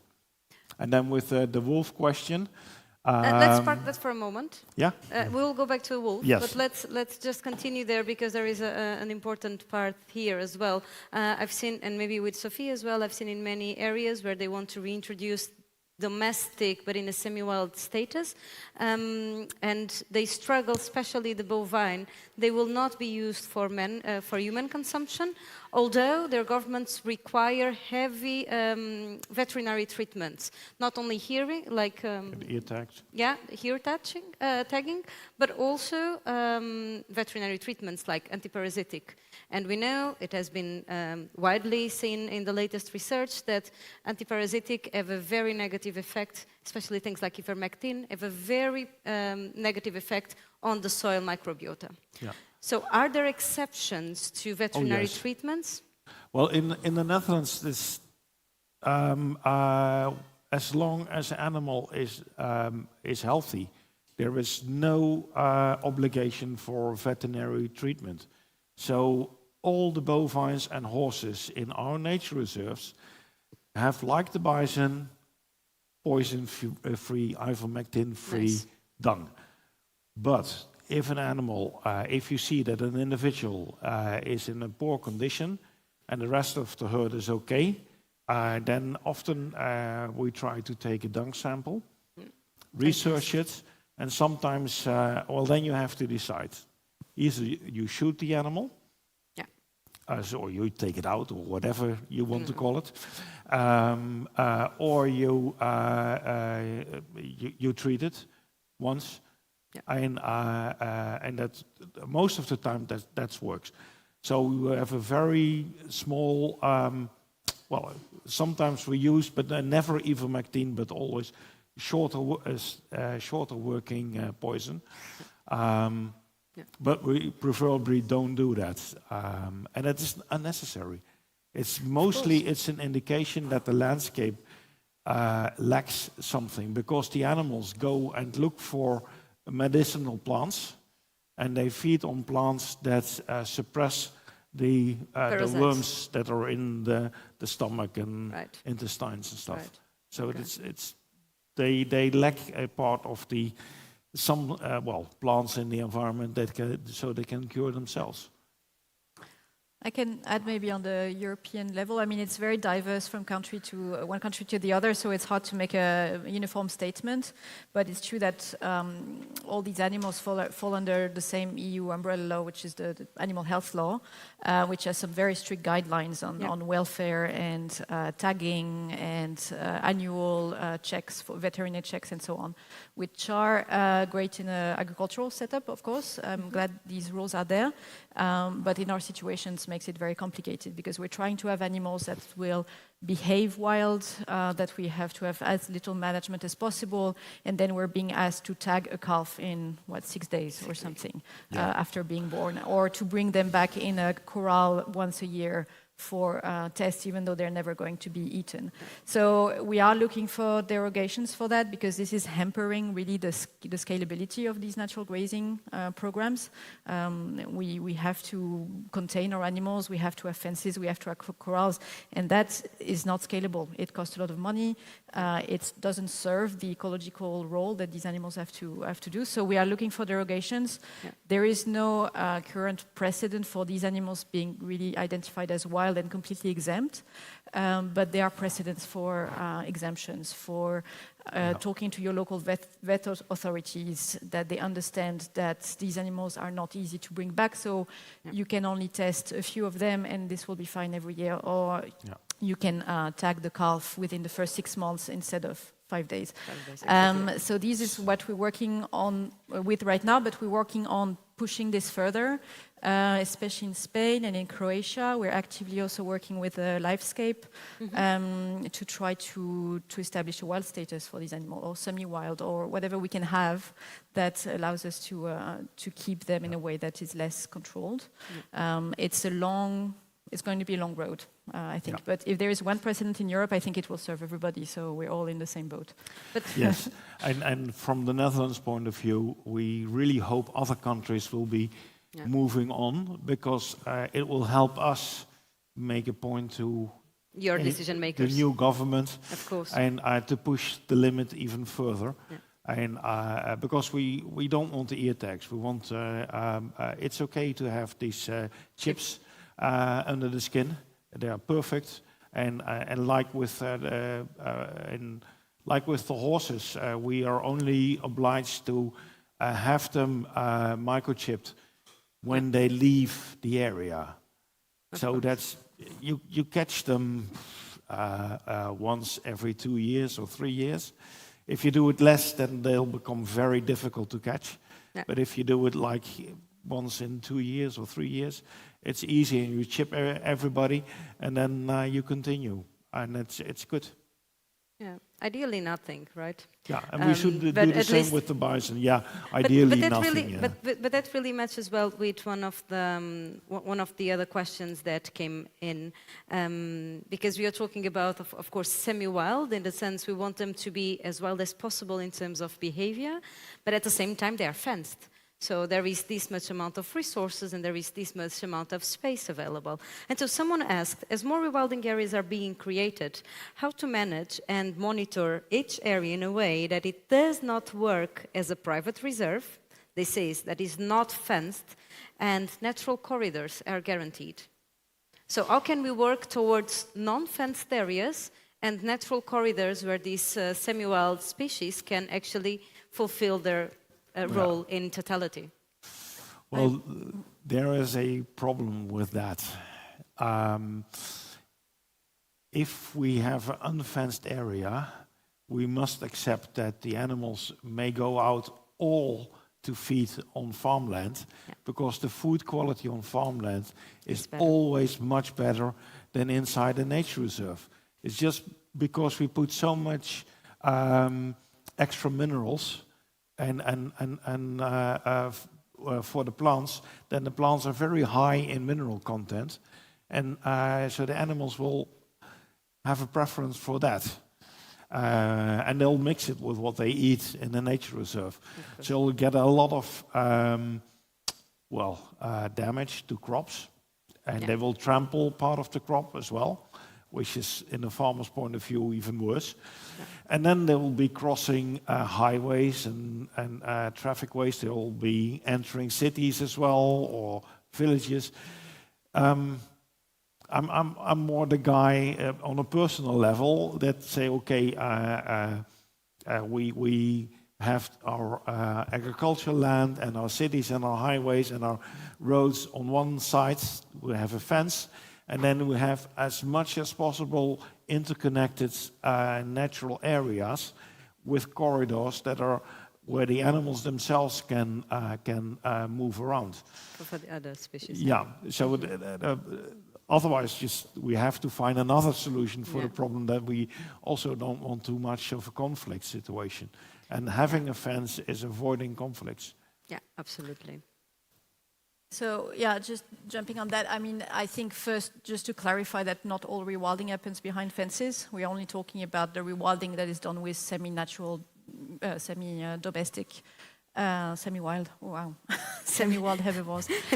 So these natural grazing programs, right, that are indeed at the moment mostly happening behind fences, but rewilding goes way beyond that, right? So we are thinking about corridors, about connectivity. We're in places where actively removing all the fences, right, so that the animals can go through unharmed. So it's a paradox, and it's one that I would hope we can resolve one day. Yeah. Because I hope we can look back one day, because we do recognize these animals are missing from the system, right? But we see them as livestock.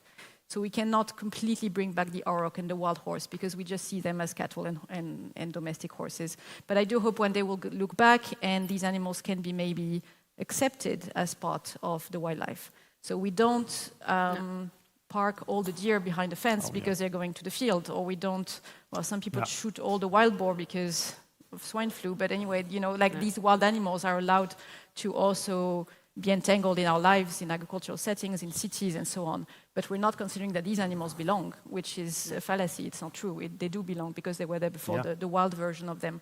So I do hope we can shift the mindset around these animals so that we can maybe one day imagine seeing wild or semi-wild horses crossing a street, and we're not going to, you know, we consider this normal, and then we can remove the fences. 3 years ago, I remember we had, in the other Rewilding Symposium, we had an example from Galicia, and they had their Garrano horses, so small, very tough, resilient breed across Portugal and Spain that exists in our national park.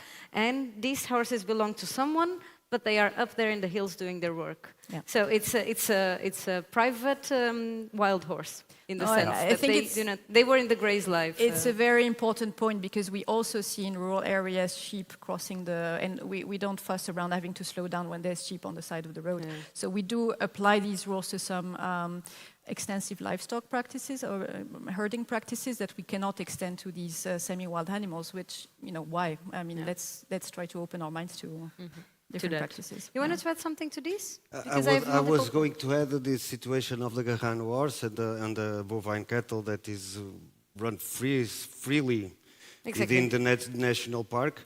But how can I say? On the other side, we have not a complete system of grazing, because these herds of herbivores need wide lands that it's not Portugal, it's Portugal and Spain, and maybe not.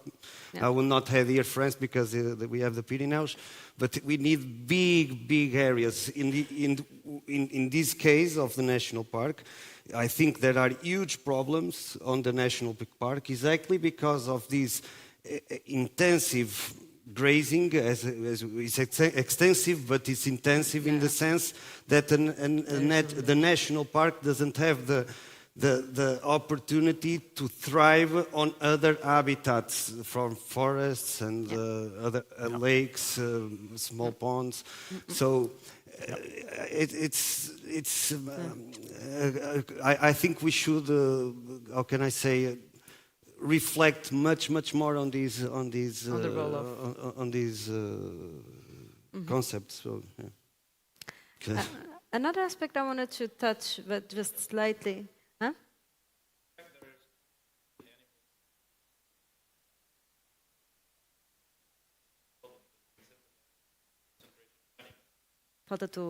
So he said that we incentivize the concentration of animals because of subsidies, because of cap subsidies. And of course, it's a perverse subsidy. The European Union has a regulation to tackle those perverse subsidies, but we are still very far from that in reality.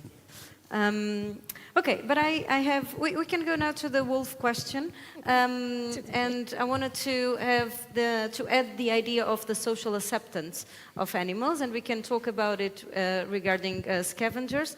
But we all know the story of the Oostvaardersplassen in the Netherlands, which was an area, a private area, that was closed, and there was a lot of herbivores there. Of course, herbivores started dying. People were not happy with those animals dying, and there was a big social fuzz around it. So people really were unhappy. It changed over time. How is the perspective right now, and how does the wolf affect this perspective?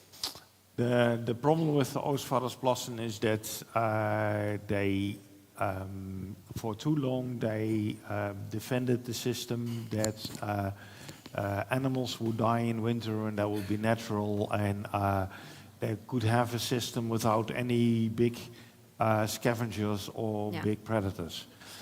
And the thing is the public at one point didn't accept it anymore, because if you don't have scavengers, the carcasses will never. Well, it takes a long time.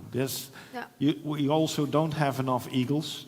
There were foxes, but the amount of meat present there is way more than all the foxes in Oostvaardersplassen could consume. But now you have more white-tailed eagles and eventually golden jackal coming along. Yeah, but even then, you need serious scavengers. And then probably having a couple of predators around would have been better. So the wolf is in effect too late. Yeah. It should have been there before that time already, affecting the amount of animals and consuming a part by himself. So reducing the winter mortality and increasing the year-round mortality, and making the area more suitable for vultures to visit in summer. There was on one occasion a vulture having settled there, a Cinereous Vulture, but unfortunately she was killed by the train, a train that should have never been there. And quite often bearded vultures also spread there. Yeah, and they are also killed by the train, the same train. Yeah. So if that train line is definitely in high need of having some kind of protection before the train line, so that big raptors don't fly in front of it. But anyway, that's a rewilding project that was digging its own grave. Unfortunately, in a social way. In the social acceptance. Yeah. But nowadays, I mean, last year there was at least an estimation of 11 packs of wolves in the Netherlands, and at least 45 wolf cubs were counted this season. How is it affecting the many projects that have been restoring rivers and deltas with semi-wild herbivores in the Netherlands? Well, in fact, we already have 13 packs. 13, okay. Yes, latest news. Yeah. And for 10 years, we have bison and wolf living together. That's fine. That's fine. No casualties, none, really zero. We have more problems with in the northern province, where there's only roe deer and sheep, and then the large herbivores in the nature reserves. Yeah. And then they've been killing Galloway calves, and now recently switched to adults because they run out of calves. And so that's a discussion. We have Tudanka cattle over there, and they're doing quite well. They're losing some of the calves, but not all. Okay. So they are much better in defending themselves. And I'm sure if a wolf would try and go after a hack cattle, it would be the end of the wolf. Yes. They are really, really They are tough. They're tough, and they are known to kill dogs. When a dog enters the area, they encircle it, and then it's the end of the dog. And and then there's this problem with Exmoor horses, and they also lose the foals, and that's because it's not a social herd, but it's like somebody created a social herd. They say this mare, that mare, and that stallion, and then they say, okay, now you're together, you're a social herd, and then the female say, not that stallion, I don't like him, and so it doesn't function as a real social herd. The animals have to choose themselves, and that's when they connect with each other, they fight for each other, and they protect each other. And that's important and then of course they have to learn as well. Yeah, that's a critical element in Yes. planning for natural grazing is to think about the social group that you have, and including for the predator response, and for them to act as a family, to care for each other. And we see also in some areas, and maybe you already see it in the Netherlands, where the taos and the horses, they also team up together as a multi-species response to predators, where they live separately. But when I'm talking about Croatia now, when the wolves come in and the horses come in the middle of the taos, all the horns are looking out and the youngs are in the middle. So it's what you expect, from a wild animal, and you can see it in real life. So that's really nice. And just coming back to the wolf interaction in Netherlands, I think it's actually quite fantastic that in the most densely populated country in Europe, you start to see these natural processes come back of actual predation.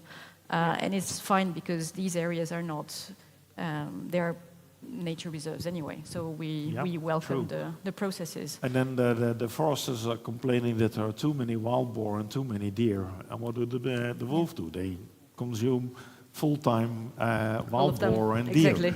And the raven population goes sky high now, and even have some vultures coming from France in summer to our country, and they discover that as well.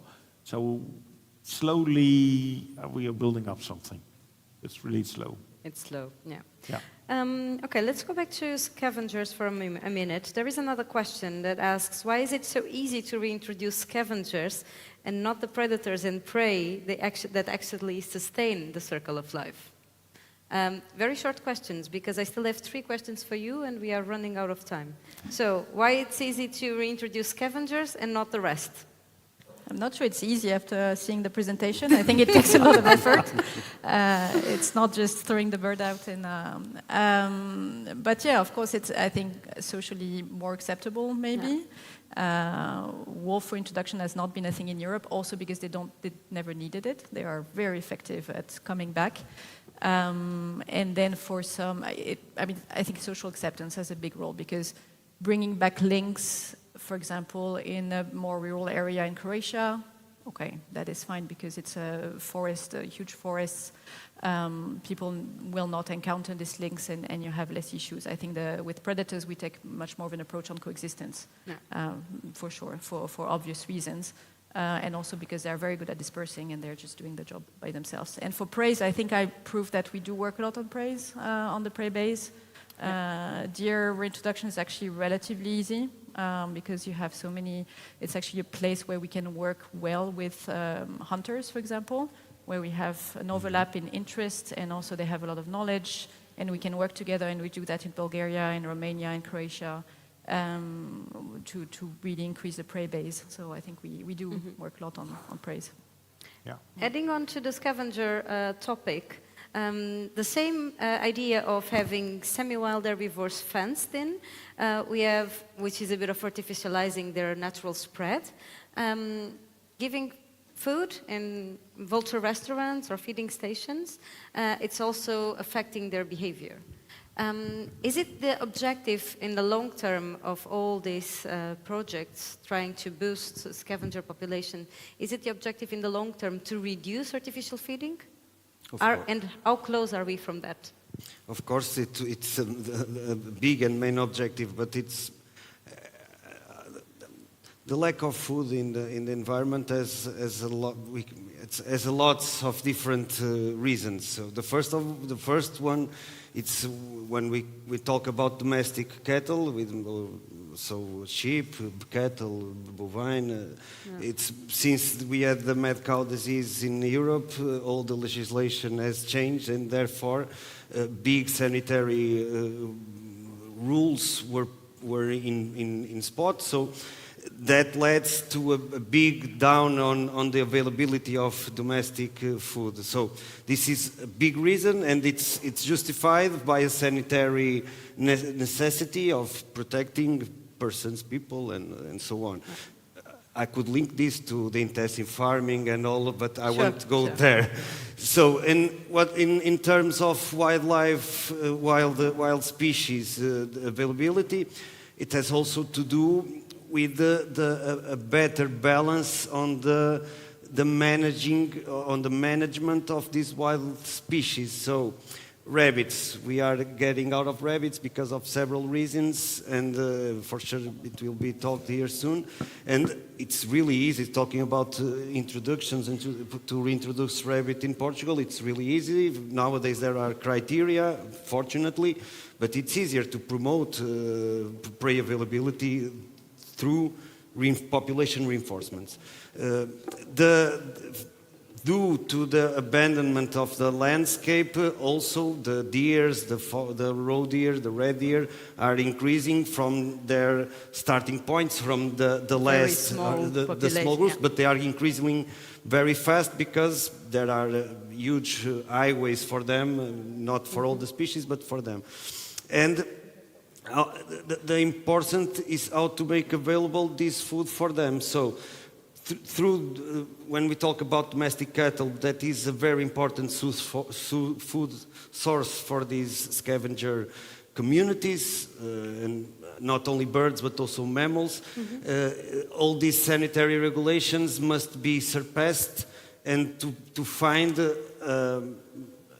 an approach that has a good sense of promoting wellness in different or sanitary wellness in different conditions. Right. So it's important to have some rules. So because it's not good to promote feeding stations with 2 tons of food every week, but it is also not good to have a carcass. How can I say?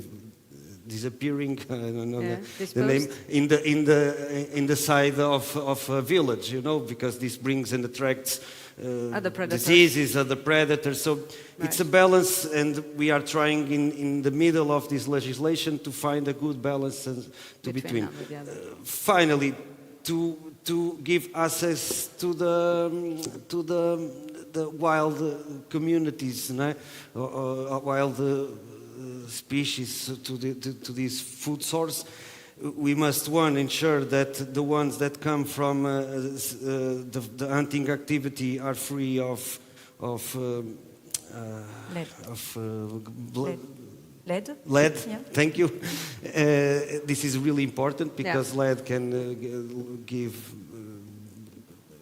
big diseases. I'm sorry for my English. It gives kidney failure, or it bioaccumulates in vultures and can lead them and for to vultures, death. for example, it's really quite messy for them. And so this food source is important, and the natural one, it's also important. But as we are talking here, we have not a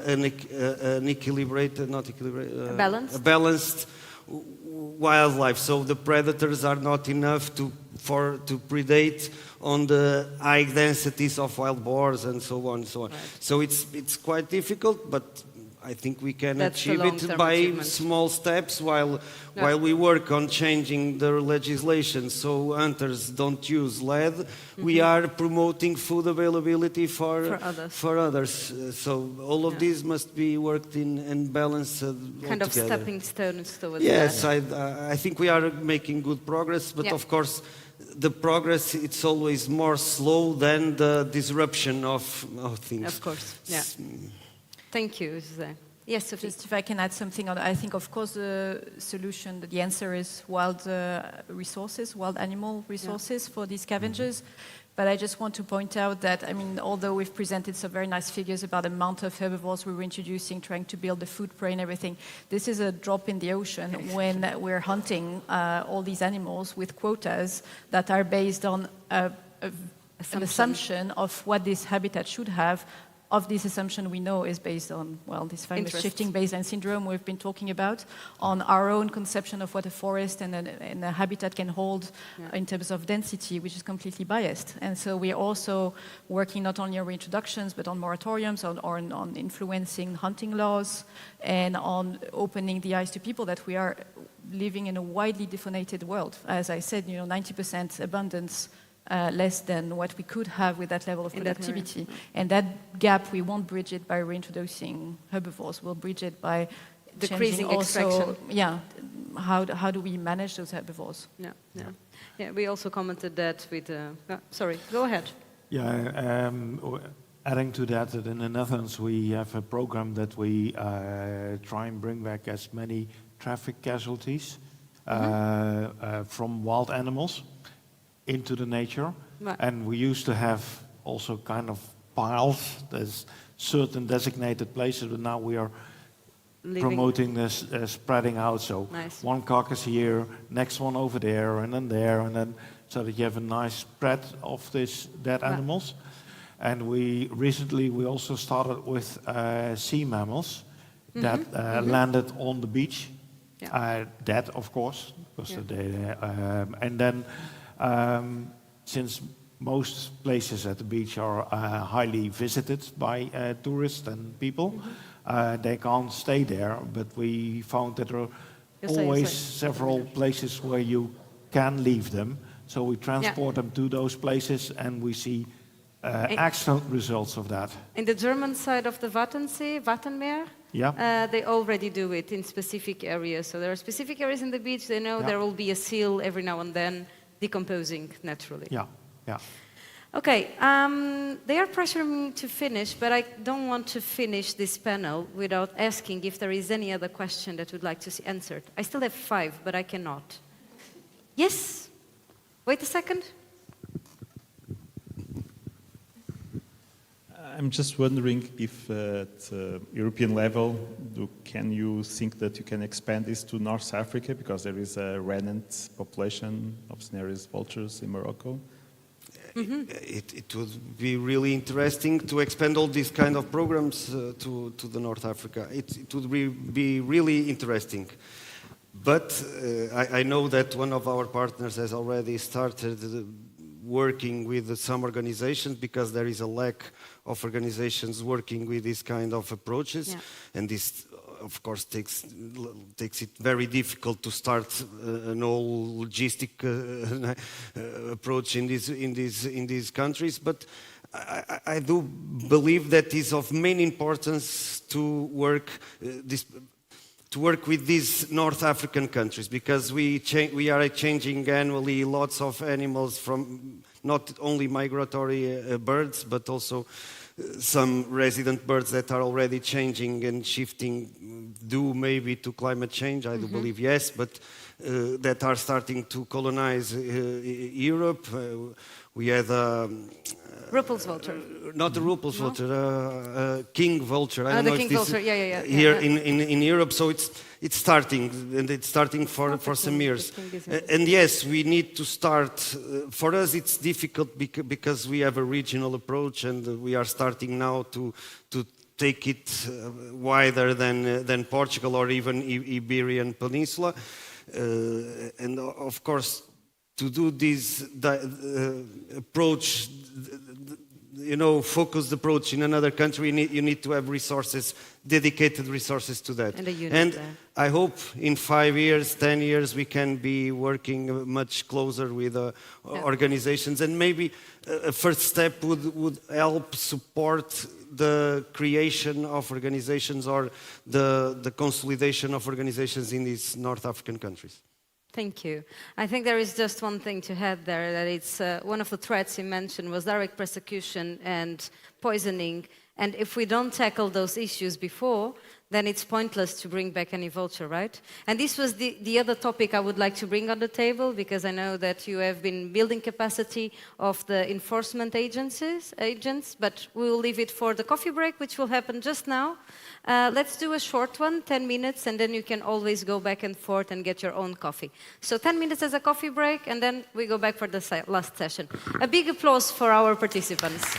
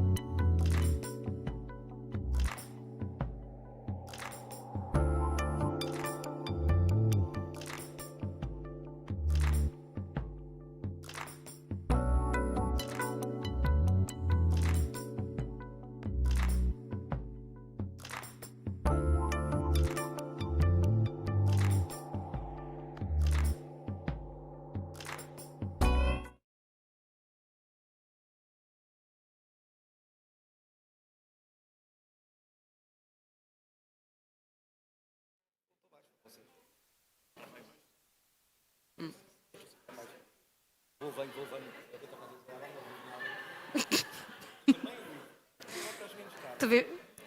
Mais há um. Quer dizer, há dois um bocado. É.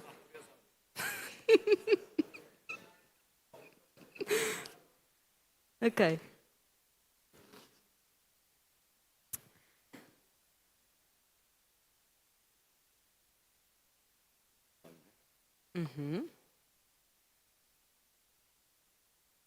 Frederico, depois dá-me um sinal, por favor. Yes. Okay, so welcome back to our last panel of today. So far we have heard how wildlife is coming back in Europe, but one of the things that really struck me is how rewilding brings in this positive narrative. It's about bringing hope and showing the possibilities of a wilder future. In this panel, we have no one from Rewilding Europe, though, nor Rewilding Portugal, nor Spain, nor any of the other rewilding organizations. But we actually have three great professionals who will tell us about successful... It's only because you're here. Huh? We will have 3 success stories in the Iberian Peninsula. So we will start with the lynx. We have talked a lot about the Iberian lynx so far. And we'll have Rodrigo Serra, who is a veterinary. He's graduated as veterinary in Lisbon. But he has worked a long, long time in the conservation of this special feline that we have. Actually, he was telling me how hard it would be to condensate 25 years of experience in just 15 minutes of presentation? 20. Okay. Rodrigo worked across several countries. In which countries have you worked? Spain, Switzerland, England, Botswana, Congo. It's enough. That's the most. It's enough. Yeah. And now he is the coordinator of the breeding center of lynx in the Algarve, and is also the coordinator of all the reintroduction of efforts that started in 2014? Yep. In Portugal. So, the floor is yours, Rodrigo. Thank you. As Barbara said, it's going to be really hard to focus 25 years of experience in just 30 minutes. So Barbara, start throwing things at me when the time comes. I'll try to keep it short, but it's impossible, really. So I was given a great challenge by Rewilding Portugal. Thank you very much, guys, for the invitation. The challenge is, what have we learned with the Iberian lynx, and how can we apply that to the wildcat, Felis silvestris?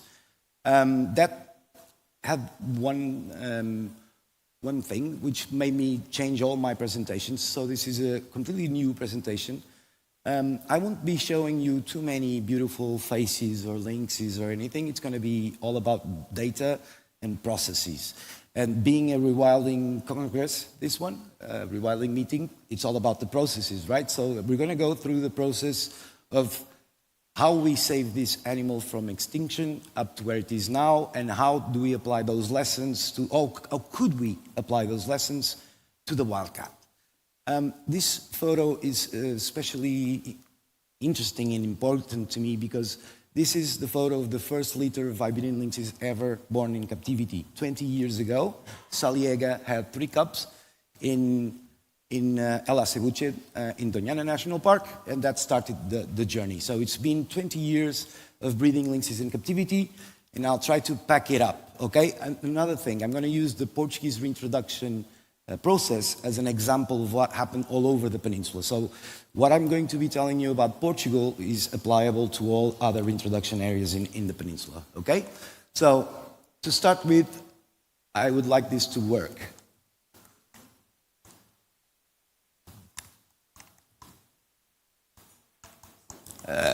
Doesn't work.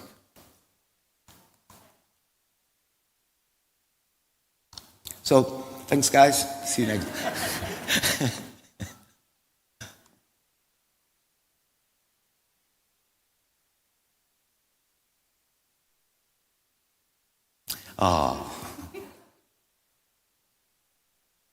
Well, just to make it clear, because we have the time, I'm not the coordinator for the reintroduction project in Portugal. What I am is the coordinator of the breeding program in the Iberian Peninsula, okay?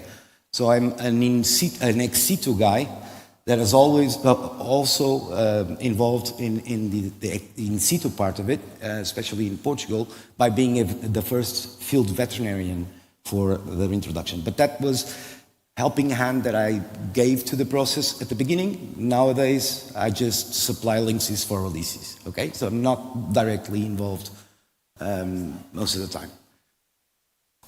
And there we go. So, okay, Iberian lynxes. Most of you know this. They're one of the 4 species in the genus. It's one of the smallest, the second smallest. The bobcat is the smallest lynx. But it isn't as small as one thought. And this one is for you. It can weigh up to 18 kilos now. The thing about the Iberian lynx is that since 2000, we've learned a lot of things about Iberian lynxes that we didn't know at all. We thought that lynxes would weigh up to 12 kilos. That's not the case. When we started mixing the populations that we had in captivity, we found that lynxes could go up to 20 kilos. We thought, well, when we release them, they won't reach that size because obviously life is harder in the wild. But no, we're finding 18-kilo Iberian lynxes all the time in the wild as well. So these are medium-sized predators, medium-sized felids, the size of a Labrador retriever, let's say it like that. And another thing that we thought is that these guys were terribly specific in terms of habitat and terribly specific in terms of prey. We do know that they need wild rabbit. Without the wild rabbit populations, they will not establish breeding territories. But in terms of habitat, they're not as picky as we thought they were. We find lynxes living everywhere. Olive groves, roundabouts, motorways, with all the problems that entails, but where there's rabbit, there's going to be a lynx, okay? So they're not as specific in terms of habitat, but they will be specific about the prey base. But they will eat anything from a seagull to a roe deer. So they will eat everything, but they will breed where there's rabbit. Another thing that we thought these guys were solitary. They're not solitary. We've seen that these males and females sharing habitat, they both take the cubs around the territories and show them the territories. There's territories where there's grandmothers breeding, mothers breeding, and the cubs, they all play together. So they're not as solitary as we thought, and this is a new thing that we've learned. And another thing, we thought these guys were seasonal monoestric. That means one breeding season a year in the winter or spring. We've learned in captivity first that these guys can have more than one estrus. So they will have more than one estrus, and then finally, last year, we found that they can produce more than 1 liter in one season. In Sierra Arana, one female from my breeding center had 1 liter that was killed by an incoming male, bred again, and produced a 2nd liter. So this is now officially a polyestric species, okay? It's really interesting that with the years, we accumulated a lot of knowledge. Next, the beginning of the process is around 1996. We based our estimates of Iberian lynxes on questionnaires, mainly. So, but people in the wild, meaning biologists, people in the field, they wouldn't see lynxes anymore. So people were starting to get really uncomfortable with this. They will start meeting, and then suddenly in 1999, there's a PVA meeting, Population Viability Analysis meeting, where we went through what should be done, because we were really worried, everybody was worried about the situation. And the first thing that we did, well, because I was working then, they decided was we needed common strategies between Portugal and Spain. We also needed, in the in situ side of things, to have a proper diagnostic census in the whole of the peninsula using the same methods, comparable results. That would be really important. We need to advance with an ex situ program, a breeding program, where we could have a safety net against extinction. At the same time, breed for introduction projects, and also use those images and beautiful lynxes to communicate the plight of the species, the threats and everything else. And then, obviously, when that was established, we should then go and evaluate other areas for release and establish protocols for further introduction, okay? So, results of the census, 2002, we were crashed, okay? So we used everything from DNA scat analysis to transects and everything you can think of, and we found only 2 populations isolated. We now know they were isolated for more than 100 years at the beginning of the century, and we had no more than 94 animals identified. So these were the two populations. And Andújar Cardeña had the biggest population estimated, but had the smallest territory, 150 square kilometers. Then you had Doñana with less lynxes, but a wider space occupied, meaning less prey density, okay? So in total, the Iberian lynx was probably around 100 animals, occupying 500 square kilometers, okay? So we have an estimated 25, maybe 25 breeding females in all. And this is going to be important for the rest of the talk, okay? So in Portugal, what we found is all our efforts with Malcata, classifying Malcata, trying to save the species, had gone awry, meaning we had no lynxes in Portugal, so we had to do something about it. What we decided to do, again, was to join in with the Spanish efforts. We proposed an ex situ program for Portugal as well, joining the Spanish program as a whole, and have that supply release areas that were chosen specifically with I'll tell you more about the guidelines, and then obviously reintroduce. So we're basically applying what the plan was from Europe to the Portuguese situation. So what you can see happened was, if you can read the slide, which I doubt, but I'll try. And so in 2003, when we knew we had no lynxes in Portugal, we decided to go on with an action plan. So an action plan was proposed in Portugal. And at the same time, the ex situ breeding program in Spain had the first couples in 2004, but no breeding, okay? So it was the first time that we had males and females in the same enclosures to try to breed, was in 2004. And then in 2005, the first litter is born in captivity, and we presented the Portuguese action plan to the Spanish authorities, and they approved it. So Portugal was now represented in the captive breeding committee and had a plan to breed lynxes in Portugal that was approved. Finally, in 2006, Spain had already around 200 lynxes, because obviously the first priority was diagnostic of the populations, but also conservation of the remnant ones. So those two that you've seen in the map, a lot of effort went into expanding those. So we went from 100 lynxes to 200 lynxes in a space of 6 years, more or less, which is not a bad effort if you could think about it. But at the same time, the Iberian lynx ex situ breeding program was slowly getting into gear. In 2006, something really interesting and important happened in Portugal, which was there was a dam project in the south of Portugal, the Odoloca Dam, that was to be built in a Natura 2000 site. So as a compensation measure, the European Commission basically ordered Portugal to have a large package of compensation measures and one overcompensation measure, which was building the National Breeding Center for Iberian lynxes in the south of Portugal.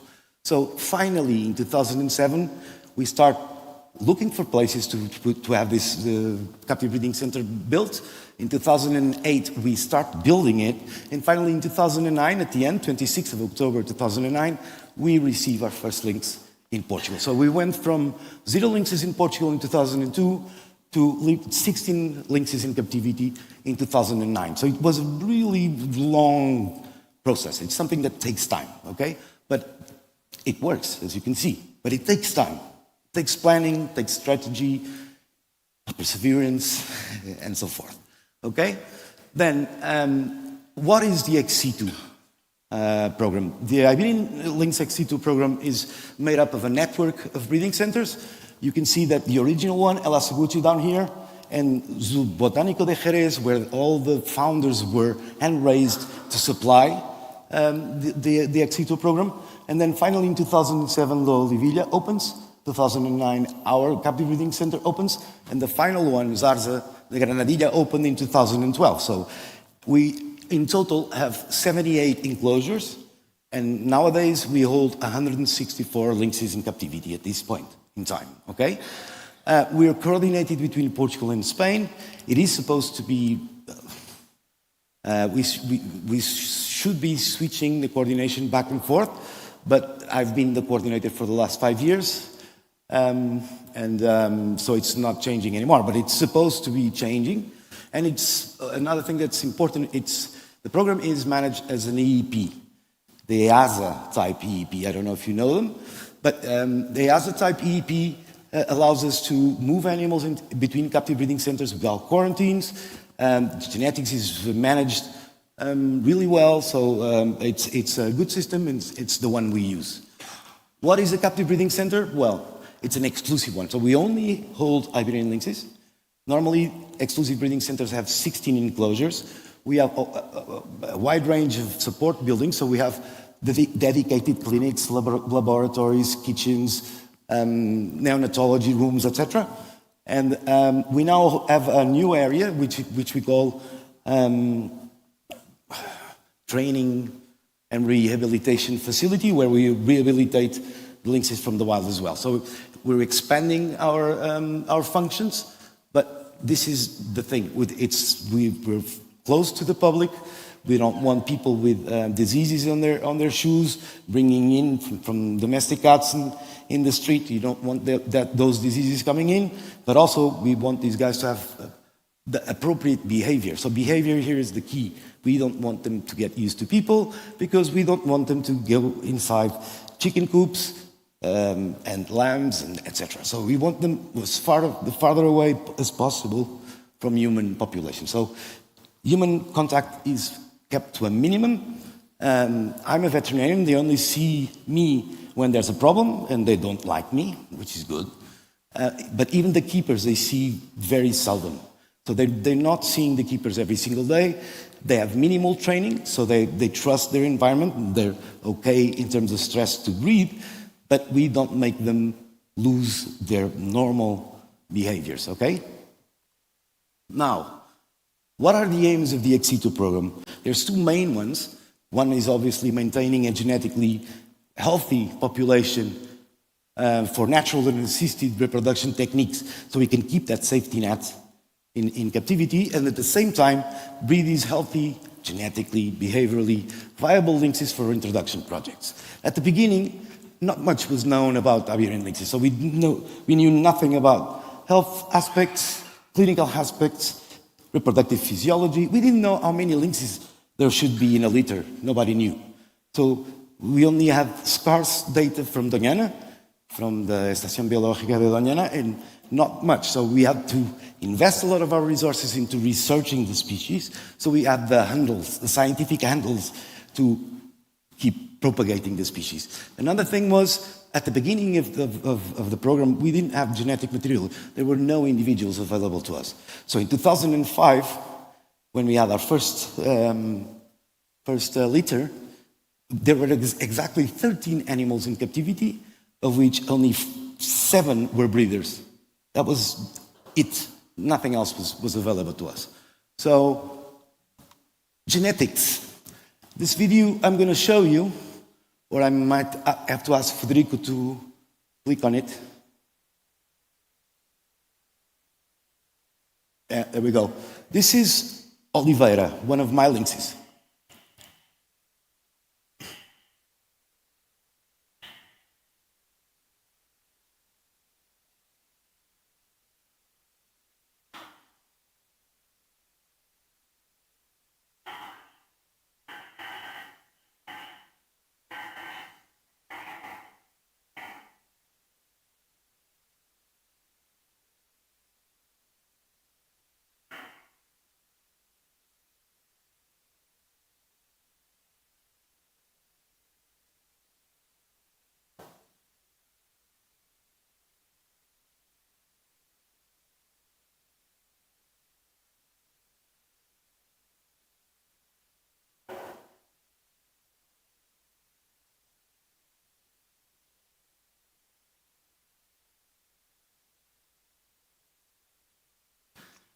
I'm sorry I had to make you watch this, but this is what happens when you leave a species to reach the end of the vortex of extinction. This is a case of juvenile epilepsy that we now know is a genetic in origin. And where do you think it comes from? It comes from we leaving the animal to go through the extinction vortex until you only have like 25 breeding females. So a lot of the deleterious alleles are fixed in the population. There's not only this juvenile epilepsy thing going on, we also have cryptorchidism. So when one testicle is retained in the abdominal or the inguinal cavity, so that's also bad for population. And when we have either epileptic animals or cryptorchid animals, we have to retain them. So they cannot breed in captivity, they cannot be released, they have to stay somewhere, okay? So far we haven't euthanized any of these. We ship them to zoos. But things are getting complicated because, as I told you, we have 78 enclosures and 164 animals. If you do the math in your head, that's not good. That's not a good indication. Anyway, so the epilepsy has killed 11 animals so far. It's affected at least 20. Cryptorchidism is along the same prevalences. So we're talking about 5%, 6% of all males. So this is what happens.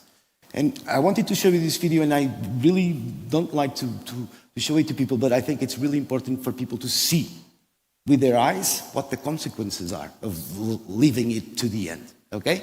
So most of the things we do in captivity and in the wild is manage genetics.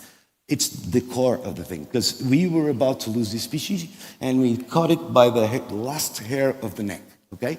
Nowadays, we think we can conserve 95% of the whole genetic available to us for 100 years. Why? Not because we're magical, but because there's so little genetics available that it's really not that difficult. And that's the thing. So we have photocopies of lynxes running around. We have lynxes that are mostly like half-brothers one to another, okay? So this is really a big, big challenge, because if you think of it, with the results that we have, it looks like the species is saved already, but it isn't. And I'll show you why. No, I'm not going to show you this again. You don't need to see it again. So in terms of what one captive breeding center can do, so we opened in 2009, and we've produced 181 cubs so far. We have only 39 dead, so we're talking about a 78.5% survivability of all cubs. We only had 7 with genetic defects. 13 were kept as breeders for the future, and the large majority of the 142 that survived was reintroduced. As you can see, 114 were introduced, 17 of which in Portugal, and the rest of it in Spain. So you see that the role of the Portuguese Captive Breeding Center is not to supply the Portuguese population. We supply the genetics to where the genetics is needed, okay? Really good lynxes for one place might not be the correct genetics in another place. So everything is decided with the genetics in mind. Survivability has been pretty good. As you can see, we've had a lot of years where 100% of our cubs survived, so we're really happy with that. But we also had some catastrophic events. In 2018, we had a fire in our captive breeding center. We had to evacuate the whole animal collection. They came back 4 months later, and the next year, we had only a 57.1% survivability rate. So the stress on these animals was amazing. So there's explanation to all these points, but anyway, it's not bad. In terms of the global program, so far we've released 424 animals in total from the whole 5 captive breeding centers, okay? That amounts to 32.3 lynxes a year. Out of 640 cubs that survived, so most of these guys, the other ones were kept in captivity to breed in the future, in a total of 835 cubs produced. It's a 2.4 average of cubs per liter. We thought that the average of cubs per liter was a lot lower at the beginning. So these guys have been helping us by breeding at least 40. On average, 40 cubs are born every year, and at least 30 are released every year. So this is a big, huge step. And the thing is, when we didn't have the results of mixing the Doñana males and females with the Sierra Morena males and females, we thought we could produce maybe 12 to release every year, and maybe 20 animals in total. And the thing is, when we mix these two populations, suddenly there's like an hybrid push. It's like the force of the hybrids, and suddenly we're producing 40 and releasing 30. 5 minutes. Ooh, that's going to be fun. Okay, so results were good. I'm going to tell you a little bit about what we then did, because we were in Portugal breeding since 2010, and we were releasing in the wild since 2013. In Portugal, the effort of release was started only in 2014-15, which coincides with all the populations that were established outside the Iberian Peninsula, outside Andalusia. Okay, so we have the two remnant populations in Andalusia, and then suddenly in 2014 we started reintroducing outside. The way we chose these areas is exactly the same for all partners. So this was done under the Life Iberlince project, and the way we thought about it is we went mainly for two factors: habitat availability and an area of at least 2,000 hectares of good habitat, and prey density, at least an estimated peak concentration of rabbits of 2 rabbits per hectare. And then we went for connectivity. So if we found a really good population here in Lisbon, but the 2 remnant populations are here, you need to think about if it makes sense to release so far north. So what we've chosen to do is choose areas in good places that would allow the connectivity to work. Another thing that we went for is low mortality. We went for trying to keep the risks at the minimum, mainly roadkills, poaching, but also low population density sites where the possibility of how do you call it? The possibility of conflict between humans and predators were lower, okay? Another thing that was really important, we did not choose an area before we have landowner agreements. So the people that actually own the land and all the society around these areas had to have positive feelings towards reintroduction. We only started introducing in Mertla when we knew that we had the biggest stakeholders in the terrain with us. Otherwise, we wouldn't have started. Okay, this is important. Why? Because mortality in these guys is highly connected to human populations, be it poaching, be it roadkills, etc. So this was essential, and it was done everywhere. And as you can see, we soft released 2 lynxes in 2014, but we only opened the gate in February 2015. So this is coming from a 0 at a time that the IUCN lowered the threat category to endangered. The first litter was born in Portugal the next year. Over 10 births in Portugal in 2017. First reproduction of wild-born lynxes in Portugal in 2018, and Portugal was over 100 lynxes in its population in October 2020. So we went from, in 5 years, from 0 to 100. And this is a really good success story. And I'll tell you better in the next slides. We went from 300 to where we are now, when this process of releasing lynxes in places outside Andalusia started. So in Portugal, we released 61 lynxes, 11 of which in a soft release pen. Most of these guys were then hard released around the population, okay?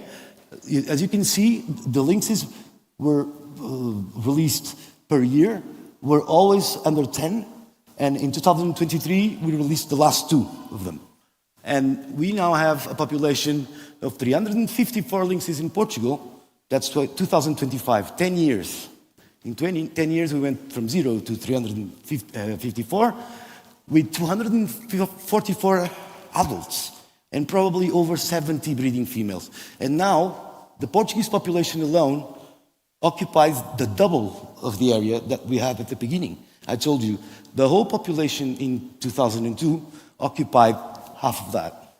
So Portugal now alone covers all this. So as you can see, population has gone, mortality events have gone up, which is normal because population is growing exponentially. And as you can see, the biggest cause of death is roadkill.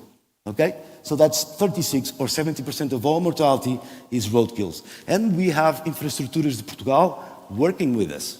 So we're detecting these black spots and they're trying to deal with this. And somehow we're getting there. We're managing it. The rest of it, as you can see, this furtivism or poaching is really low. Maybe because it's the detection of poaching is really hard, and it's probably mostly that. We know that in the Iberian Peninsula, we estimate that poaching is undervalued by a factor of 5. That's 5. We have 5 times less detection than we have for roadkills. Okay? My 5 minutes are gone. So to finish it all up, which is good, you can see this is where we started releasing animals from captivity. Most of these animals in new populations, in big numbers, were released here in 2014-15. And then look at the whole population, what happened after that. So the population was quite stable in numbers. It went from 100 to 300. But when these guys started breeding in those populations, look at what happened. So this is the effect that the ex situ program has had in the whole population of Iberian lynxes. Because all these populations that were created outside Andalusia were created using captive bred lynxes. So don't tell me that captive bred lynxes don't work. They do. Okay? So there's a way, there's a will, there's a way. Now, connection. We were talking about connection, and this is what the last project did. So you see all these red spots are stepping stones that we're working on.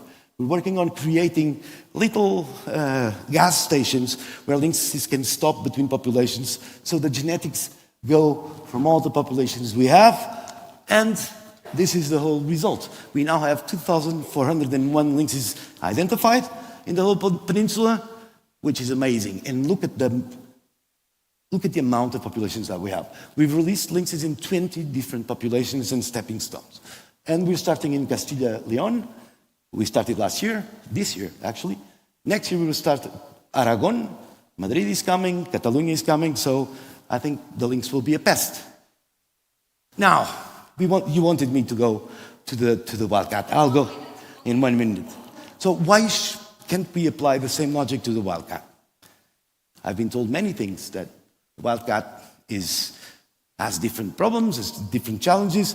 That is true, but again, if there's a will, there's a way, because what we applied to the Iberian lynx can be applied to the wildcat. We can do a census in the southwestern peninsula that will identify the remnant populations like we did in 2002 with the lynx. We can do that. We can conserve the remnant populations that exist like we did in 2003 to 2006 in Andalusia. We can do that. We can also think of an ex situ program that keeps genetics that are not highly hybridized safe. We can do that. We can do that and then breed them, and then we can reintroduce them once we have areas identified. We can do all of this. Nothing stops us from doing it except will. Now, there's one thing that is different, and this is the end of it. We know that the cat specialist group, of which I am a member, thankfully, says that it's threatened with extinction in the southern Iberian Peninsula. That's us. So we need to do something about it. It also says that conservation has been crucial in preventing further declines. So we should start conserving the wildcat. But we have more than 830,000 stray cats in Portugal. The biggest threat to the wildcat is hybridization. We have over 830,000 stray cats in Portugal. There's also more than 1 million domestic cats. And domestic mean most of these guys go in and out. We also know, published by the EBD not long ago, that these guys can go up to 2 kilometers away from their houses. Okay? So we have the biggest threat to the wildcat is everywhere. We need to deal with this, and I'll leave that for the panel. Thank you very much, guys. You can take your coffee. Thank you so much. This was such a comprehensive lesson, so thank you very much for that. And we could continue now on the wildcat, because it's actually your specialization, right? But it's not the case. Please join me, Paulo. Although Paulo is a specialist on genetics and on the wildcat, today he's coming to tell us about the osprey. Yes. But before I give you the floor, let me just briefly introduce you. So Paulo Célio is actually welcoming at his home, or work home, let's call it. He's a researcher, an affiliate professor, at the University of Montana, but also at the University of Porto, and a researcher at CBio and Biopolis. And despite his connection, apart from his connection with the wildcat, he has also a connection to Mértola, where the lynxes have been reintroduced in Portugal, because he is the manager of the biological station. Shall I continue? Yes. So his research spans across evolution, biology, genetics, wildlife management. But today we will hear about how the osprey reintroduction in Portugal started and how it's going. Okay, thank you so much. Thank you so much. Barbara. You have the pointer here if you want. Yep. Okay, just a little break. We continue. We are just waiting for the presentation, but I can say that being here in this place is special for me. Probably you cannot realize, but I had classes here.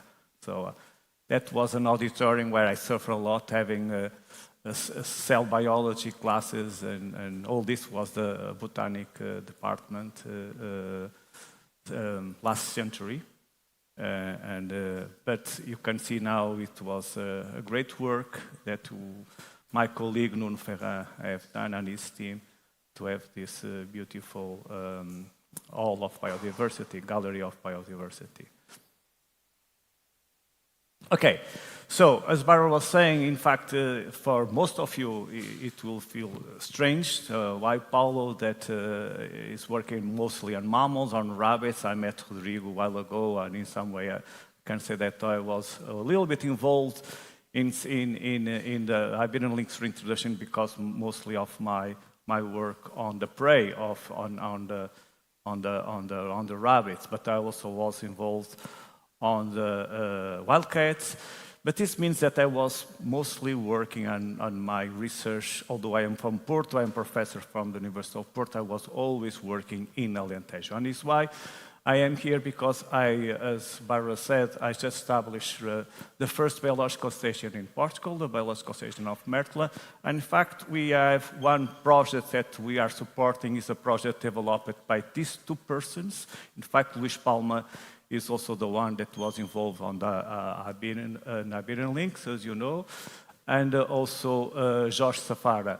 And these two guys, plus Pedro Beja, my colleague at CBio, they were really aiming for having a project for reintroducing and recovering the osprey. So, as you know, we don't have data. And of course, we don't have data now. We have only few data now. For the past, it is even more difficult. And what my colleague, Luís Palmas, have done is just went searching the whole literature, seeing how they talk about the osprey. Okay? And he find very interesting things that it can be also put us thinking. First, the name that was really addressed for our Portuguese name was not águia pesqueira, as people mostly know in Portuguese. It was guincho.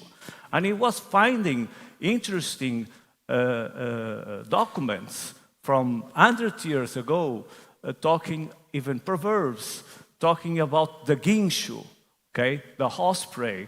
Namely, that anyone that has a nest of this bird nearby, they will be healthy because they are always catching fish, namely when they have youngs, so when they have a nest. So this means they are bringing fish for the nest, and then the people can have the fish.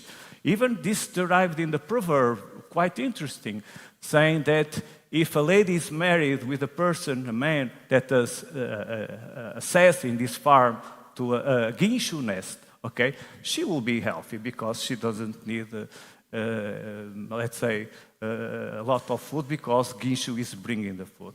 And in fact, this is a kind of indication, plus the toponyms. So there are a lot of names across Portugal that call Guincho. Okay? Some of the Guincho near Lisbon is the well-known, but there are more. There are basically Guincho names all over Portugal, which means that the Guincho was, or the osprey was really common in Portugal some centuries ago. But of course, the history changed in the basically the last 100 years. And it was a huge decline, and you see that most of the Guincho nests or the osprey nests were near the coast. Okay, they were more having a coast nests. But this was really decline, that we end up having one nest, basically, okay? And the decline means that it was extirpated. It was no ospreys nesting in Portugal. Just parenthesis, we can see the osprey in winter, but they are just migrant animals that are here. They are not having, they are not nesting. So this means that this was basically extinct in the early of this century. And then before even the extinction, because we already have seen that the one nest that was in the southwest Portugal, in the park of Costa Vicentina, was in Pico da Agulha. It was also all in the only nest that were there. A group of people just start talking about the possibility of reintroducing the osprey. And this was one of the first workshops, okay, just in Portugal. And by the way, I don't know if you recognize some of these guys. For instance, this is Pedro Beja. For those who know this Pedro Beja. And he was with Luís Palma and bringing experts from Europe just to talk about this. And finally, they start building up the project, and the first act was choosing the places. So they got two partners from Finland and Sweden, and they were basically choosing the releasing area. In that time, it was not difficult to find, I would say, because basically Portugal was doing the biggest artificial lake in Europe, Alqueva. And we know that osprey need waters because they are feeding on fish. So this means that they found a place and they were doing in Alqueva, and then they were looking for a house. They end up having a field base in Idade do Roucão, and then they bought a boat. They have this hiking place, and even they have a place for let's say, where they have the fish. So they were putting all these installations, and then they were also contacting the people, mainly from Finland and from Sweden, that they were giving the birds that juveniles that was brought to Portugal. Even they got some,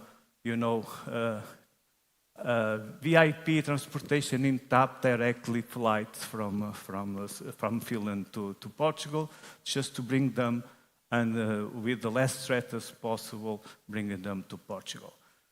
Of course, it was a lot of work having these animals in cages, in the hacking place. They eat a lot. They were feeding them 3 times a day, and trying to let's say, to give them the whole opportunity for them to learn, to fish, to survive in the hacking place, and then they were able to release them. They were able to release them in the Alqueva Dam, several animals. So this means that they were, although they were releasing, and before they were releasing them, they also were thinking in a possible of return, because you know that these animals are migratory, so they were releasing animals that they will go away, but then we have to expect they will come to nest. And this means that there was a sick set that was trying to construct infrastructures for them to have the nest. This means that a lot of different artificial wooden and metallic platforms were distributed along Portugal, not concentrated in Alqueva, but not only. And this means that some ospreys, now we can say that they were able to return, and in fact, some of they will return, and the first one to return was in fact in 2015, just found in Pico da Agulha, in Rifana. But unfortunately, this couple was only there for 1 year, in 2050. But now, and this is data from now, just we retrieve this year, in 2025, there are 2 well-known breeding pairs. Some of them, like this Ajuda, is breeding already since 2015. So we already got 14 juveniles. This is the longest, let's say, couple that is breeding in Portugal, in Ajuda. But this year we found another one in Panoias that was detected. And of course, this is not where is Rodrigo. We're not talking about lynxes, and we are not jumping from 0 for 300. But this is a really kind of marathon, because we are working with a bird that is spending, a lot of time away from Portugal, and although there are some populations that are really stable, namely in Spain, and elsewhere, in Portugal, they are also facing some difficulties in finding good places to nest. And this is a thing that I find it quite incredible, is a lot of birds, just the main limiting factor is a place to nest, okay? And the kestrels, the rollers, and this is really striking why we end up, arriving to a situation where a place to nest is the limiting factor, because there's a lot of fish, okay? It's not the food, okay? It's just the nesting. Okay, so in the beginning, most of the people were anticipating that the return will be to the Portuguese coast, because we have a fantastic coast, and why not? Probably because of the coast of Portugal is a heavily inhabited by people, so it's a lot of tourism, a lot of pressures, and most likely this is a limiting factor. There was an effort of establishing a lot of platforms, 25, but this is a drop in the ocean to find these platforms. So we need to put more platforms eventually, but even the platforms, probably this is not, let's say, possible. And the most likely, probably it will be this voltage-powered poles that they are already using in Portugal, and apparently in Germany they are quite being used. So possible this will be an alternative, but of course this is really a striking situation, because this needs a lot of work.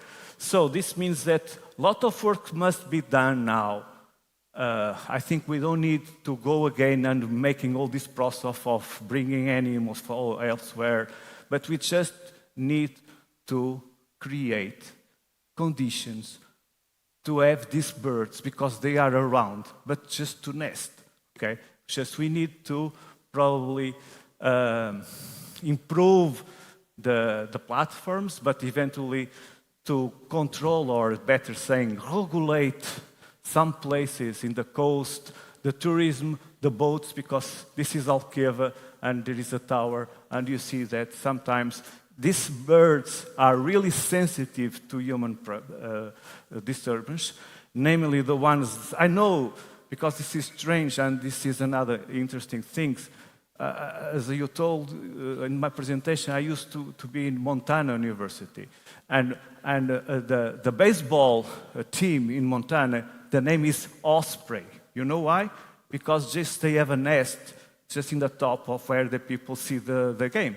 So apparently there, the Osprey don't worry with people.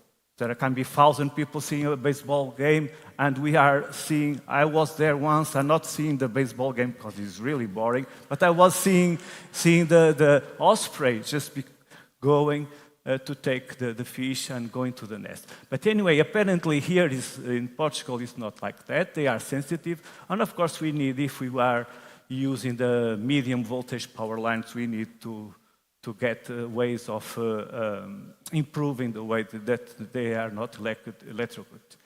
But we need funding to continue this work, okay? We need funding.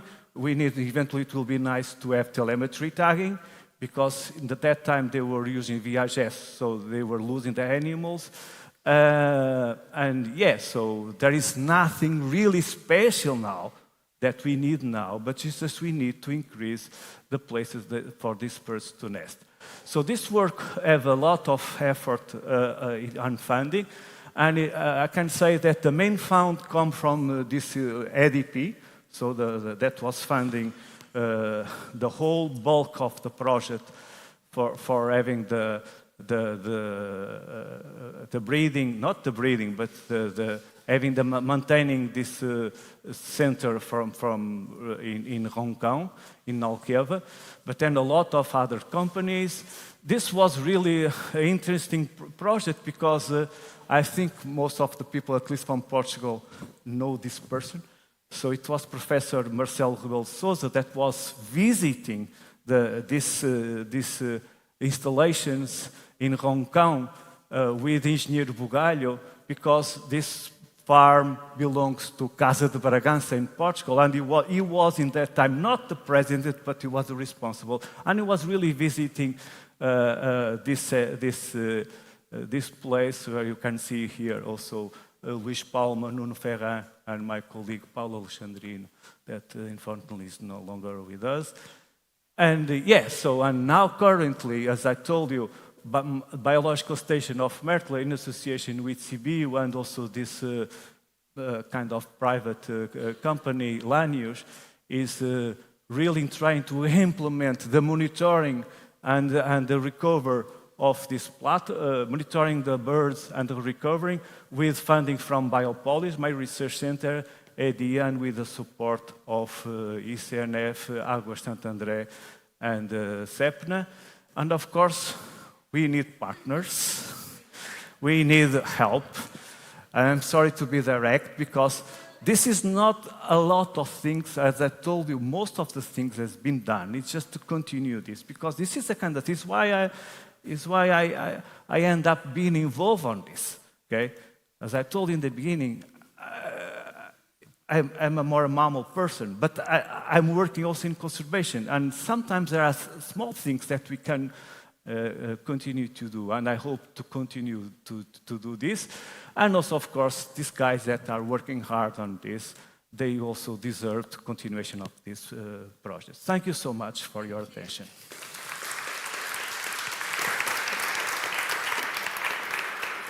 Thank you so much, Paulo. I think the birds look good on you as well. You can swap the mammals for the birds. It's fine. And two fun facts. One of them is guincho is still the name of the species in Cape Verde. Yep, it is. They still breed there. And the second fun fact is I spoke with George Chafara. Yeah. And of course, I don't know if you have experience talking with ornithologists, or let's call it birders. And they tell you the exact pair where they come from. So the female comes from here, the male comes from there. And he was telling me all the breeding pairs that we have currently, and almost all of them, or many of them, are Iberian, in the sense that there is a male that was released in Portugal, but the female came from the Spanish Reintroduction project. And why am I telling you this? Because whenever we think about success story in Portugal, We actually have to think that we are only successful because we have been cooperating with Spain. And this happens with the lynx, this happens with the osprey, and it also happens with the purple swamp hen. So we will have now Ricardo Jorge Lopes closing the day. I know it has been long, but I assure you this will be worth. Ricardo is a biologist with a master's in ecology, and although he graduated in Coimbra, he's actually a researcher in the University of Lisbon. Yeah. You should have been expelled in the meantime. Why? Because, you know, you're moving castles. So he's also a curator and guest curator of the ornithology collections at the National Museum of Natural History and Science in Lisbon. And he will tell us all about how the purple swamp hen is returning. Thank you. And actually, you missed the Porto because I was also here as a researcher and also as a curator here at this museum. And actually, the exhibition that you are going to visit during the night, not me, but I helped in the process, a long process, but it was really worthwhile. And I hope that you will enjoy that visit, okay? Especially at night, okay? And also with the whale also. So I'm not talking about an alligator because as you know, caimão or camão, sometimes in Portuguese is sometimes identified as the alligator, the caiman, okay? So not so spoiler alert about that. So I'm going to talk about the recovery of the purple swamp hen in Portugal and Europe and also in Spain. And next, okay, so this bird, okay, so I knew that I need to do that. So this is a fantastic bird, blue bird that actually we think it's aesthetically is really nice, and it's important to always think about this, the aesthetical part, because I'll talk a little bit more about that. So when you see, it's relative to the coot, for example, and the moorhen. So and those ones probably are not that beautiful because they are more blackish, but this is quite bluish. And just to introduce myself, as you said, I'm a professor at the Department of Biology of the Faculty of Sciences in Lisbon, but also curator at the National Museum of Natural History and Science, also of the University of Lisbon. And my main goal is evolutionary ecology and conservation biology, right? And I basically work with birds, right? And this species, actually, we started working while I was still in my PhD, which was not on this species, actually was on genetics of waders. But in Coimbra, where we were based, a lot of us regarded this species as very special, and I'll tell you a little bit more after. But we knew that this was once an elusive species. Everybody in Portugal knew that it was very rare. We only have this in a very specific places in Portugal, and actually, even in Iberia, it was like one rarity. Like if you are a birder or an ornithologist, it's a fantastic bird to come to see, and everybody could come to see the purple gallinule, as you see. So, but this is quite beautiful, this purple. And of course, as you see, looks like a jacana, right? So this with these beautiful legs and the toes. And actually, it's very adapted to wetlands. So especially where there are cattails, they really like what we call the phragmites, Australis and something like that. And all this, it's really important, it's very dependent on wetlands. And of course, because of this bluish color and of course being even larger than moorhens and coots, it was a really fantastic, and actually we found recipes of cooking the purple gallinule. Okay? So of course, hunting was a very large problem, and of course, habitat degradation and pesticides and so on. So this is really important also to tell what are their cousins. So these are all subspecies of the purple gallinule, except these ones. So these ones are either in Africa or in the America, and then you have this fantastic bird, which is an highlight of conservation biology because he only occurs in the same fjords where the Hobbit and the Lord of the Rings were filmed in New Zealand, and actually for a long time it was thought to be extinct, and actually then. There was a captivity breeding program of this huge flightless bird, a very common thing in islands, where the pukeko, actually this one, which is one from New Zealand, the pukeko, was used to raise the eggs of these species in captivity. But actually, I'm going to focus especially on this, our nominate subspecies, because this is basically the whole area of distribution of this complex of subspecies. And as you can see, it's quite fragmented. It looks very continuous, but if you just then zoom it, no, because as I said, they are very keen on wetlands. And of course, wetlands are fragmented everywhere in the world, right? And most of them are under a lot of pressure, wetlands, because of land reclamation and so on and so on and so on. And even their succession, because wetlands usually have a natural succession that eventually, if you do not halt that succession, will end up in a plain field, right? You know that from all ecology textbooks, right? So if you look to the Mediterranean, you see that our nominated subspecies is only on the western part of the Mediterranean. And actually in the 70s, we know, and I'm not going to show that, but in the beginning of the last century, in the Victorian age, Porphyrio purple swamp hen was everywhere, right?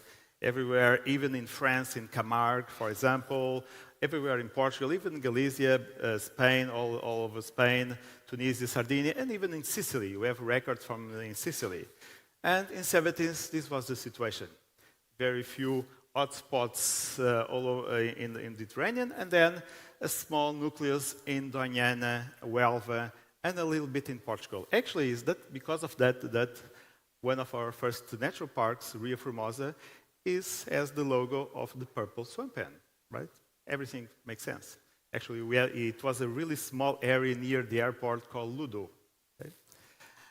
And at that time, because it was a priority species, actually in the 80s, because it was already the priority species for life conservation, and in the action, there was an action plan, things were moving. So there was the importance of doing translocations of birds from Doñana that happened, but also a breeding captivity program that was made in El Saler in Valencia, and in the breeding facilities.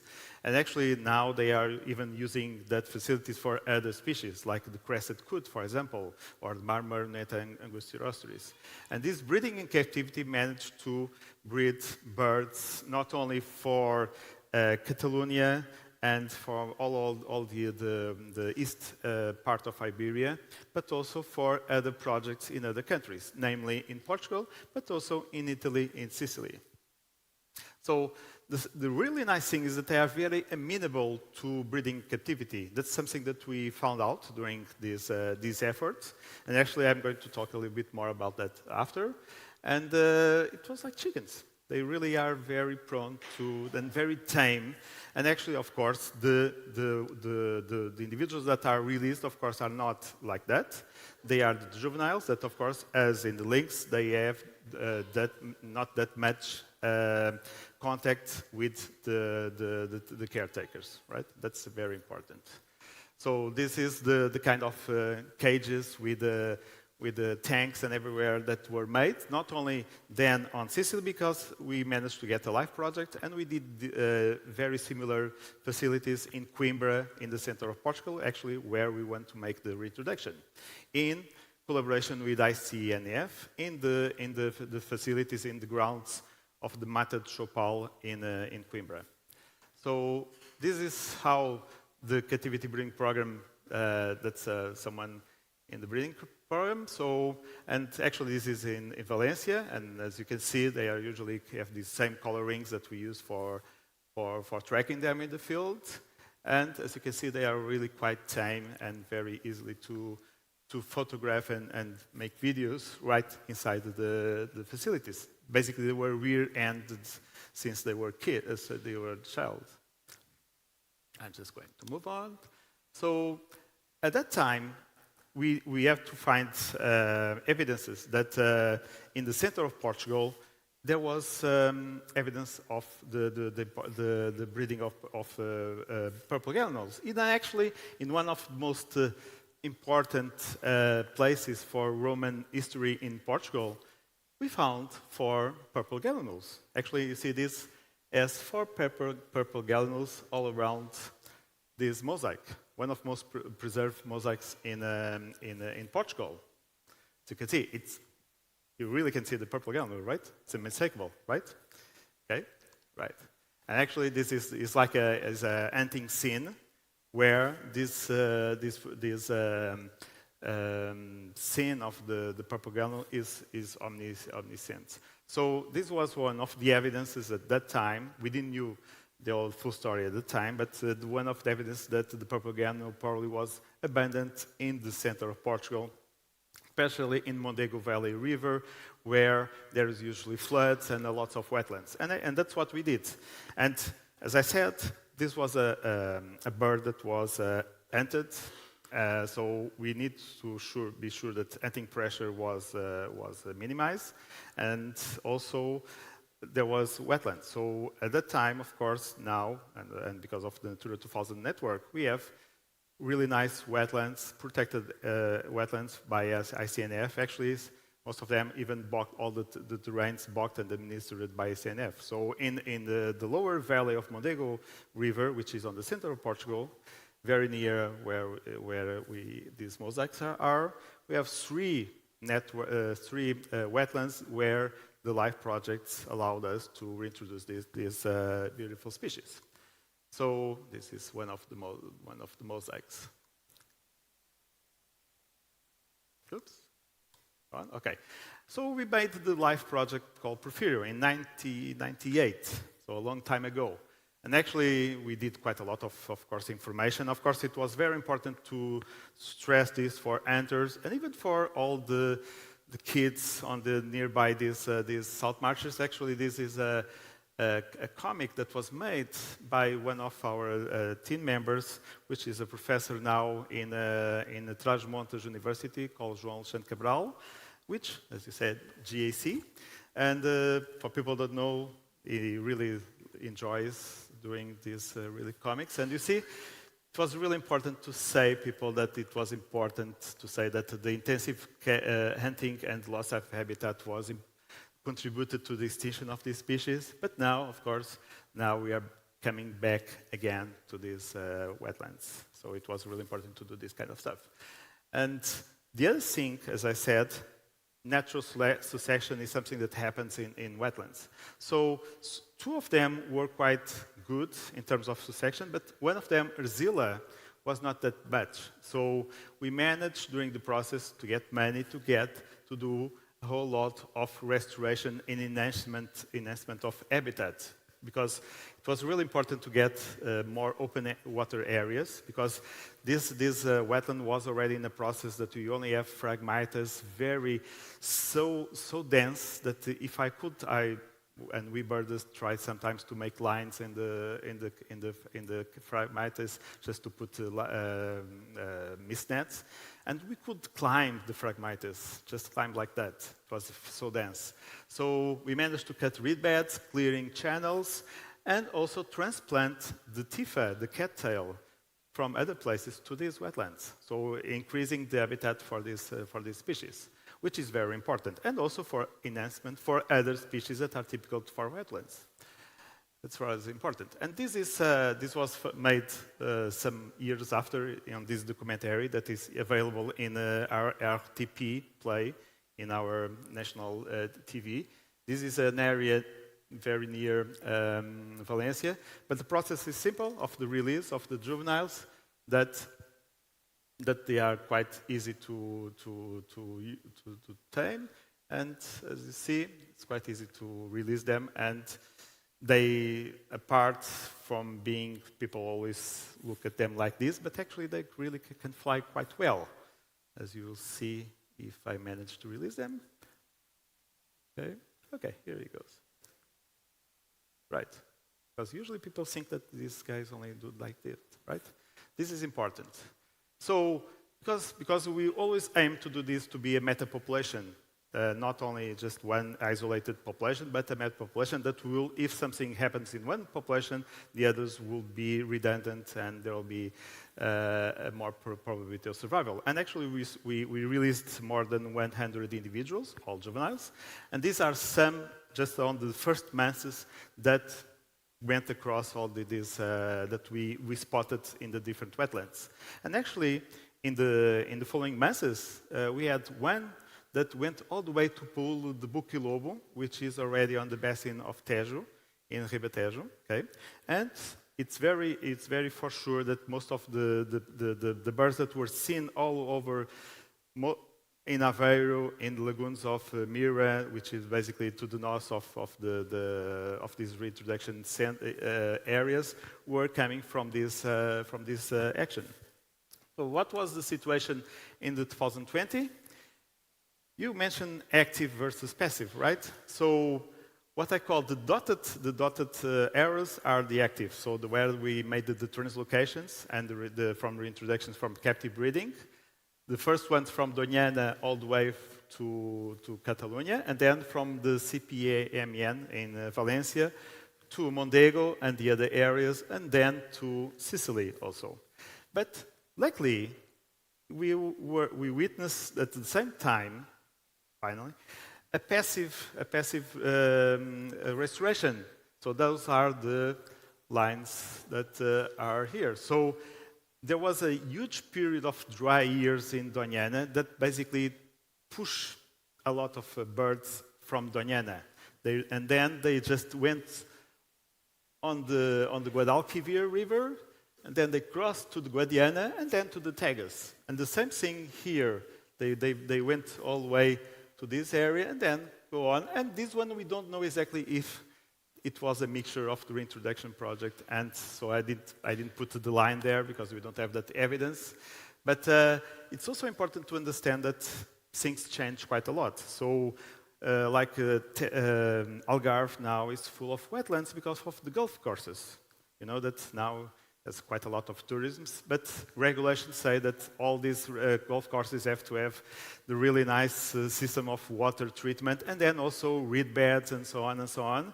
And now birders go to this Quinta do Lago, for example, just to watch, and they roam nearby the golf courses, and they go by the balls and everything, right? So it's really amazing. So this is a kind of important thing as they were saying about the Iberian lynx, genetics. It's really important to understand that genetics and genetic diversity is a huge important thing.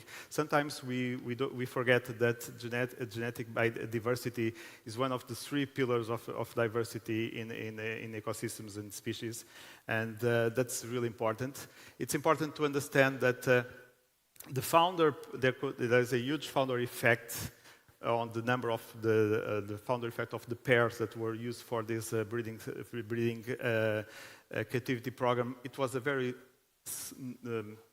not that big number. And then one thing that some pairs have a huge contribution compared to others. So this is something that we are now seeing exactly what is the impact of this on the reintroduction. And the other thing that then and now I'm just going a little bit further, that now I already said that we now have a really nice population all over the Iberia, and also in Portugal and in Sicily. It's very established. That's really important. And actually, is already a pest. For example, in Doñana, now rice farmers are complaining about the flocks of 100 purple swamp hens roaming around on the rice. For example, farmers. So we have always to be careful on this. We are playing with nature, so we have to. Nature sometimes plays with us, right? It's important to understand that. And I'm going to finish just with a story that we then followed with this bird, because it's important to understand all these interactions, the past interactions that we have with the species. So with all this, with the Conimbriga mosaics, we went further into this, and we figured out that, for example, we found already swamp ramps in mastabas in Egypt. And then we found a huge number of things in Pompeii, in Turkey, in Tunisia, all over, this also in Syracuse, and a lot of things all the way to the Byzantine area. And we managed to find this everywhere. And for example, this is a picture in a church in Italy, it's Byzantine, about the marriage of a niece of the emperor, Byzantine emperor. And actually, you probably don't know if you see, this is full of purple gallinules. This dress is full of purple gallinules. Because it had the symbolic value of virtue, chastity, and I'll show you a little bit more about that. So this is everything that we managed to find out, all these iconographic mosaics that by internet and also by looking at catalogs and even going there. For example, I went to Tunis, to the El Bardo Museum, and we managed to find a lot of them, to Turkey, but it was all over, spread all over the Mediterranean. And remember, here is already the other two species, here on this corner. And then even if you go a little bit, this is Peter of Bruegel Renaissance paintings from Netherlands. And actually, we see here a purple gallinule, right? And again, here, can you spot the purple gallinules? They're here, right? So people sometimes forget that we have a long history of past interactions with birds, especially because of what we call the menageries. Versailles, for example, have a huge menagerie. You don't know, but if you go to the Palácio de Belém, where Marcelo, our president, is, there is a huge complex to the right, which doesn't have cage now, but used to be a huge aviary with birds coming from all over, from Brazil and everything. So it's really amazing. There was quite a lot of things. And of course, the Romans have that also. But these are all evidences, especially here. They couldn't paint this if they have this, only if they have this in captivity. You couldn't be painting this in this kind of paintings if you don't have this very nearby to have all the details, right? Okay. And actually, then we just went to the writings. This is Pliny the Elder, one of the natural history, if you know about that. So he says some things that you only could know if you see them in captivity. Like he's shy. He uses his foot as a hand to bring it to his beak. Actually, he really enjoys cucumber. He really enjoys cucumber in captivity. Okay. And Aristotle also said that he's shy and he doesn't like to see being feeding, for example. And he says that most admired variety comes from the southeast Turkey. And this is in a chapter called New Birth to Italy, right? And then he goes on saying that the ones from the Balearic Islands are more more nicer than the ones from South Turkey. So, and this in the same chapter, New Birth to Italy.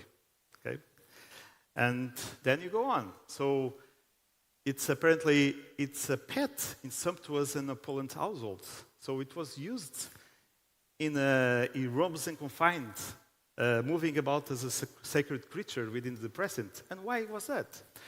And actually, we say there is this continuous legend that is violent and jealous.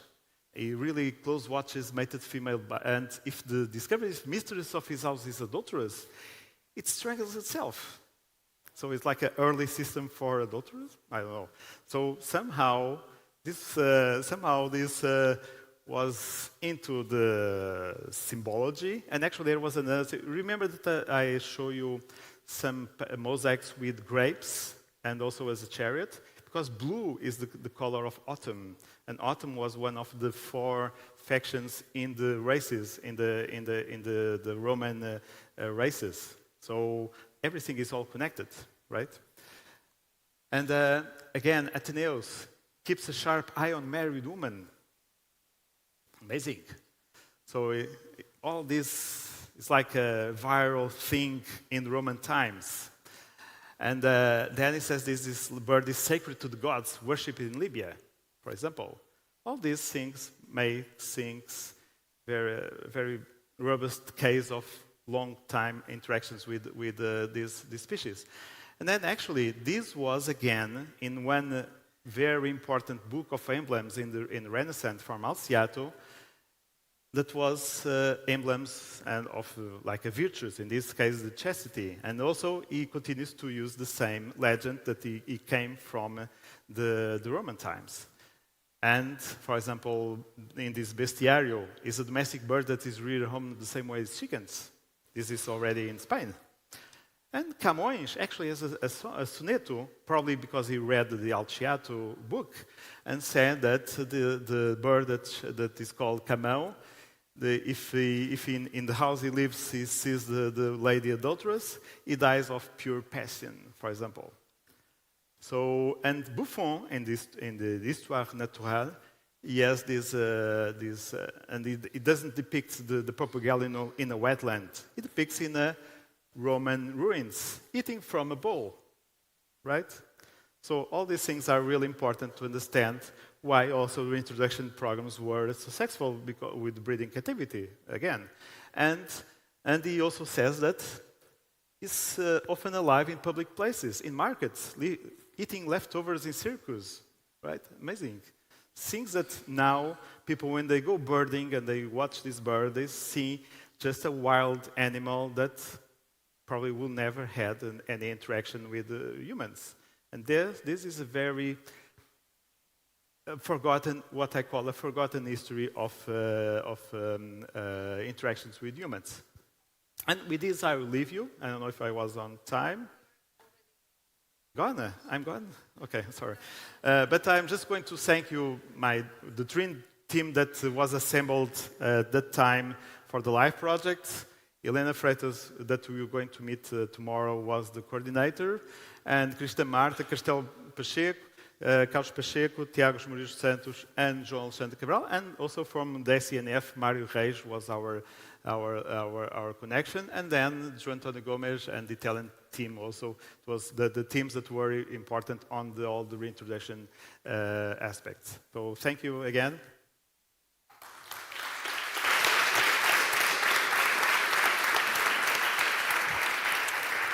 Thank you so much. This was mind-blowing. I really enjoyed the part that you showed us how it was a pet. Supposedly. Which leads me to my first question, whilst I ask our two guests to join us, which is, so they were actually spread by the Romans, so where do they actually come from originally? Well, supposedly, for example, Pliny says that they were already on the Balearic Islands, so in Spain, and then also in Turkey. So that natural history is already established. The point is that something that we really wanted now with the more genomic technologies, want to see if there were this mixing of these subspecies and what we call introgression, that some part of the genome of one subspecies is hidden inside some of the individuals of the other subspecies. Okay. We don't know about that, because they are different in terms of plumage. The subspecies of, well, actually it's three, because in Egypt, it's another subspecies, the African. So, and each one of them have different plumage, as I saw, that some have more greenish. So, but the ones that we have are all bluish, but our preliminary results with just mitochondrial DNA suggest that there are some integration. But now we are waiting for genomics, and now we have that to understand exactly if there was these signals of this pest trade of birds because of the Romans or Phoenicians, but especially Romans, because unfortunately we don't have more information before that. And one final fun fact about the swamp hen. I'm always fascinated by the names they give to birds. So sometimes it's quite descriptive, and sometimes it's just a bit out of nothing. In this case, purple swamp hen makes sense, although I don't consider them purple. They are more bluish, right? But in Portuguese, camão could be related to the fact that they eat with their paws everything? I don't know. Yeah, actually, people even postulated the other thing, that the Camões. That's even worse than my theory. Sometimes, because Actually, for a long time, it was called caimão. But actually, now in the list that is approved by SPEA, it's called camão because caimão supposedly is just a derivation of the oldest terminology called camão, right? And we don't know. That's a good thing. Could be eating with the hands. Yeah. We don't know because we have in Spanish is the calamón. Yeah. So Calamo, which could be the same root. It could be, yeah, from the Galaic and everything. So it's we did never trace that back in the etymology, but actually there was. You remember that I mentioned an emblem, right? And some people thought that was the emblem of the family of the Camões. Oh, really? And they did an article and everything about that. But because they thought they didn't look at they didn't look at the book. They just look at the engraving they basically took out. And actually, one of these days I have to do one article about saying, no, that's not the emblem of the family of Camões. Just to make it clear. Yeah, it is. Yeah. Okay, thank you. Okay, I want really to start with a difficult question for Paulo. Paulo, you mentioned that a place to nest is the limiting factor for the osprey to thrive, right? We have seen the nest that they have occupied in the power line was actually stolen by a stork nest. So this nest was there already, they just kind of improved it and occupied their nests. However, there is a species who is occupying many of the nests of the ospreys, and this is the Canadian geese, correct? And so my question for you and for any other ornithologist that is in the room is, how can we then tackle this problematic invasion of nests? A, is there a plan to tackle the Canadian geese? And B, if there is or not, what should be the pathways for that? You are just touching the topic that is probably one of the biggest problems in conservation biology, is invasive species. And of course, this is not easy, let's say, easy way of giving an answer. Absolutely. We are dealing with several, species that are becoming more and more common, invasive ones, which is difficult to handle. And I would say probably birds are not the worst. If you go to the fish world, I think probably more than half of the fish probably are already exotic. But I would say that eventually, as far as I'm discussing with my colleagues, even there is an interesting problem that is the storks, the white storks. Because apparently when the ospreys arrive, the nests can be already occupied because they start nesting breeding before. So this means, of course, then it can be the way, but sometimes it can be the way that the osprey, because they are birds of prey, they can just expulse and exclude the storks. But of course, if the nests are occupied, this can be a problem. Is why I would say that probably the best way of trying to overcome this situation is just increase the availability of nesting places. Because if we do that, eventually this can increase the chance of the birds to come. One thing that I would like to highlight here, and this is, although I'm not, let's say, as I already told you, I'm not a bird person, but in terms of conservation biology and in terms of also population dynamics, I do believe that we are in the critical phase where the numbers are increasing, but they are slowly increasing. This can happen. We can have a similar graph, hopefully, as Rodrigo has shown, that Iberian lynx started very slowly, and start to be more exponential.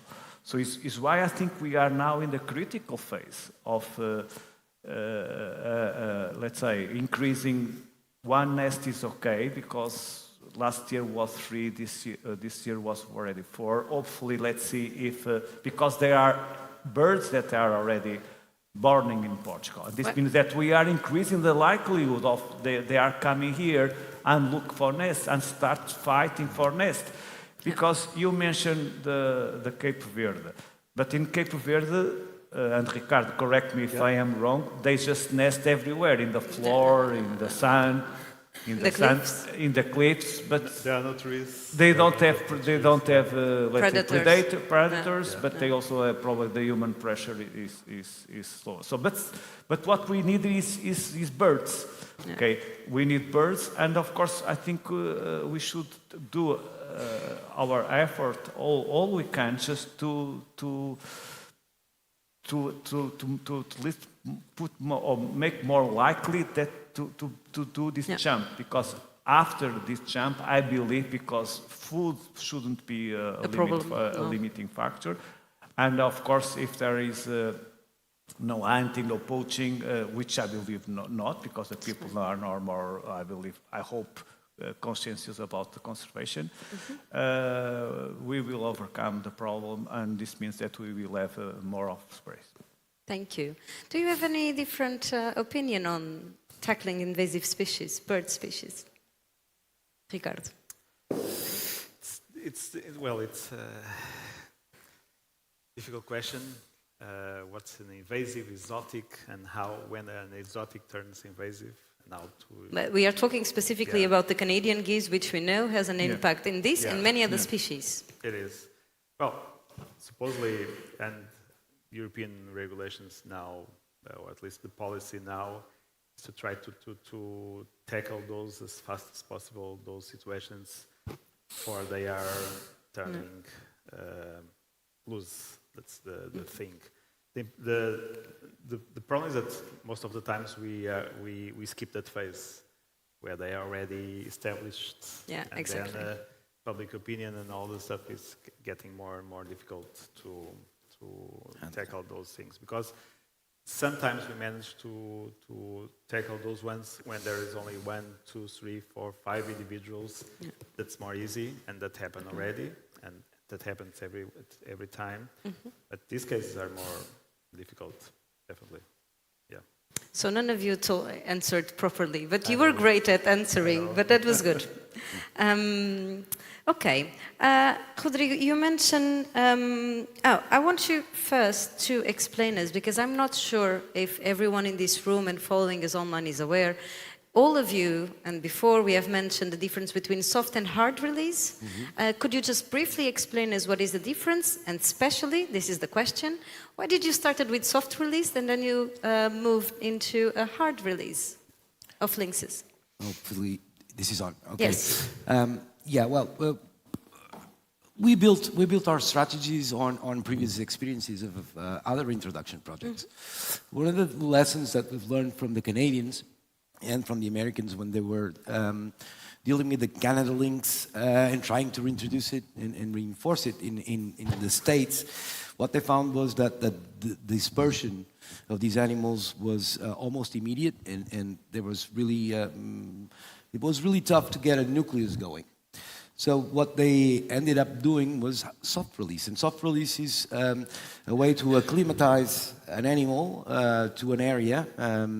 In the case of the Iberian lynx, we started with 6 weeks, 2 months to 6 weeks, and now we're doing not a lot because we see that with 2 weeks we can achieve the same thing. But with the Canadian lynx, it took at least 6 weeks to settle an animal into an area. So using that experience, creating nucleus that were far away from other presence areas, we thought it would be a good idea to at least try to settle these ones down, the first ones, have a nucleus, small as it is, and then just release around it in kind of a what we call oil spill tactic. So that we experimented on. So most of these populations were created with a nuclei with soft release, and then we experimented releasing in other areas just using hard release, and we learned lessons there as well.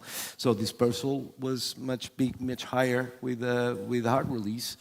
It took a lot more time for populations to stabilize and grow.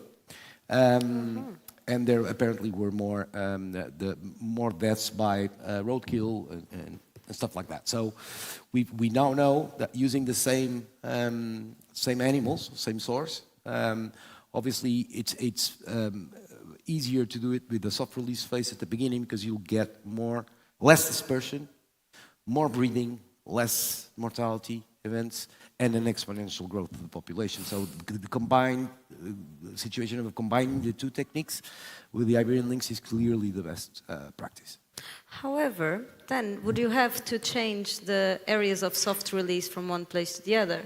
Because if you release in the same location different animals, will they start to fight for this territory? It's fun. It's really fun.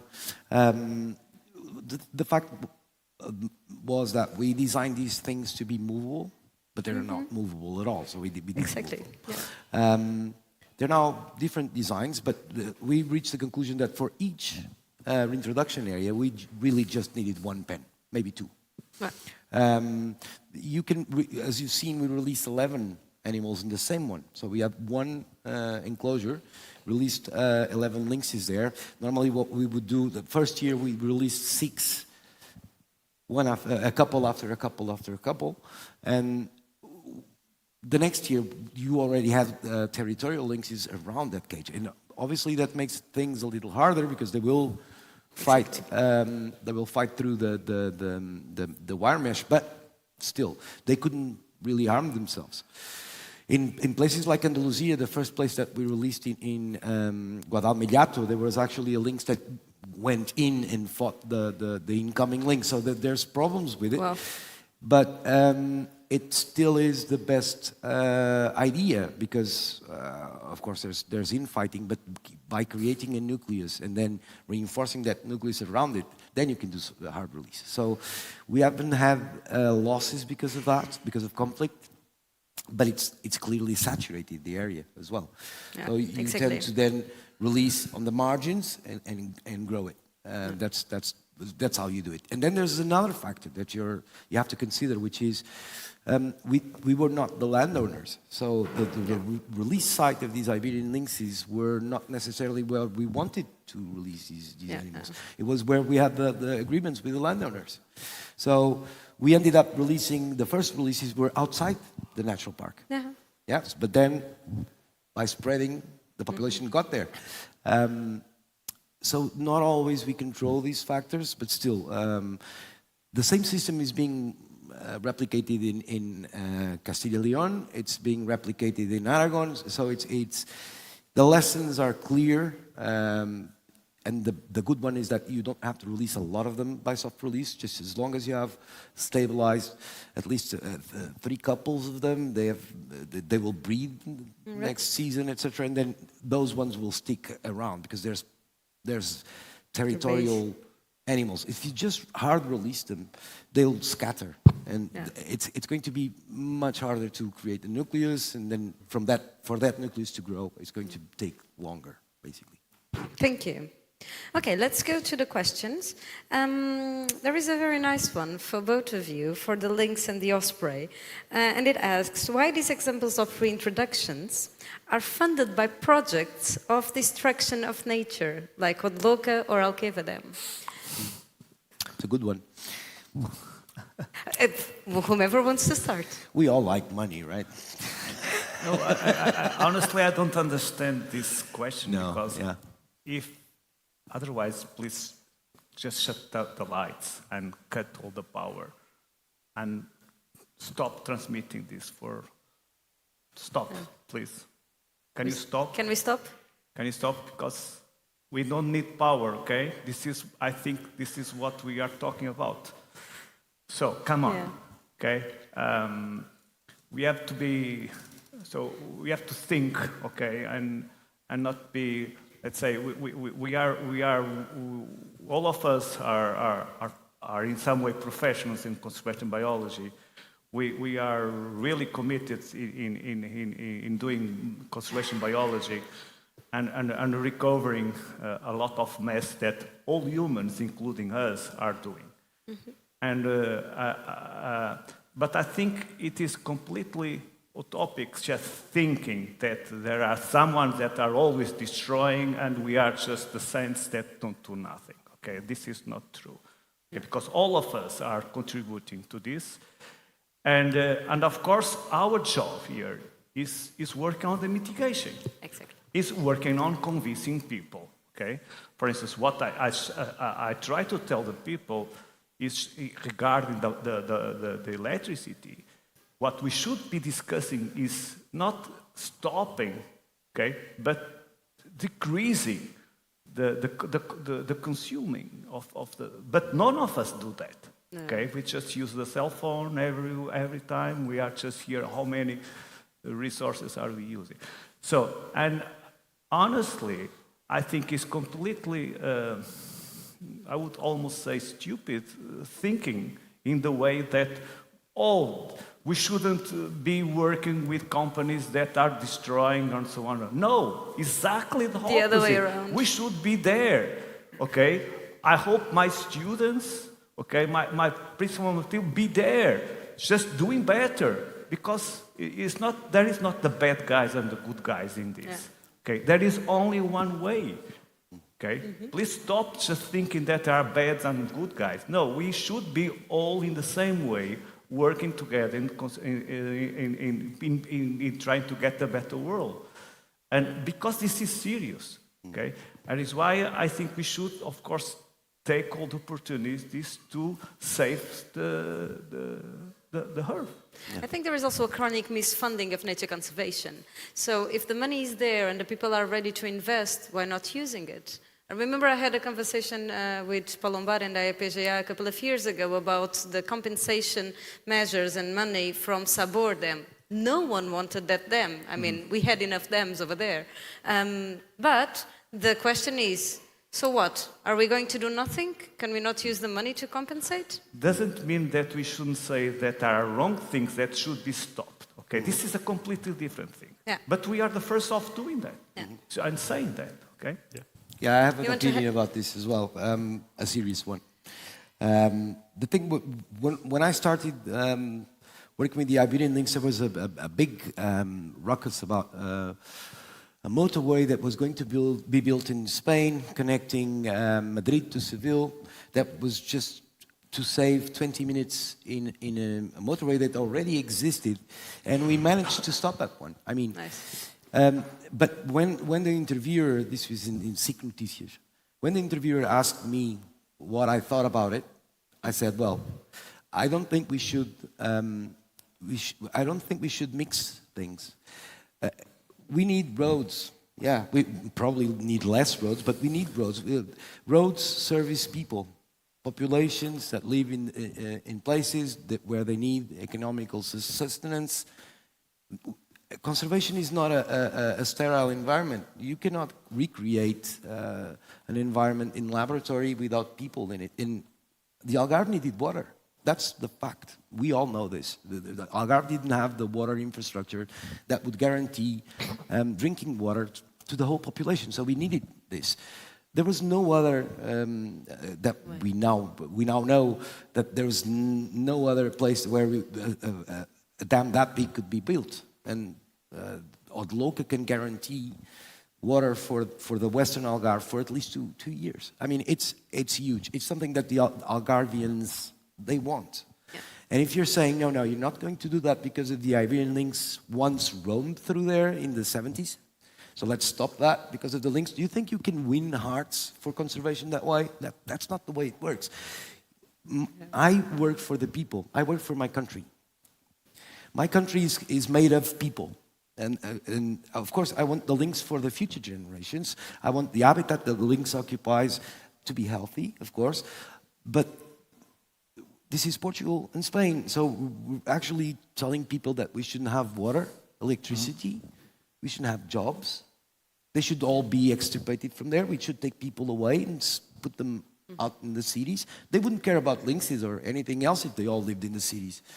And so there's a mix here. We need to protect and conserve, but we need the people to do that. So it's a fine balance between what the people want and need and what we can do with that. So it's really dangerous to mix the two things, saying we should stop progress because we want the Earth to stay like this. Yes. We need to manage.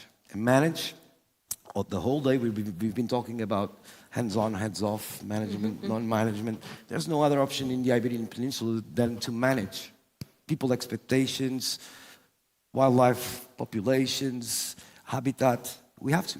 And just shutting down these projects will not bring goodwill towards conservation, and we're done. We'll lose everything. Surely will not. But at the same time then, and the panel, the solar panels expansion was mentioned in the first panel, and maybe there are alternatives of doing huge parks for that. But anyway, this would lead us to a whole different story, and they are already urging me to go. Yeah. So, 2 correlated questions. Are any new areas on mind to create new populations? I believe it's Lynx. I don't know who wrote this question. Yes, it's Lynx. And are there any plans for Lynx releases outside of Alentejo? For instance, Beira Baixa in Alcaíns, or where there were known individuals there? Well, we apply the same protocol everywhere, meaning we have technicians, biologists all over the country that do wild rabbit counts, habitat assessments. And so far, we haven't found a place that we can choose to have 10,000 hectares, proper rabbit density. I mean, nobody like us, like me, Pedro, and the people that work in Mértola and the Algarve, nobody wants the Lynx back to Malcata more than we do. I am working in this field in Iberian Lynx because of a poster that came out in 1978. So of course I want the lynx to be back, but let's not throw lynxes to their luck without having the minimal conditions. And minimal conditions come up to rabbit density. So we're constantly looking for places where we could found a population that would make sense. Again, I told you about corridors. We've been talking about corridors. It doesn't make any sense to build a population of Iberian lynxes in the Azores, does it? It really doesn't, because you're not going to ship them by boat, right? So connectivity is also important. So these small stepping stones are growing and growing. The population is going further and further north. Castilla y León is now reintroducing not that far away from the border, so things are getting there. But you cannot commit yourself to an effort as big and as important as defining a reintroduction area without the minimal conditions and without keeping to the protocols that we've signed with Spain, because you also want the Spanish autonomous communities to abide by them. So we need to work as one. And this is really why we haven't expanded so far. We haven't found a 10,000 hectare with good habitat and rabbit density that allows us to, because we obviously have the drive to do it. Yeah, thank you. So maybe by natural expansion they will get to Malcata before you even think about releasing them there. We know that Malcata has the space for maybe 3 to 4 territories, maybe. So it wouldn't surprise me that they'll get there, maybe by themselves. Yeah, like the one that got to Castelo Branco and established itself there. But then again, did it make a population? No, it didn't. No, sure. No, it didn't. And of course, we want them there. They're good sentinels. Right? Nobody wants to take them away from anywhere they are. They're just free to roam. They are also, curious thing about lynxes, but I think this is not just about lynxes, it's about every species. They're the best ones to find the right places to work, because nobody planned them reintroducing in Alcotim. Nobody. But they started spreading there naturally. They went there, and now suddenly we find ourselves with 18 lynxes living in Alcotim that we didn't know about. Exactly. And we didn't have the time to prepare the local populations about it. Now we have conflict with chickens, and it's a whole other ball game. And it's not a good ball game either. No, but again, chickens. They went there. They chose it. Yeah. So yeah, we're waiting for the lynxes to show us the next steps, maybe. Okay, so let's move to the purple swamp hen. Have you considered how the reintroduction of beavers might affect swamp hen habitat? It seems like a lot of the work you do, beavers also do. It's a question that I received. Yeah. If we stick the purple gulls more to the lower valleys of the rivers and the beavers to the higher levels, probably you are okay with that. Because usually, of course, you only see, as you saw in the maps, purple gulls near the coast or in some wetlands in the interior. Deltas, usually very calm and wetlands kind of style. Because I think, well, I'm not a beaver specialist, but I think they are more into that kind of more mountainous and more primary streams than the more near the mouth of the river streams. Or I'm not, well, Netherlands is not... No, it's the same. We have 3 beaver experts in the room, at least. Yeah.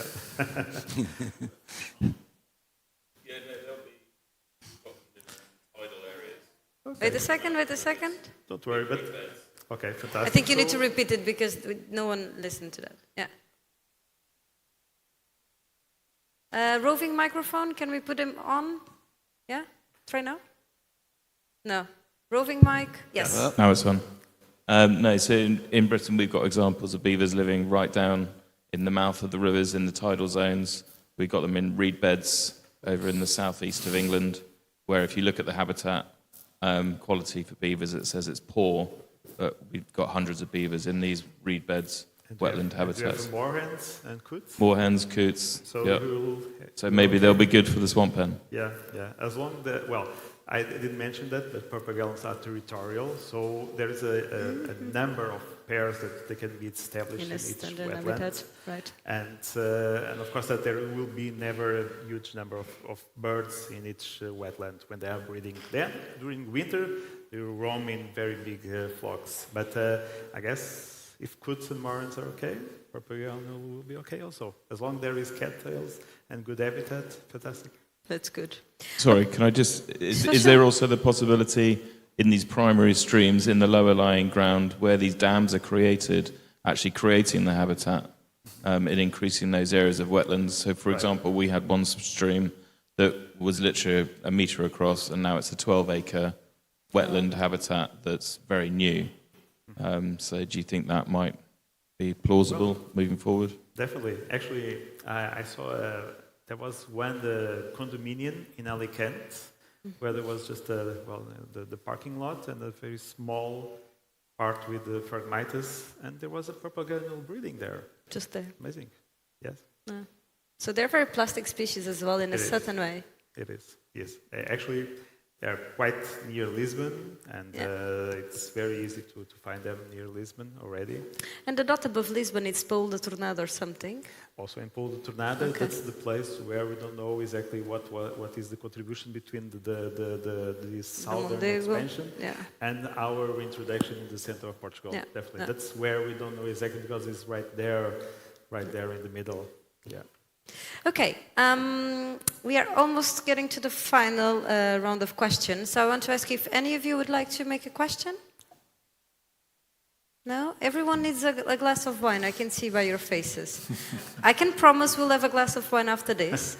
But before that, I have something to ask you more. Please Can I give my personal experience back to that question? Because I used to, as a student, but also as a professor, did several courses of data mobilization on GBIF in the Global Biodiversity Information Facilities.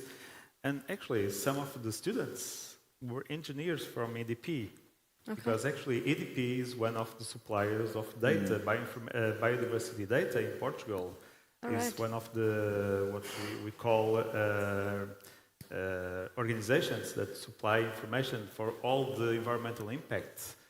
Studies from EDP are mobilized into the GBIF system by engineers of EDP. They not outsource that and not. So they have the awareness, and they are, and of course that is also because of interactions with scientists and so on. That is important. We are doing. If we manage to put our pragmatism and our science into industries and these into these huge stakeholders. That's really important, definitely. That's a good message. Thank you for bringing it on. Paulo, thinking about the expansion of the swamp hen, could we envision, with a bold vision, the expansion of the Osprey above the Tagus River? And if so, would this be your project pitch to get some new funds? Yeah, definitely, because I think why not? Because at least the history says that it was common here in Vila do Conde. So there was some, and Pova. So, and of course there are plenty of places, plenty of dams, plenty of aquatic systems, and of course all the coastal area in Portugal. And why not? I don't see any reason. And in fact, this is what we really would like to do. And in some way, this project already had this vision, because if you remember that slide that I showed with the platforms, they were not putting platforms only in the Alqueva Dam. So they are already putting platforms in Ola, Alentejo, and Algarve. And I do believe that at least if they start this let's say, hopefully increase of the populations, of course, they naturally will go northern Tagus, I would say. And one last question regarding these species. So we have a wintering population. We never stopped having a wintering population. Do you know if it's stable, it's growing, it's declining? I know that every 2 years, more or less, there is a census. I think this year will happen again, or this winter. January. January. In January, yes. In January there will be another census. But how is the population, the wintering population, behaving? Are they growing? Are they the wintering population? The wintering. I don't know, Ricardo. Do you have data on that? Yeah. Well, so basically, I'm coordinating the National Aquatic Bird Census, but this is a small with the ICNF. But this is a small citizen science census, which is very, very effective because they are very easy to see, and you need very coordinated teams to work. Otherwise, you see one, and then you don't know if you see another one in the same estuary. It's difficult. But even myself and the census itself, there has been a growth, which is, of course, not in all the estuaries, not only in all wetlands. But I think the number has been either stable or increasing. I think. Right. But don't quote me on that. And also in the northern Tagus. Northern, all over Portugal. Yeah. Because the wintering population occupies the entire territory. Migrates and winters in any suitable aquatic habitat where they can, especially estuaries, but also inland reservoirs.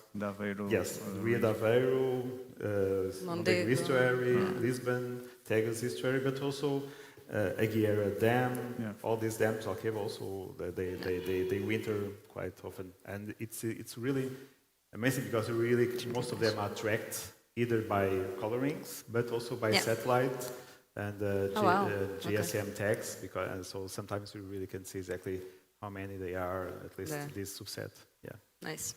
Okay, one final question, and we are already over time, but I could not finish this panel without the human dimension and the economic potential as well. So I met the hunters where the first releasing site, the first acclimatization area for the lynx was put on. And I remember the manager of this hunting area saying, in the beginning we had all the other hunters against us, because it's like, why are you bringing this? Why are you allowing them to do it in your property?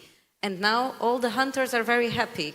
Can you just, like, in 1 minute, explain us why are the hunters happy? And second, what can we learn from this and extrapolate to other species? Yeah, I was eager to answer that question since this morning we were talking about the wild rabbit. Yeah. We've spent millions in wild rabbit recoveries. When I say millions, we spent tens of millions in both Spain and Portugal, and we couldn't get results. So we couldn't get these populations to grow. What happened when we released lynxes is that lynxes, as a super predator, they will control the mesopredators. So what they've done in Mértola, in Romeiras at the beginning, was exactly to control the foxes, mongooses, and etc. Yeah. And what we started seeing is that the lynxes would eat the most vulnerable rabbits, leave the others alone, the same with the quail, and kill everything else. So suddenly the quail population and the rabbit population in lynx-occupied territories went up.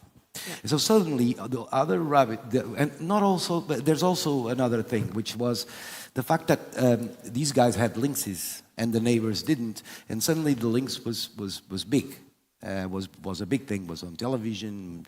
There was a lot of pressure, there was a lot of attention being given, and we had the luck of having ANPC involved. ANPC was instrumental in us having that support in the ground, boots in the ground that helped us, and because the message was propagated. I have more rabbit, I have more quail, I have less foxes, I don't need to be controlling predators anymore because the lynx does that for me. That's the role of the Iberian lynx. We love Iberian lynxes because they're beautiful. Yeah, but that's not why we're introducing it. It's because it's the apex predator. It has a regulating role in the ecosystem that's going to beneficiate everyone, not only the rabbits and the hunters, but even the habitat itself, the water retention, opening up of pastures, everything else is changed. So lynx is our regulator. Yeah, that's very good. Why people joined in, because it had clear benefits. Absolutely. Thank you. And I want to give you both the opportunity to consider, I mean, you mentioned that Quinta do Lago and many other areas, it attracts a lot of people, a lot of bird watchers to see the bird, and this also is true for the osprey. So what do you think are the pathways to maybe improve or eventually, in the near future, tackle the pressure of tourism? Where are we right now? We need to improve it or we need to tackle? It really depends on the context. So as I said, like the golf courses were essential for the dispersal because of the propaganda all over the Algarve, for example. And for now, things are okay. That's really cool. And actually, for example, near Lisbon, the enhancement of the wetlands in Evoa center, it's really important because it's a place where we have purple ganoles breeding. But also have a lot of people visiting, and with the proper conditions. They have a view of Lisbon, but they are isolated. Yeah. But still, people from Lisbon and everywhere come there to see the purple ganoles, but they are okay because they are really isolated as well. If you know where it is, it's quite isolated. You can't go from there to Lisbon. No. But it's a really nice place, and it's full of purple ganoles, for example. So it's an equilibrium, I think. We have common sense prevails after, I think. Yeah. Thank you. Paul, do you want to add something? Yeah, so the best way of doing conservation is involving and engaging the people everywhere. Otherwise, it will not work. For instance, the success of the Iberian lynx was because they end up involving the hunters. And in fact, they are the hunters that are basically breeding and the rabbits and improving the habitat for breeding rabbits, and then the Iberian lynx success is a lot of that as well. But of course, this doesn't mean that we should just have rules and we should regulate and turn this in educating the people. Because a wild animal is a wild animal, okay? So, and we should also try to tell the people just wild animal should be seen in the wild with all respect to the animal, and don't bring the wild animals to us like everything become a zoological park. This is completely, this is not what we are aiming. Yeah. So, I think we should engage people first, everyone. And then we should also regulate, educate, and help them just to observe the animals in the wild and respect. And I do believe this is completely possible, and this is the way to go to do it. That's a very nice way of ending this panel. Please, a big applause to our participants.